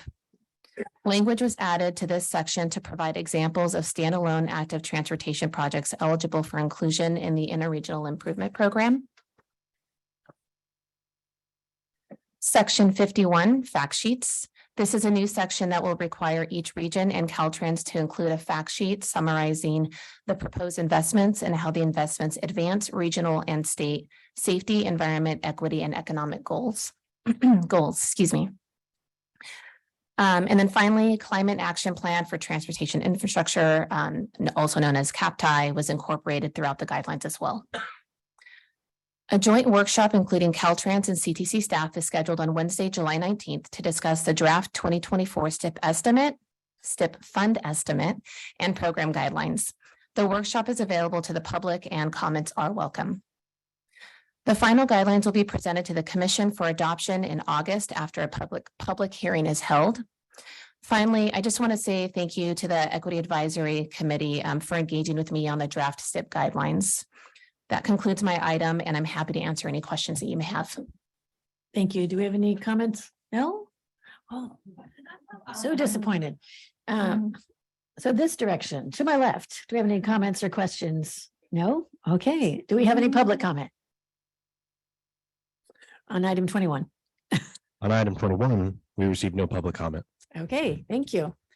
Then we will move on. Jaden, let's take 22 through 35. What do you say? Perfect. Okay. Commissioners, tabs 22 through 35 are information items that have been reviewed and found to have no issues raised by commission staff. Therefore, individual items will not be presented unless specifically requested by a commissioner. Please make note of the change list for tab 22. If there are no questions, that will conclude the presentation of the information calendar. Any comments or questions on 22 through 35? Okay, so the consent calendar, we usually take all together, but we are going to pull item 56, I think it is 59. I'm sorry, item 59. Commissioner Lugo. Excellent. Thank you, Chair Eager. One of the items included in tab 59 is approval of the EIR and some other documents related to the Olancha Cartago portion of a highway widening on 395 in Inyo County. And this project, unfortunately, I learned this week has been at the center of some controversy in terms of the impacts on ancestral remains for tribes in the area. And you know, since there has been some commentary in this meeting about the importance of relationships and the importance of, you know, being willing to change our business as usual so that we can bring in folks who have not been at the table or who have not, you know, found their way here. This is you know, just an example of where it might make sense for us to take a pause and learn more about the situation. There is a related item about the same project that we'll be hearing about tomorrow. And I hope that we can have some good conversation about that then. But because of relationship, learned this week that there is an effort called Caltrans Change Your Plans that has been organized by tribes in the area, asking for a halt to construction on this project. They did not see the CEQA process go in a way that felt respectful. They have reported that the mitigation that has been offered by District 9 as part of the environmental review was not, doesn't meet the tribe's needs and was not created with their consent. So I wanted to just share something that this group shared in the Native American Advisory Committee meeting that was held on June 14th. Then, so this is a group that includes members of the Lone Pine, Kern Valley, Timbisha, Independence, Big Pine, Bishop, and Mono Lake Paiute Shoshone tribes. And so this is a portion of the statement that they read. Our homeland for millennia is being not only disrespected, but destroyed by the Olancha Cartago 4-lane project. The people of Payahunadu in the Eastern Sierra region of California, Caltrans District 9, have been talking with the Federal Highways Administration and Caltrans about this project for well over 20 years. We have shared our concerns about the sensitivity of this area and its importance to the tribes of the region. There is evidence of life and burials from ancient times to present day. It is directly on the path of the forced march when 1,000 indigenous people were taken from this valley by the military in 1863. Many died along the way. Over 100 burials have been identified in the project area. Our families are buried there. Our voice has repeatedly been ignored. We have raised objections and have never agreed to the documents put forward by Caltrans. Yet they continue to move ahead with the project without keeping us informed, misrepresenting their own actions and altering the story, describing important events or concepts. We have been involved with this project every step of the way in order to protect our history, culture, and our footprint on this land to the best of our ability. Caltrans has only worked with us enough to check the box and has been making this increasingly difficult since construction began.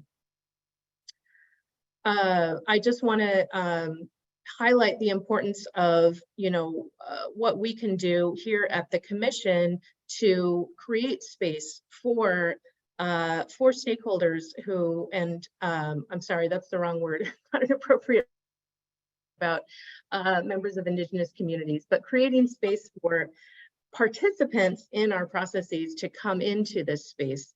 I learned this week that the folks who are part of this effort actually did not know about the commission, didn't know that the commission has a role in approving spending on Caltrans projects. And Kathy Bancroft, who is part of the Lone Pine Paiute Shoshone tribe, took the time yesterday evening to offer me some information about this project and shared that statement with me, and I shared it here with her permission. And I am happy to say that I believe she is on the line and can add her comment. But I think that anything related to this project, we should be considering deferring to another meeting. I don't think it's appropriate for us to be making decisions about it at this time, given that the tribal group has not been aware of this opportunity for engagement with the commission. They also have a meeting scheduled with Director Tavares on July 14th. And since this is an ongoing conversation, they have met. District 9 staff have done a lot of work to be in this process. This is ongoing. I just want to recommend that we pause on approval for now, and would love to pass the mic over to Kathy if she's available. Thank you, Commissioner Lugo. Do we have Kathy ready to go? Yes, Chair, yes, we do have Kathy available. Kathy, you're now free to unmute yourself and make a comment. Very good. Can you hear me? Yes. Okay, thank you. Great. So I'm Kathy Bancroft and I'm the TIPO for Lone Pine Paiute Shoshone Reservation. I've been working on this project on the ground since 2002. So it's very near and dear, and I remember every little part of it because we've tried so hard to warn them, to tell them what we care about, what's sacred about this place. And everything that we've told them seems to have gone unanswered. So it's frustrating, but we've hung in there. We've been patient. We've done everything we can to try to protect what we can. And it's come down to the point where what they're doing is they're appearing like they're trying, but they're not. And they're telling people that, oh yeah, we've stopped working in the project, and they haven't. And that's what this meeting started out with Vincent Mamamo talking about. Tribes should not be handed something. they should be at the table. And there was talk later about meaningful engagement. And that's all we're asking for. And we're still asking for that because they're acting like they're redesigning the project, but they don't ask us how they could redesign the project. They don't ask us what they should be avoiding. And it just slows down things. And they say, oh, we're working on it. And I said, yeah, but in the meantime, you're getting closer and closer to destroying everything. And when, we don't usually talk about this kind of thing because we're not supposed to. We don't want people to know where all our burials and cultural resources are, because then they end up getting destroyed and dug up. So, but our back was against the wall because they ordered the contractor to just go through, keep the dozers going north and just go through this area. And that's when we said no. And we did what we can to reach out and make the public aware. And it's helped. We've got a meeting with the state director. We've got kind of a change of attitude from Caltrans to at least appear like they're trying.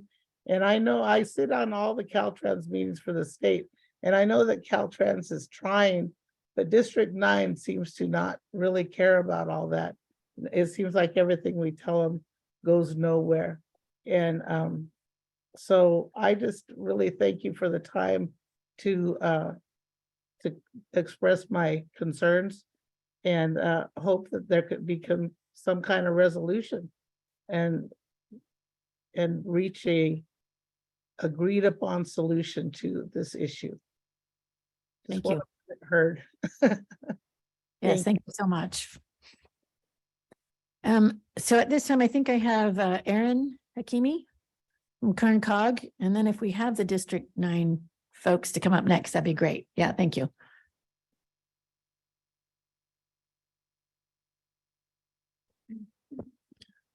Good almost evening, Chair Eager, and congratulations, Tanisha. Well deserved. Kern Cog's position on this project, and we've been involved with this project for over 20 years in partnership with Caltrans, Inyo, and Mono County, is that you vote yes on this item and the associated item, while at the same time directing Caltrans to continue to stop work in the area, but continue work on the overall project. This project, as you probably know, will save lives. Absolutely. So do not pause on the safety issue of this project. Thank you.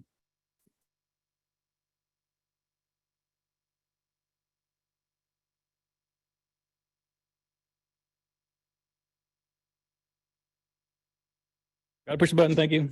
Good evening, Chair Eager and Commissioners. Ryan Dermody, Caltrans District 9 Director. Appreciate the comments on this very important project. And yes, it's a very difficult area. I can tell you that it's probably the most sensitive part of our district. It's the last 4-lane project in Inyo County, a very important route for safety and services, goods and services to the region. But nevertheless, I can tell you it started way back in the late 90s. And that's when the initial consultation with the tribe started in 2000. And it's changed a lot, gone through a lot of people on the tribe side, a lot of people on our side. And I can tell you that we are definitely dedicated to looking at alternatives we can do. We have stopped construction in a part of this project because of the concerns that have been raised by the tribes. I just had a consultation meeting on Monday. I was in a meeting with Kathy. One of the options that they have suggested was that we look at raising the grade. So rather than doing ground disturbance and tearing things up underneath, can you lift things so you're not cutting with dozers? Can you put things up higher? That way we're not, digging things up and causing issues there. So I can tell you, I am definitely committed to this. I was telling Commissioner Lugo earlier, I don't cry. And I was actually crying in a meeting last week, with the tribes, because I care so much about those resources and what we can do to protect them and how we can accomplish both getting this project done, but also, taking care of those items. It's a very narrow area. There's no routes that can go either way. You're going to hit something if you shift or whatnot. So we're trying to do our best to navigate through that. So yeah, we have stopped. I just want to make that very clear. We have stopped construction in the area of concern. It's a 12.5-mile long project, which means there's a lot of work can happen north and a lot of work happening south. And so I just want to pass that along. And I also can mention that Vince Mamano's team, FHWA has been involved in consultation. Vince is going to actually come down, I think, now. Yeah, July 14th with Director Tavares. And actually, the item here is a revalidation for the environmental documents already been approved for some items that Kirsten, I think, helped me out. Utility relocation, fiber optic stuff was kind of some stuff that we've already done. And then also tab 99, which we'll talk about tomorrow. I'm really looking forward to hopefully get that funding, because that funding is going to help us continue that conversation with the tribes. That's what that money's for. It's not capital.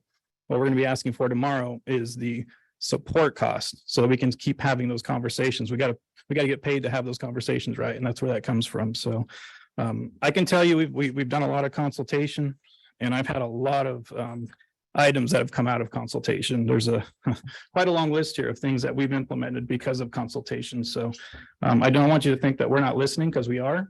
I take this very seriously. I took this position in 2020. I've been pushing hard to make sure that we can do what's right, make sure that our designers are doing the maximum they can to figure out how to avoid these sites and make things a good outcome for all. Thank you. So let me ask you a question. So Yeah. if we approve this item today, what will it fund? If you stopped working in that area, what will it fund? Well, we're not asking for tab 99. We're asking for, So I'm going to look to CTC staff because they posted this for environmental. today's item is just the environmental. Tomorrow on tab Yes. 99, I believe this will be That's the the active. funding That's the funding tomorrow. But 59 does what? So, because they're asking us to not vote for 59. So what does that entail? So tab 59 approves the CEQA analysis. So what it effectively does is it preserves their right to use funding in the future, but it does not require the commission take action on the item tomorrow. So you still have the ability to not take action on the item tomorrow. We'll hear from them again, I'm sure, tomorrow about that, but that's what today does. So today is CEQA, tomorrow's money. Yes. Okay. Good job. And the reason I raised these concerns about this item is that based on what I'm hearing, I don't know that we can fully say that, that we approve of the CEQA report based on the fact that more questions to be asked. This is the first time we're having a conversation about this at the commission level. And if we are going to be allies to communities who have been shut out of the process in the past, this is an example of how we can create that space to have these conversations. So to me, it seems that I'll be voting to not approve this CEQA report at this time. Yes, Commissioner Bradshaw. Just maybe for more illumination, you mentioned that there's ongoing meetings going to be happening. There's a meeting scheduled with Brother Tavares coming up, right? It seems to me there's still ongoing process to be taking place here, which I absolutely on the life safety and expansion, and it's much needed for to keep the safety of folks using the highway there. But it sounds to me like there's more work to be done. Not that there won't end up being a project there, but more engagement. It really, what I keep hearing, it's not an accusation. I keep hearing that we got meetings ongoing, and then now, with Director Tavares, there's something scheduled in a couple of weeks. Seems to me like it's leaning towards maybe we push it out, so we're not rushing it. So I just wanted maybe some more illumination on that, May I ask a follow-up question, D9 Director? To your point, Commissioner Bradshaw, one of the things that often happens in the environmental document phase is that there are requirements for mitigation, and sometimes those mitigation requirements include consultation with tribes or bringing in cultural or archaeological experts to do those things. And so maybe I'll ask you, in the environmental document that we're being asked to approve today, are those types of requirements in the document? Yes, they're in the larger document, the actual EIR. Yes, we have archaeology staff. We have tribal monitors. That's part of that ask tomorrow, is to help paying those tribal monitors from those tribes that are on the ground as well. And then, yeah, absolutely. Archaeology monitors, we have biology monitors, a lot of monitors on this because you want to make sure that we do things correctly. So yes, that is part of the package.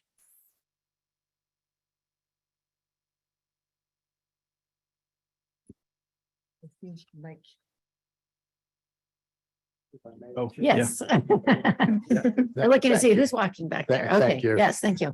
Just want to follow up on Commissioner Bradshaw's question. So the request here on this, there's already an environmental document for this project. We wouldn't be out in construction otherwise.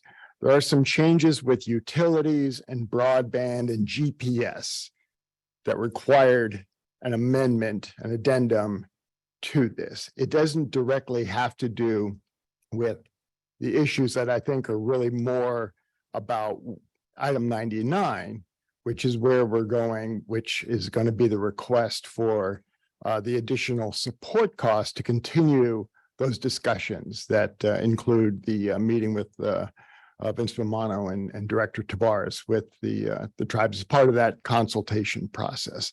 But this is related to the same project, but it's not directly related to the issue that is the important issue that we want to talk about with regard to the cultural resources. That's tomorrow. Yes. So what we would be voting on today, so we're not voting on the EIR because there already is one. This is an addendum to it.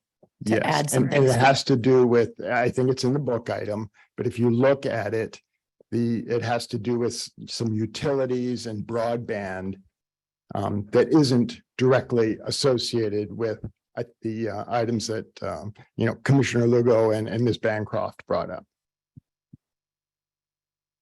And the addition for utilities and broadband are not in that section.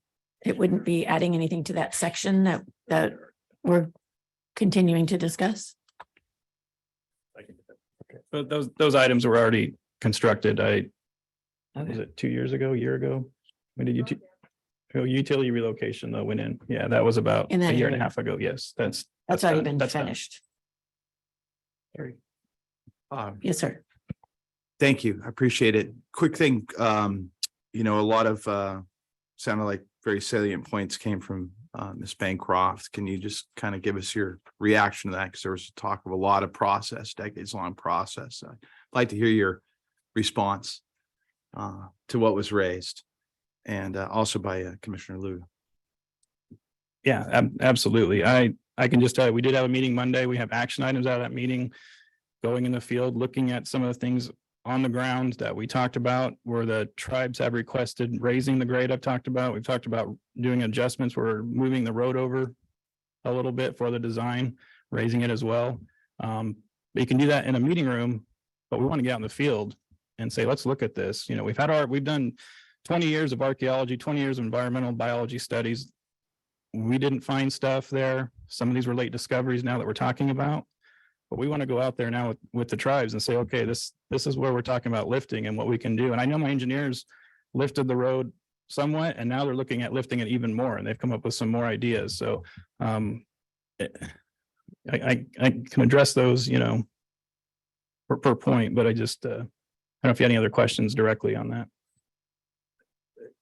I hope it's not taken as an attack. It's not that. It's just what I was driving at. Thank you. Number one, what I was driving at is there was a lot of frustration in how Ms. Bancroft described the process. So I was looking at, I understand there may be different viewpoints, not taking away that the plan is to have pro action, so to speak, moving forward. But just, I thought opportunity, since it's been brought into the public forum, for you to respond. It's not an accusation that there was an engagement. It's that there was it felt to me there was very emotional reaction and frustration from stakeholder. Oh, definitely. With the tribes. So that's where I was seeing, if you wanted to add a little more on the response there. So I certainly, I think, but they have every right. This is an emotional issue. What we're talking about is during the course of the construction, essentially, the construction hit a cemetery. So whether it's a tribal culture, probably almost any culture, that's going to be a sensitive issue, right? And so that was, there's a lot of archaeological work done At the same time, want to stipulate to Ms. Bancroft's points that this is historically, I mean, goes back forever. This is going to be rich in resources, right? Because civilizations have gone in this area for a very long time, right? And so, but this particular location was not known at that time. And that's where, because it is so rich in those cultural resources, so we're talking about graves here, that this is where the work stopped in that area. And the solutions they're looking at are to we don't do this very often, relocate this road around that area, realign it with in order to try to respect that area, work with the tribes. How do we appropriately do that? And then in other areas, so that this doesn't happen, we can mitigate that risk to the extent that we can. What Director Dermody is talking about is, can we raise that alignment up so that we're not cutting into the road into an area that we may have other discoveries like this. And so working with the tribes to try to mitigate that. But meanwhile, there are other places that part of the work is completed. And so we want to continue to move on, again, to address the safety issues that are associated with this project as well. And I think I certainly heard that the people in that area haven't felt like they've been heard. And obviously, if they didn't know that we have a role in this, there's some miscommunication here about how we do this going forward. Can you address that at all about the communication that's been happening certainly lately on? We hear that you have ideas, but did those ideas get communicated to the people in the area? Yes, so like I said, you probably helped me hear me keep repeating. I did have a meeting Monday. We had a meeting 2 weeks ago. We get action items. We're following up on those items with the tribes in the room, the chairs and the TIPOs in the room for that discussion. And I felt very positive, talking with them about some of the ideas that they were coming up with, saying, yeah, we can do this. Yeah, we can look at this. Yeah, we can, there's a lot of there. And then we're coming through with that, trying to, as Chief Deputy Keeber talked about, how can we move forward, but listening and taking those ideas. And we're doing it right now. We're working through that. So I have the action items from that meeting, looking in the field. And then, like I said, we have the July 14th meeting where Vince and Tony are going to come over and have the conversation and how do we get to the finish line, through that process. So I told you in the beginning when I started talking, I am absolutely committed to this. I mean, it's very important to me to protect those resources, do our best, but also complete this facility and complete this construction project. So I want to make sure I heard correctly. Many of those ideas are coming from the tribe. Yeah. It's not us telling them, here's what we're going to do. The It came from lifting them. of the profile, the fill idea came from the tribe in one of our consultation meetings. Yes. Any other questions at this time? Okay, thank you. We have William Walker would like to speak.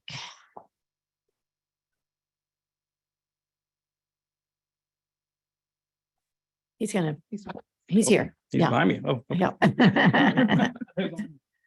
No problem. Hi, I'm William Walker. And like I said, we haven't, as EAC members, created a charter or process. So I'm merely speaking as just a member, a person who's lived in California my whole life. The comment that I just heard about people being emotional, I just want us to be very careful about how we characterize discussions about how different groups engage. I find that when people talk about concerns being raised by groups that are underrepresented, that it's always characterized as emotional. When my mom advocated for me as a kid, she was always called emotional, but her comments were about the injustices of our education system or the inequities in our transportation system. And to say that a group is giving you a lot of yes, what does that mean? Like, does that mean that they're saying a lot of yes, but they don't really mean yes? Like, what does that statement mean? And, you know, I always knew the CTC existed, but like, I never came to these meetings because I didn't realize what was really at stake. And as I sit here and as I see the tabs and the dollar amounts, and, you know, I don't think that a group that feels that they were not able to engage in the process is emotional. I think that that group wasn't given access to a process that seems to be accessible to people that move projects. And I want to honor what Commissioner Lugo stated, that it seems strange to approve an addendum to an environmental document that, I mean, does that mean that because you've already done utility relocation work, that it was respectful to the communities that claim to have, you know, their community is there, like their ancestors are there, and it, you know, so maybe that utility work wasn't done in their stead, but it's already done. And so to say that a group doesn't have the ability to, I'm taking too much time. So I think you get my point. It's really important to be careful of the how we characterize. Thank you. We have comments online. Yes, thank you, Chair Eager. First, I'd like to call on Danielle Gutierrez. Manahu, Inaniane Dinalbe Kakateris. I'm the Tribal Historic Preservation Officer for the Big Pine Paiute Tribe of the Owens Valley. Can you hear me? Yes, we can. Okay. And I'm one of the 5 tribes affiliated with this project in the Caltrans Olancha Cartago project area. And what the gentleman just said just a while ago is true. And we have spoken with Ryan, and at this last meeting, he was very respectful in listening to us. But then again, we're always reacting. We're always reacting to their project. If we would have known we could have came to this table 20 years ago, we would have been here. If we would have known we could have been at this level communicating the importance of our traditional landscapes, of these sacred areas that hold our people, we would have been there. I guarantee you. But we're here today, and that's important. And my colleague, Kathy Bancroft with the Lone Pine Paiute Shoshone tribe is an amazing person, and she sees the daily destruction out there with the tribal monitors also of the Timbisha Shoshone tribe. Ourselves, we have a tribal security out there that we had to fight to get out there to protect our burials because looters coming out there at past midnight with flashlights. And luckily our tribal security presented themselves to show that they are there, and then the looters took off. Our sites are always being destroyed. And we would prefer to be part of the design at the beginning of implementing these highways, these constructions within our traditional territories. Our people have been here for thousands and thousands of years. Our history dates back.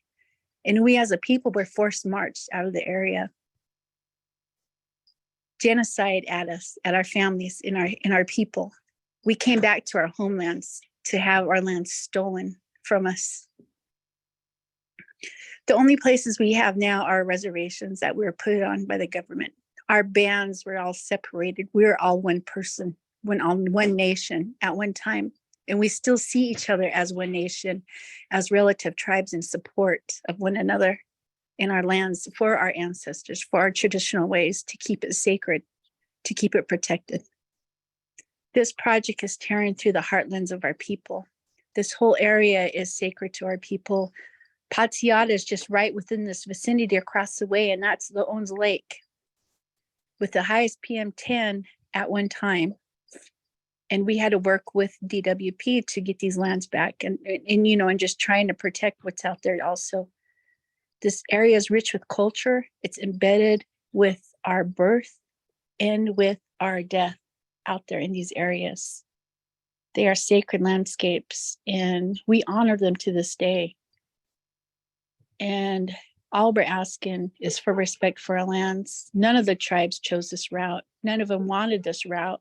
We chose to select alternative routes that were given and provided. And our voices always went unheard. We had lands, the highways coming through our areas and Toba Wahamatu lands here in Big Pine.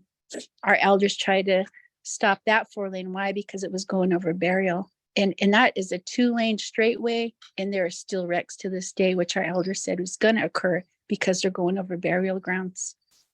There's a spirit trail that is just going through our forced march trail. This highway is totally disseminating and erasing our footprints of our people. One that we do a commemorative run and walk on annually to honor the 1863 forced march of our ancestors and our people and our families. I wish we would have known this route 20 years ago, because I guarantee you we would have been here. Might know. Thank you. No, thank you. Do we have others on the line? Yes, thank you. Up next, I'd like to call on John Pinckney.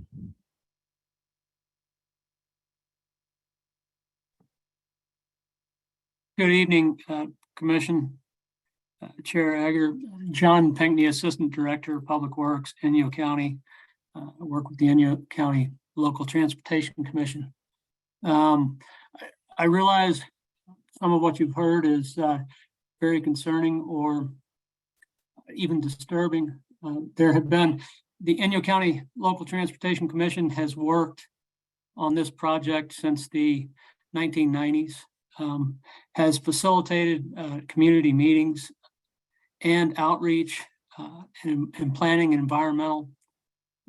The commission has saved money and dedicated money through the State Transportation Improvement Program for many decades. The ask before your commission is not that you disregard what the tribes are concerned about, but that you allow the construction to go forward. I think if my numbers are right, in the last few years, probably since 2019, there have been 7 deaths on that section of highway. There have been something like 53 injury accidents. It's multiples of the fatality rates on state highways. The local communities here, including the Temba Shoshone and all of the residents in the Owens Valley are affected by this substandard portion of highway. The Inyo County LTC does not want to see construction on this project cease. They want to see this project move forward and that viable solutions be worked through with the tribe while continuing work on the other 12 miles or 11 miles of this project. Thank you very much for allowing me to speak to you this evening. Thank you. Do we have more public comment? Kathy has her hand raised again. Do we want to take her again? Sure.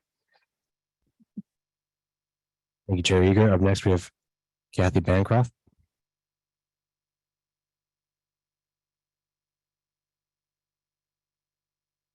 Thank you for letting me speak again. I just heard so much that I have to address. I'm sorry, but when this process first started, they came to us with a list of mitigation measures that they knew that we needed that had nothing to do with what we cared about. They considered data recovery, going and digging up our stuff for the knowledge value of it. They consider that mitigation. They consider making a turnout with information about our people and this place, a mitigation. We didn't want any of those. We didn't, and they never asked. And we did ask for a few things and none of them have happened yet. Hopefully one of these days they might. But that's the thing is they come to us with what they think they want. And that's, and that's in the past. We can still work on it, but what they're doing now with redesigning the highway is exactly the same thing. We asked them to avoid about 2.5 miles of this highway project. They come back with about not even a half mile that they're avoiding and say, oh, look, we've avoided it. Well, that's not what we asked you. What about, we didn't ask you to protect half of our ancestors' remains. We want you to protect them all. And this isn't now, we've told you, that Ryan Dermody even admitted in the meeting, we could have listened to you months ago and done it then. And some of this stuff we suggested years ago, and they said, no, it's not possible. That's all we've heard from them up until now is no, no, no. And now they're saying yes, yes, yes, but we're not seeing anything from it. They're saying yes to this, yes to that. They changed the plans. We haven't seen any change in plans. And they're still not listening to the 2.5 miles. They continued construction in part of it and dug up another burial. So you guys are also talking about utilities, and you did that. And in that utility installation, there was over a dozen burials dug up. So this is nothing new. This is nothing they should be surprised about. We've been telling about it for 30 years now. And so if they don't listen to us soon, something's not gonna go right. So I'll just stop there, but thank you for your time. And there's a lot of misinformation being spread at this meeting, but hopefully it'll get straightened out soon. Thank you. Is Mike still here? Mike? We can defer to yes.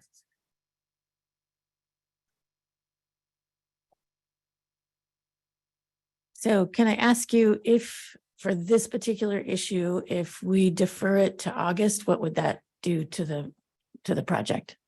Yeah, so the request is to get the additional support cost. That's actually the item for tomorrow. Right. But if we push this until after the meeting that takes place with Director Tavares, we can get through to that point until August. So tomorrow's vote would be to give you all money to continue the conversations, to continue to work together. And then to look at what that looks like in August, what's transpired since that time. And after those meetings that you have with, or the group has with Director Tavares and the people of the area, then we could come back in August and relook at this piece. Is that right? Yes. Okay. Yes. Okay, thank you. Simple. Yes, thank you. With regard to the environmental, though, do we need the environmental now? No. So we can So we're defer good. that as well. Okay, thank you. Commissioner Bradshaw.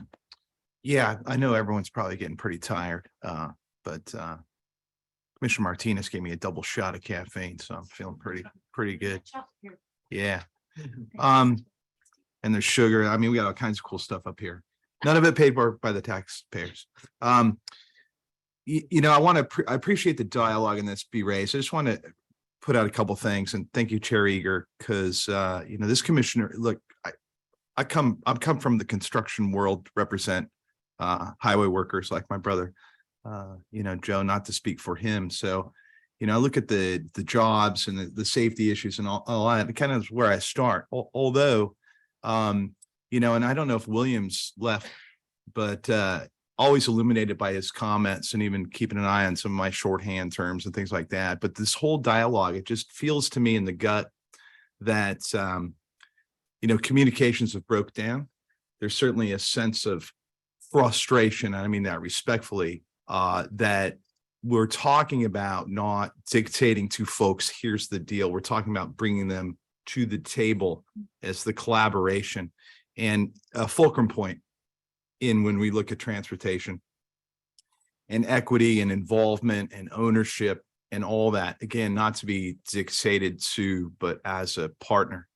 And this one just feels that to me, you know, there's ongoing dialogue going to be happening. I think the issue being raised, again, I want to thank the speakers and my fellow Commissioner Lugo for bringing this to our attention.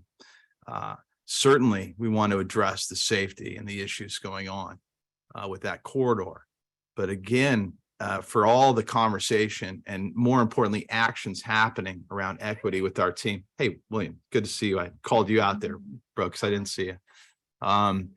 Thank you for your illumination. Helps me out. That pushing this out, I believe, is the right thing to do.